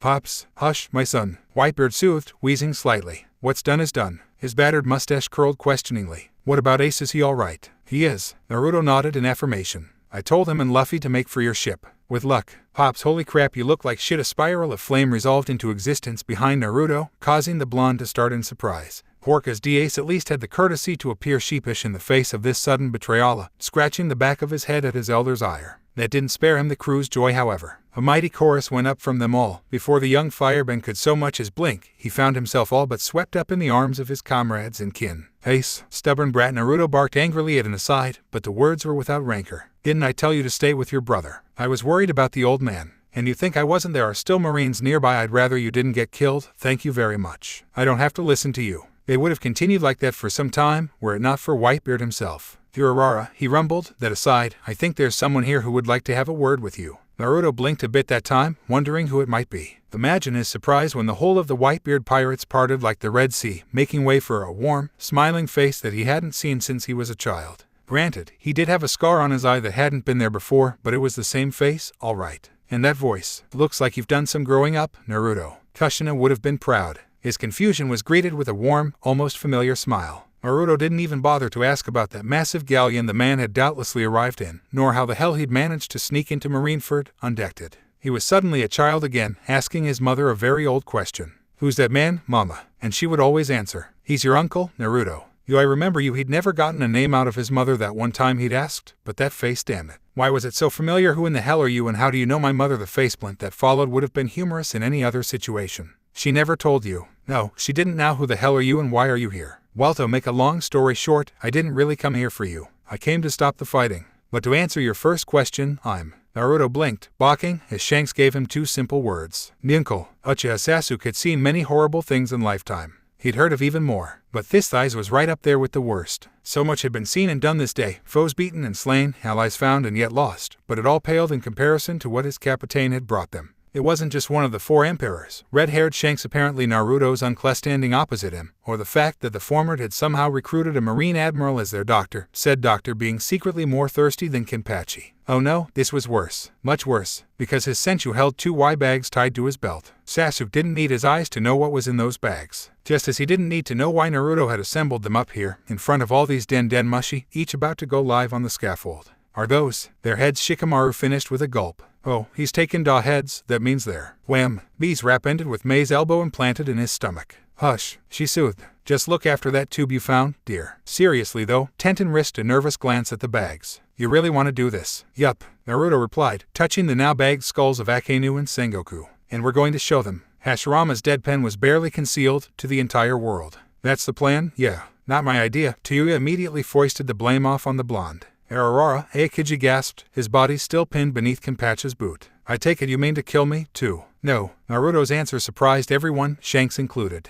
"I actually respect you enough to let you live. The Marines are crippled, anyway. Kizaru will never see the light of day again, and with these two dead, maybe you and Garp can make a better go at it. If not, well, you'll see us again. Now, let him up, Zaraki." What the madman growled, eyes bulging. "But I was gonna kill him." "I said let him up. He's not worth killing." "Would you kindly?" Ritsu smiled serenely. The poor berserker jerked back as if he'd been burned, muttering something about crazy women and their medicine. They got to you laughing, which made Tenten snicker. Of course, that earned a smile from Sasuke, provoking the rest to absolute laughter. Their mirth was short-lived, however. When Naruto pulled the heads out of their sacks and activated the link, it was all business for what might have been the first time in his life. That same link reached the snails and Sabaody across the world, broadcasting his every word to eager and waiting reporters. "Greetings, world," he addressed them, his words deep and booming. "My name is Naruto Newgate. Now, I'm sure some of you recognize me, just as some of you are not doubt wondering why the feed was cut so suddenly back there. Well, I'm here to tell you what happened, the truth. See these heads?" He jerked Akainu and Sengoku for emphasis. "This is not an illusion.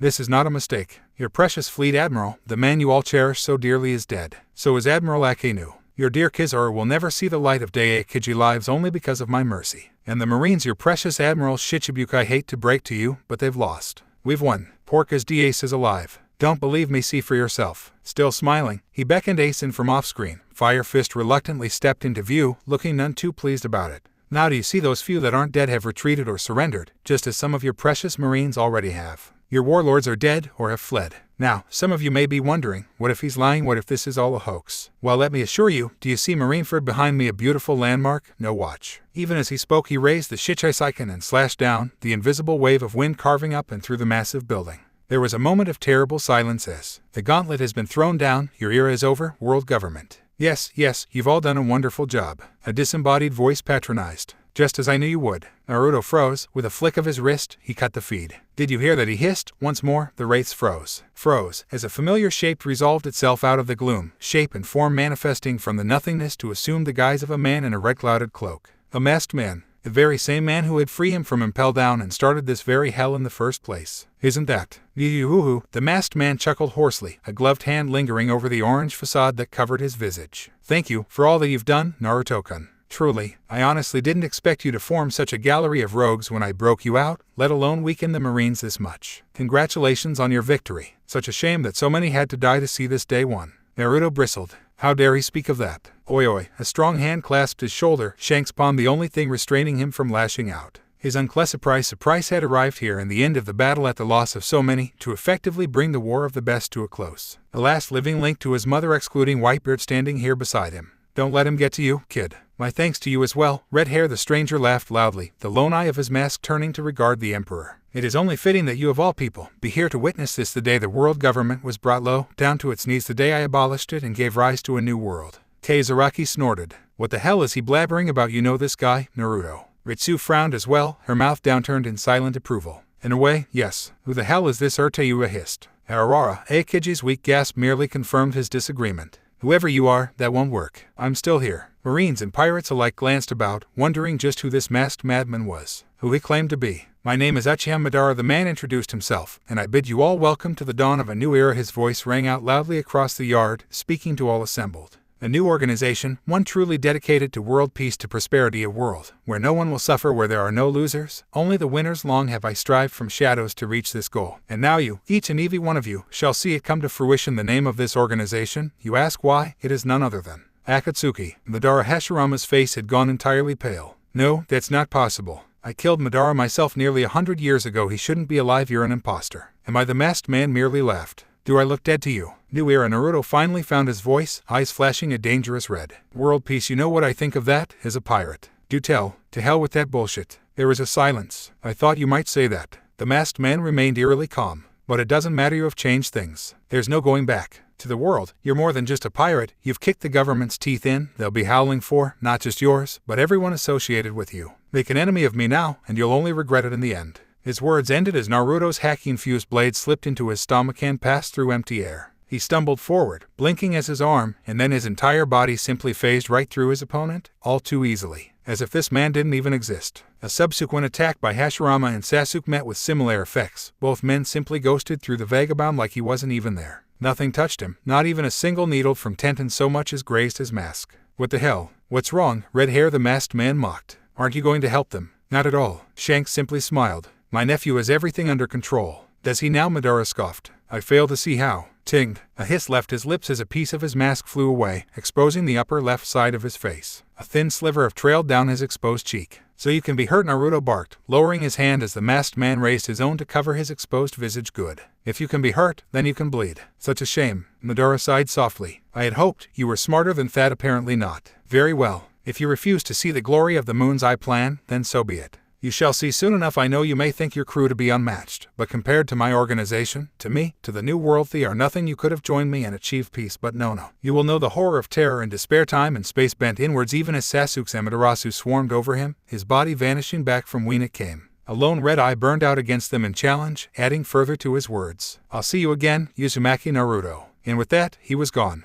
and a new chapter began. The news spread like wildfire, but its embers would forever smolder in the minds of man like red-hot coals in the years to come. Uzumaki Naruto, grandson of Whitebeard, had done the impossible, the unthinkable. He'd broken out of Impel Down into Marineford and then walked out again, not as a prisoner, but as a free man, leaving a trail of corpses in his wake. Word of Akainu and Sengoku's deaths were more than just the talk of the world. Footage of the world government's defeat at Marineford was now sinfully seared into the eyes of nearly every man, woman, and child. No amount of superior propaganda or false advertising could cover up Naruto's broadcast. It was impossible to forget the images of those severed heads, their faces still frozen in the agony of their last moments. To blot the thought of your mind simply wasn't possible. Naruto had done more than given the world a black eye, as Monkey D. Luffy headed an ice lobby. He waltzed right in and broken her back. Recruitment would plummet if not stagnate entirely over the next 2 years because of his actions here today. No one wanted to face a force like that, and so they in turn would be forcibly inducted into service. For the sake of justice, or so the government claimed. Most of her best soldiers were either listed as dead or as missing in action, and those who weren't were sorely wounded. Kizaru was captured. Smoker had been, leaving only the wounded Aokiji and Garp behind to marshal their forces.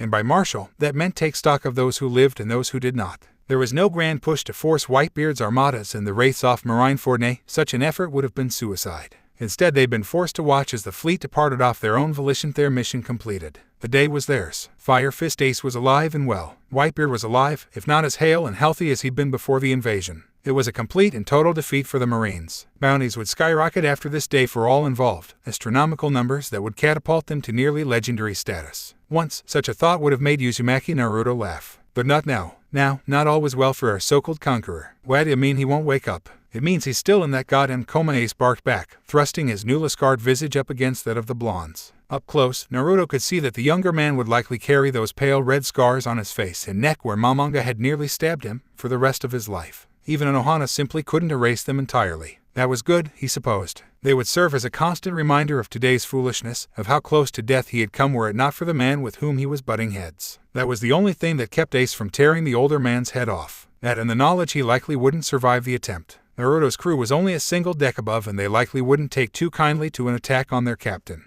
With the Mobi and her allies retreating towards distant waters, and with no ship of their own, they'd nowhere else to go, and it was becoming abundantly clear that they weren't interested in entertaining Marco's gesture of hospitality much longer. Relax, he willed at his stiff muscles, struggling to suppress their urge to strike the windman. You don't want to fight this guy. He helped you. He's an ally. Besides, if we fought here, we'd burn the ship down. As though sensing this very fact, Naruto drew back. What's his condition? He asked someone in a much calmer tone. It's just as he said, Jaza replied. The swarthy man remained unmoved, still rooted in his stoicity despite the conflict only an arm's length away. Pops hasn't woken up since he collapsed after the battle. He too bore the marks of battle, his body wreathed in bandages from his own wounds, injuries inflicted by Dracula Mihawk before his retreat. If it weren't for that doctor of yours, he wouldn't have lasted even this long. Indeed, a finer doctor couldn't be found at Anohana Ritsu. As fate would have it, she was the medic Kenpachi had spoken of. Apparently she owed him a favor or several, depending on who you asked. They'd all suffered, but victory was theirs. That's another thing. Ace blazed, his temper getting the best of him once more. She's a Marine and Admiral, for crying out loud. How can we trust anything she says, or does we should just toss her overboard before she starts? Watch your tone, boy, Naruto replied with an angry hiss, drawing himself up to his full, towering height. I don't take kindly to threats against me or my own. She's one of mine, knows which way the wind is blowing, and she's a damn good field medic. Now, you'd best take them words back or get ready for a fight. Fine by me, Ace growled without thinking. Let's take this thing outside. Oi oi oi, both bristled as a blur of golden blue flame interposed a laugh between the two of them. Calm down. Seconds later it resolved into the familiar shape of Marco, his wings spread wide to prevent either Logiaz or FRM doing anything rash. Marco, he is right, Ace the Phoenix interjected forcefully. You'd have done the same damn thing if he insulted one of us. Now apologize. Jazu nodded in solemn agreement. Faced with such affront, Portuguese was forced to back down. TCH, sorry, forgiven, Naruto replied after a long moment. I know our tempers are high right now. It's no fault of yours. He laid a hand upon the hothead's shoulder in recompense for his earlier temerities. "Why don't you go above and check on your brother? I think we could both use some family time right now." "Right," Ace agreed readily. Truth be told, he didn't like the idea of Luffy spending so much time with those veterans from Naruto's crew. They were killers, each and every one of them. Sure, they had heart, but some small part of him knew more than one of them wouldn't hesitate to attack the rubberman once aggravated. Especially the big guy. As if to mirror that very thought, he heard a familiar shout. "Hey, do any of you guys want to be my nakama?" Ace was off like a shot. "Oi, Luffy, stay out of trouble, you hear me?" Marco sniffed sullenly in agreement, never taking his eyes from Naruto, not until Ace finally cleared the stairs. In a single bound, one might add. "Thanks," the whiskered blonde demurred softly. "No problem," came the reply. "Families gotta stick together." That earned him an arched eyebrow. "So we're family now? Hey, what happened to me being a good-for-nothing bastard?" If that was in the heat of the moment, the Phoenix replied, his feathers momentarily ruffled. "I'd thought you were going to kill Pops, or worse. Come on, Jazu, help me out here." The Diamond Man nodded slowly, wincing quietly when his wound threatened to reopen from the motion. "Marco's right. For whatever mistakes we might have made in failing to recognize you, you were always one of us, from the very beginning. Even if you don't have the old man's mark on your back." Oi, you're not going to get all sappy on me now, are you?" Naruto sighed, but there was no rancor to be had in those words. "So are we good? I don't have to worry about you folks sticking a knife in my back." Marco nodded. "Look, I know we haven't always seen eye to eye, kid, but it's been nearly 8 hours now. We have to look at our options. You've helped us rescue Ace, and for that, I'm grateful. Really, I am. But we all know what the old man would have wanted us to do. You're his last living relative. I wouldn't have wanted things to end like this. You know he'd want you to lead." The change in his fellow blonde is as abrupt as it was terrifying. Naruto rounded on Marco with such force the man was almost certain that head would fly clear off his neck. There was such pain in that gaze, their mere act of looking almost drove him mad. Kami, the things that this kid must have gone through to become like this. When he finally spoke, the word was cold and chilling, almost glacial in its finality. "No, but," I said. "No, got him." His fist swung through empty air. The effect was as immediate as it was surprising, because it didn't simply phase through as it would have normally. Cracks fissured out across the atmospheres like hairline fractures upon ifs, spreading and tearing as though he'd reached into reality itself and given it a good hard yank. A reverberating crash resounded from somewhere deep within the ship. Unbeknownst to all the Whitebeard pirates, the precious stolen cargo from Marineford, now stored deep within their vessel, began to stir within its cylinder. But that was not all that stirred. "What the hell?" Teyua yelped as the Moby suddenly shook from within. The very deck seemed to come alive and heave beneath their feet. The seas swayed. The heavens lurched. Despite that fact, Hashirama remained completely unperturbed by the titanic quake, his wood affinity rendering him completely at one with the ship herself. Sasuke and Shikamaru each expressed a modi of concern, while Kenpachi and Yakiru didn't even so much as stir from their slumber. Stubborn as a rock, those two cackled merely at the pandemonium. They quietly steadied herself with a hand, her jadden gaze displaying only the slightest concern. Ritsu simply sighed and continued dressing Tenten's wound, earning a pained yep from the brunette, followed by an equally livid demand to know what was happening. Luffy made the mistake of stumbling on the deck and tumbling into the sharpshooter's back for no lack of effort on his part, and promptly found his head wedged within a mast. Pop's Ace yelped over the din and darted into Whitebeard's cabin.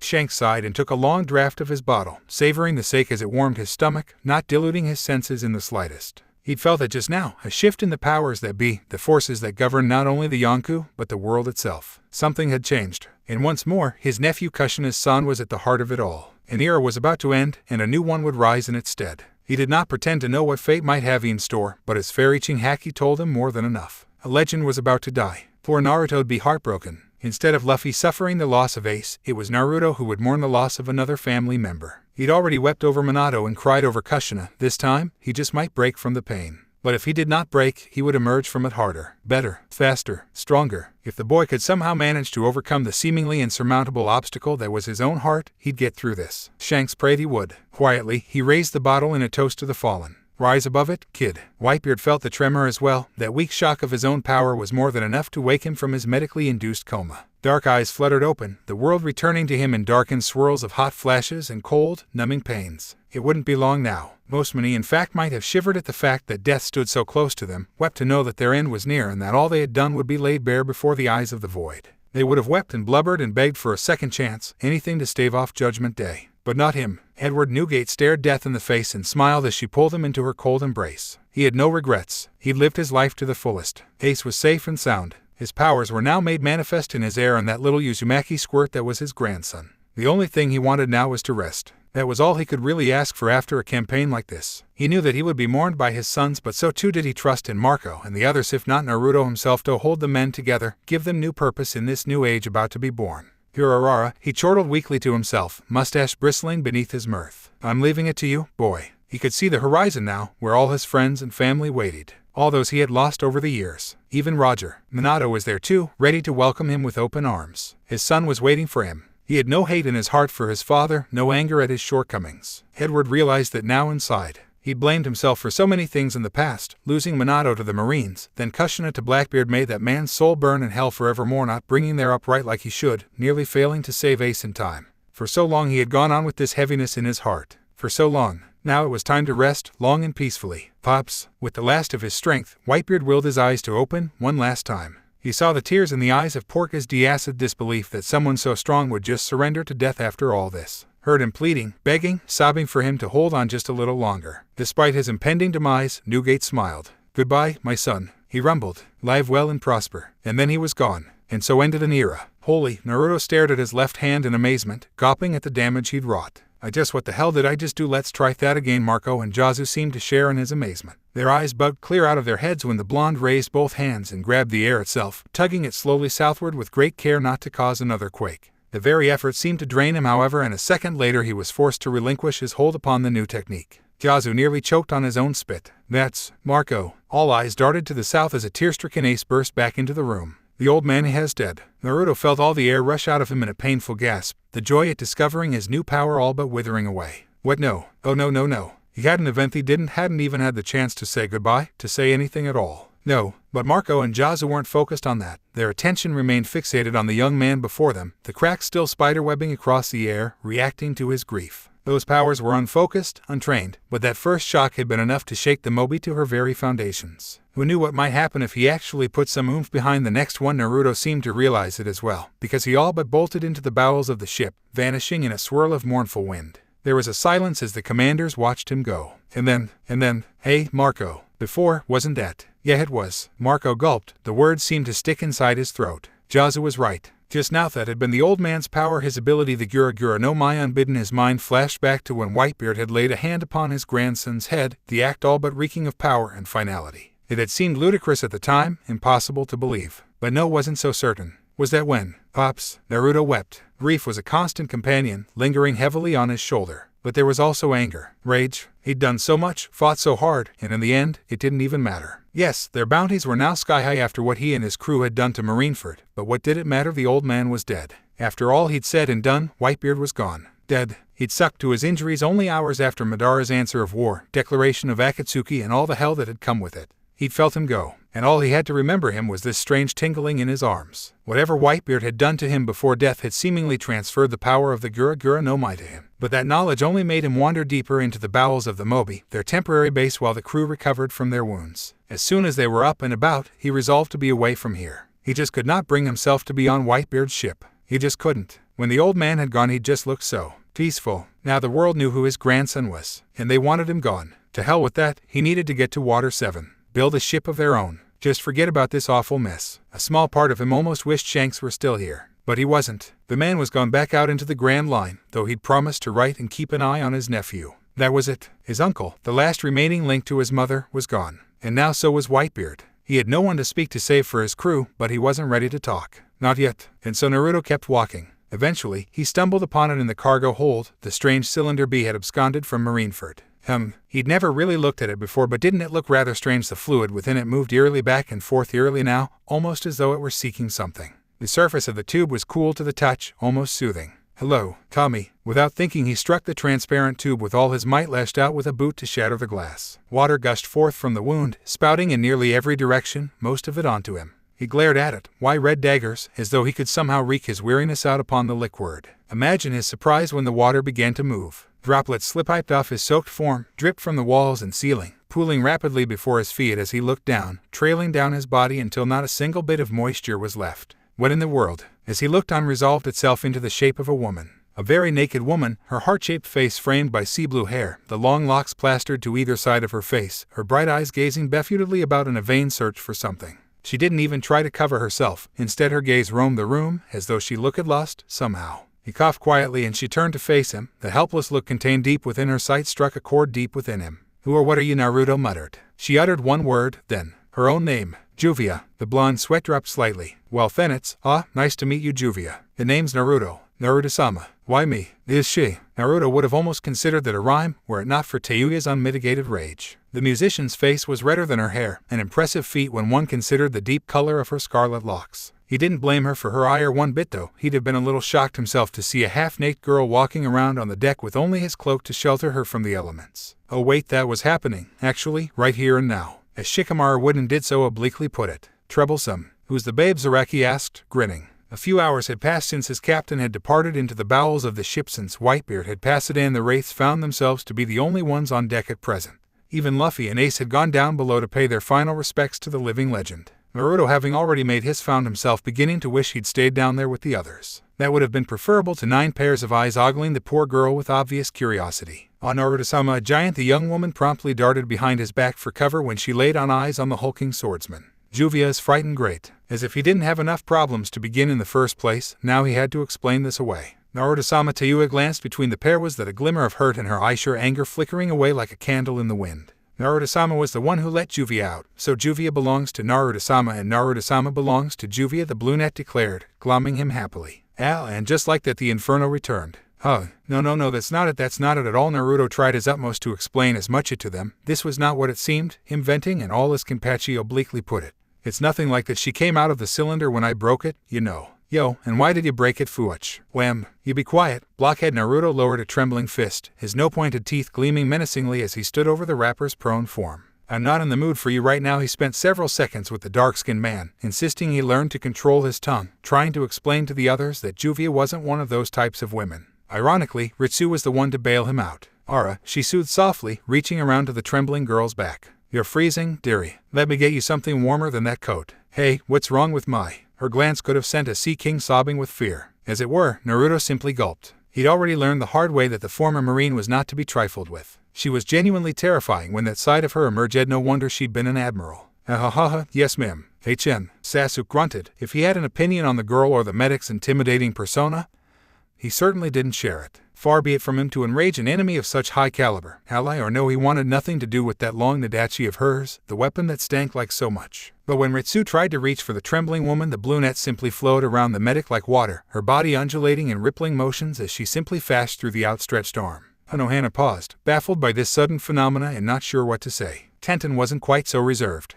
especially when Juvia clung even tighter to Naruto. What the heck? She's made of water. Hashirama immediately took a vested interest in the girl. How is that possible? That's crazy, Tayuya scoffed. There's just no way. Even if she is an ability user, there's no fruit like that. Juvia did not eat a fruit. Juvia was born like this. There was a shocked silence. Bullshit, you're lying. Juvia is not lying. Then prove it. Oddly enough, that provoked a strange reaction in the woman. Instead of cowering as she'd done until this very moment, the brunette tucked a strand of damp hair behind her ear, her eyes dark with thunderclats the like of which promised a good deal more than rain. Are you challenging Juvia for Naruto-sama? Tayuya's response was as unexpected as it was immediate. You bet your pretty little ass I am. Every Onav and Sasuke face vaulted so hard the Mobi actually jumped. Rival the water woman shrieked. Juvia will not tolerate it. She will not accept a lover rival for Naruto-sama. I ain't asking, Sonata. Juvia squeaked at the renewed surge of sound and tucked herself closer behind Naruto's back for shelter. That of course did her no good, as the redhead simply followed her, eliciting a rather humorous game of chase that was resolved only when Naruto reached down and plucked both women off their feet by the scruff of their necks. Tayuya yowled in surprise and clawed furiously at the offending arms, but to no avail. Her captain gave a gruff grunt at her feeble attempts at resistance. Oi, let me go. Nope.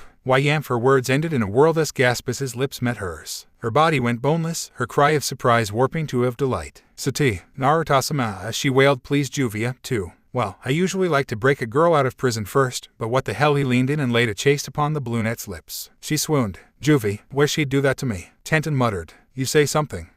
No, nothing. Ah, how cute Maykud, her attention falling upon Juvia once more. But you'll have to let go of him, sweetheart. Since you may be a gooder, but I doubt he likes clingy girls. The watery woman flinched as though she'd been struck. Juvia is not clingy. Your actions say otherwise. Yet you are wrong. Juvia loves Naruto-sama. Then, Sasuke actually laughed at that. Enjoy the fangirls, dobe. Hey, what you just call me? Dunno. His first mate shrugged. Probably just a one-time thing. Re-eyed the blonde facepalm so hard he nearly broke a mast. He would have broken much more had not he realized something. They were no longer alone aboard the deck. At some point during Juvia and Tayuya's little spat, during their little battle, nearly the whole of Whitebeard's crew had emerged. He was fairly certain Luffy and Ace were somewhere there amongst them, but he could barely make heads or tails of all the faces staring back at him. And there, standing at the head of them all, Marco, Naruto. There was not a hint of nonsense or even remnants in the normally lackadaisical man's voice. We've talked it over for the last hour, and we've decided we want you to lead us. I know you don't feel like you're up to the task, but it's what Pops would have wanted. If you won't do that, then at least accept this in his title. Naruto suddenly found himself peering at a flowing, white jacket, the spitting image of the one Whitebeard had worn into battle, but smaller, tailored, his size, as if it had been meant for him. And there on the back, a mark. As Zaraki grinned, scary-looking thing. Sasuke and Hashirama nodded their agreement. The others were simply too stunned to speak. Not that Naruto blamed them. It resembled the old man's in a way, but instead of a purple skull and crossbones, that skull was a ghastly color. That much was true. The grinning rictus of its cobalt smile seemed to leap out at him from deep within the storm around which it had been fashioned. A pair of shattered swords lay thrust between its teeth, completing the illusion that the skull was actually biting clear through them, a feat Naruto had once performed during his early days as a pirate. It was angry and vengeful, yet at the same time, maddened and mirthful. In every way, it was a wraith. It was his mark, just as he'd envisioned it to be when he was a boy. Before he'd eaten the K's no mai, back when he'd first dreamed of being a pirate. How the hell had the old man known about that? Everything seemed to click then. His gaze snapped up to the clouds, and for a moment, he thought he saw the old man's mark there, lingering in the heavens before the clouds drifted away. And then, just then, he thought he had a hand on his shoulder, thought he heard a voice in his ears. "You are my grandson." Harsh tears stung at his eyes. "So you were watching after all, eh, old man?" Numbed, he accepted the offering. Since Juvia had his old coat, there was really no reason not to. Then he realized what he'd just done.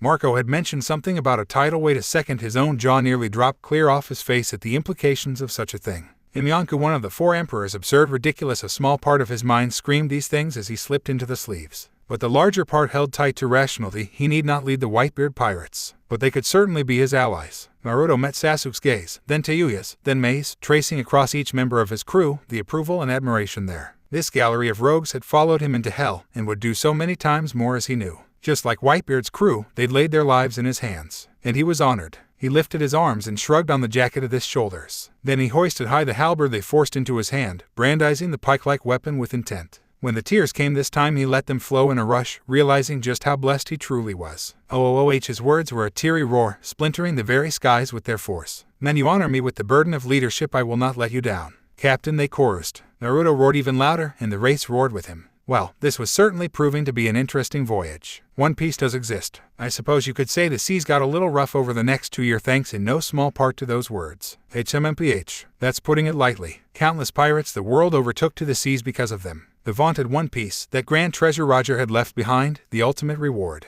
How could they not? It's a man's romance, women. To the unexpected proclamation that the mythical legacy left behind by the world's greatest pirate truly did exist spurred countless adventurers and created a disaster that would shake the world to its core. But that's a story for another time. With my grandfather's death, the fragile balance of power shattered. Big Mom and Kaido leaped at the opportunity to claim what territory they could before we beat them back. It took us a year, an excruciatingly year, to finally claw back the shattered scraps of our turf. To this day we still haven't reclaimed the rest, such as Fishman Island. In the meantime, the Akatsuki and a group calling themselves the Apostles of Blackbeard proved themselves to be quite the nuisance, and not just to us, but anyone foolish enough to sail the open sea unprepared. You'd think someone like that wouldn't attract a following? No, wrong. For all his failures, he set the stage that eventually led to the old man's death. Even if he wasn't the one to strike the final blow, Whitebeard still died because of him. He captured Ace in the first place, that first faithful domino, the one that sent so many others sprawling, which led to my grandfather trying to take him back, and culminated in his eventual demise. Men like that attract a following, and not the good kind.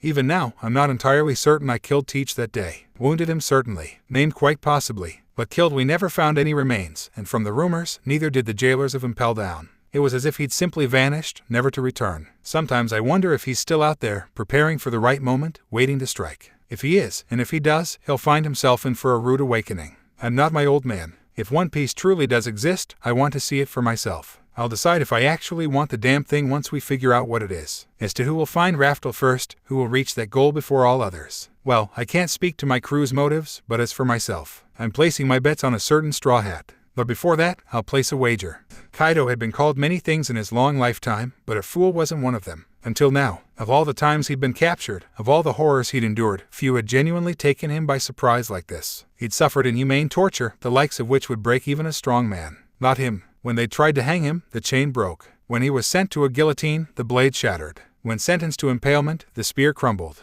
He'd sunk 9 prison ships. On land, sea, and air, he was a pirate who was known as the strongest creature among all living things. In a one-on-one fight, he could not be beaten. Nothing in this boring, mundane world could kill him. Not even himself. As such, for a man who sought death above all else, he found himself somewhat flummoxed when the spawn of a dead man came to his doorstep. Much less when said man presented him with a towering bottle of sake and planted himself at his doorstep. Him, and that strange watery woman who never left his side. Just who did they think they were? Coming to this country in the dead of winter, only 2 of them with no army, no reinforcement. Did they have a death wish? They were certainly brave, if nothing else. Or perhaps they were simply suicidal. Did they take him for a fool? Did they think he could be bribed with strong drink? What are you doing here, brat of Whitebeard? The words emerged from him in an earth-shaking rumble. Did you come to die like your old man? The mention of Newgate stirred a bitter anger in him. Damn Whitebeard. He'd managed to die somehow, hadn't he? It wasn't fair. Or are you begging for your territory back? A pall of silence hung between the 2 of them, broken only by the snow howling outside. He expected fear of some sort, anger, indignation, anything, really. Not this insipid, ghastly quiet that threatened to drive him mad. Uneasy, the woman in blue nudged the younger Yonko. Naruto-sama, she murmured, shouldn't we? A hand rose, silencing her. On a whim, Kaido made a snap decision. If the runt truly had come crawling to him for such a mundane reason, he would kill him on the spot. If he was an emperor of the sea, then he should take what was his by force, not with clever words or petty negotiations. If he truly possessed the power of 2 devil fruits, as the rumors suggested, then he had more than enough strength. He might even be able to kill him. As tempting as that prospect might be, he found himself far more curious as the blonde's purpose here. Tell me, is that why you're here, brat? Ice blue eyes rose to meet his. No, came the soft reply. Good, the word burst of the tattooed man in harsh guffaw. I'd have killed you if that were the case. No. A muscle jumped in Kaido's jaw. Why have you really come here? To his annoyance, the boy didn't answer. Not immediately. Instead, he indicated the bottle of sake with his visible hand, yet untouched despite being offered. When the king of beasts made no move to stop him, the blonde hoisted that gigantic bottle of sake high and plugged it against his lips, uncaring of the overflow. A moment passed as he drank deeply of the powerful brew, heedless of the behemoth looming over him. Then another, and another still. Finally, just when the Yonko decided he'd had his fill of the whiskered warrior's silence, the young man slammed it down sharply. What a pity, he sighed, regarding the shattered shards with a hint of regret. I went to all that trouble and you wouldn't even drink. Seemed ashamed to waste it, but if you're going to be an ass about this, there's no point, is there? Someone moved in the shadows. Why, you little. Enough. Rising to his full towering height, the king of beasts placed both hands on his knees and rose from his throne to loom over his recalcitrant guest. His shadow swallowed all light, plunging the boy and his companion into darkness. If they felt any fear, they did precious little to show it. The former met his gaze staunchly as he rose from his own crouch, those crystal azure orbs never wavering. For a fleeting instant, Kaido considered crushing both of them regardless of their purpose here. They'd already taken up valuable time, and he'd no intention of being stalled any further. I won't ask again, Kaido growled. Tell me what you want, or die. The blue net bristled at the threat, but held her tongue. Whitebeard's grandson offered him a chilling smile. As you wish. It's really quite simple, you see. He held up an empty hand in offering. I've come to bargain. Bargain. Whatever goodwill the hornet paraded might have felt drained out of him at the boy's lackadaisical response. Absurd. Wholly, utterly absurd. The boy had nothing he wanted. So why bargain then? He claimed no interest in the territory he'd lost. Yet he still perpetuated this farce like some young upstart. By enough negotiations he'd exhausted his patience. This was exactly why he hated talking. Only weaklings used their words. True men let their fists do the talking. And come what may, not this silver-tongued bullshit. As though sensing that thought, Newgate's boy arched an eyebrow. Hit me all you want, I'm not here to fight. Whitebeard's grandson shook his head. As I said, I'm here to bargain. You help me, I'll help you. And what's in for me? Kaido growled. The blonde merely beamed at him. A guaranteed way to die. Oh, I see. A towering arm rose, fingers brushing the ceiling. Let's test that, shall we? Naruto's head tilted slightly, regarding his rising forearm with mild concern. Do you really wanna? Begone. With a yelp, the watery woman flowed upright. Naruto-sama. A hand snapped up. Stay out of this, Juvia. Before the blonde could offer another witty retort or anything meaningful in the way of defense, Kaido brought his fist crashing down into his upturned chin. Clenched knuckles barreled into the side of his visage, giving the blonde's body an awful wrench even as he found himself flung through the roof and the sky beyond. It was a very good punch, the Yonko thought. Blindingly fast, packing enough power to send the blonde flying across the horizon, or barring that, render him little more than a stain on the ceiling. Regardless of either outcome, he remained certain of the end result. The runt perished the moment he made contact. Until he didn't. Rather than pulp the blonde where he stood, his fist met resistance. Instead of flesh, his taut fingers tasted the unyielding steel of the Shichisaken, its eerie emerald surface shimmering and twisting as it held the almighty strength behind the blow at bay. Blue eyes blazed up at him, narrowed in defiance of his power. With a grunt, the blonde wrenched the blade up and away, opening a thin rent in his cheek as he flitted past. A shimmering fist cloaked in a quake caught the unkillable man in the knee, causing his right leg to buckle. Rather than capitalize on the opportunity, a faint breeze informed him of his fellow emperor's retreat. Regarding the light cut upon his cheek, the king of beasts turned to regard the swordsman. And Angiorithus was new. Perhaps he'd misjudged him. And just what do you want, Brett? The hybrid chuckled. That's simple. I want what any pirate wants. Meaning, thrusting his sword into the ground, he spread his arms wide, as though to steal the very heavens themselves. For a fleeting instant the storm cleared, only to intensify once more, perhaps in response to his sudden fit of pique. Blue eyes flashed, burning as though lit from within. After all the runt had said and done, Kaido half expected him to prattle on about peace and cooperation or some such. He seemed the sort to say such things, or the kind to restrain himself. He was pleasantly by what followed. As luck would have it, his request proved another matter entirely. I want everything, of course. Naruto laughed, guffawing openly in spite of the storm. I want a family, I want fire, I want fury. The wind picked up as he spoke, pitching his words into a frenzy, forcing him to shout just to be heard. I want to tear this rotten world to pieces, to drag those in power off their gilded thrones and cast them into the streets for what they did to my old man. I want excitement, entertainment, I want a grand adventure the world has never seen. A tale like no other to turn everything upside down. But first, what I really want? No, what I need. Those wild blue eyes blazed a sinister scarlet. His big mom's fat head on a spike. His hand arced out toward him.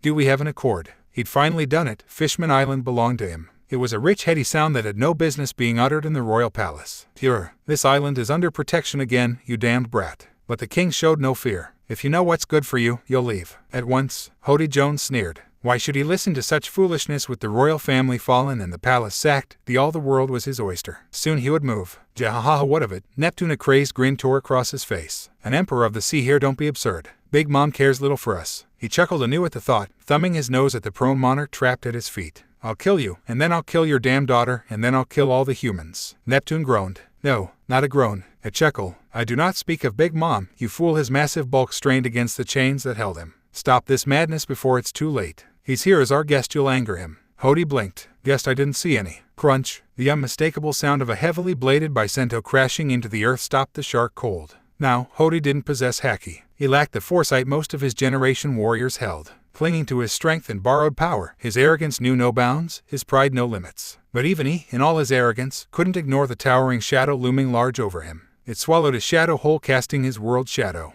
Wide eyes rose, rimmed with red fangs, unwilling to turn and face the juggernaut he knew now lurked behind him. Unable to move, yet not wanting to concede his mistake, the fishman swallowed thickly. He's right behind me, isn't he? A low growl trickled in his ear. Yes, I am. Firm fingers closed around the back of his skull and rammed him face first into the palace floor. Once, twice, thrice, bone broke, cartilage cracked, teeth flew through the air. Seems you have a bit of a pest problem, Neptune. That same, drawling voice echoed as his insensate form slumped to the floor. The king chuckled as his chains clattered to the floor. Many thanks, Emperor. We are in your debt. With a lurch, Hody remembered his weapon. This isn't over. In a desperate whirl, the fishman pivoted and struck out with all his might. His trident passed right through Whitebeard's air, leaving naught but air. A blonde brow quirked. Lazy blue eyes drifted down to the might weapon, even now protruding through his tam fingers reached down, seizing the weapon by its haft. A single tug reeled Hody in like a shark on a line. A whiskered face pressed up against his. You're playing with the big boys now, little man. That said, you really do love water, don't you? His smile stretched further. Hair is everywhere. Even here, beneath the sea. Even in your lungs. How about I dive right in? You don't mind, do you? After all, you never gave your victims a chance now, did you? No, you can't, filthy Huma. Strong hands pried his jaws open. Hody didn't even have time to scream.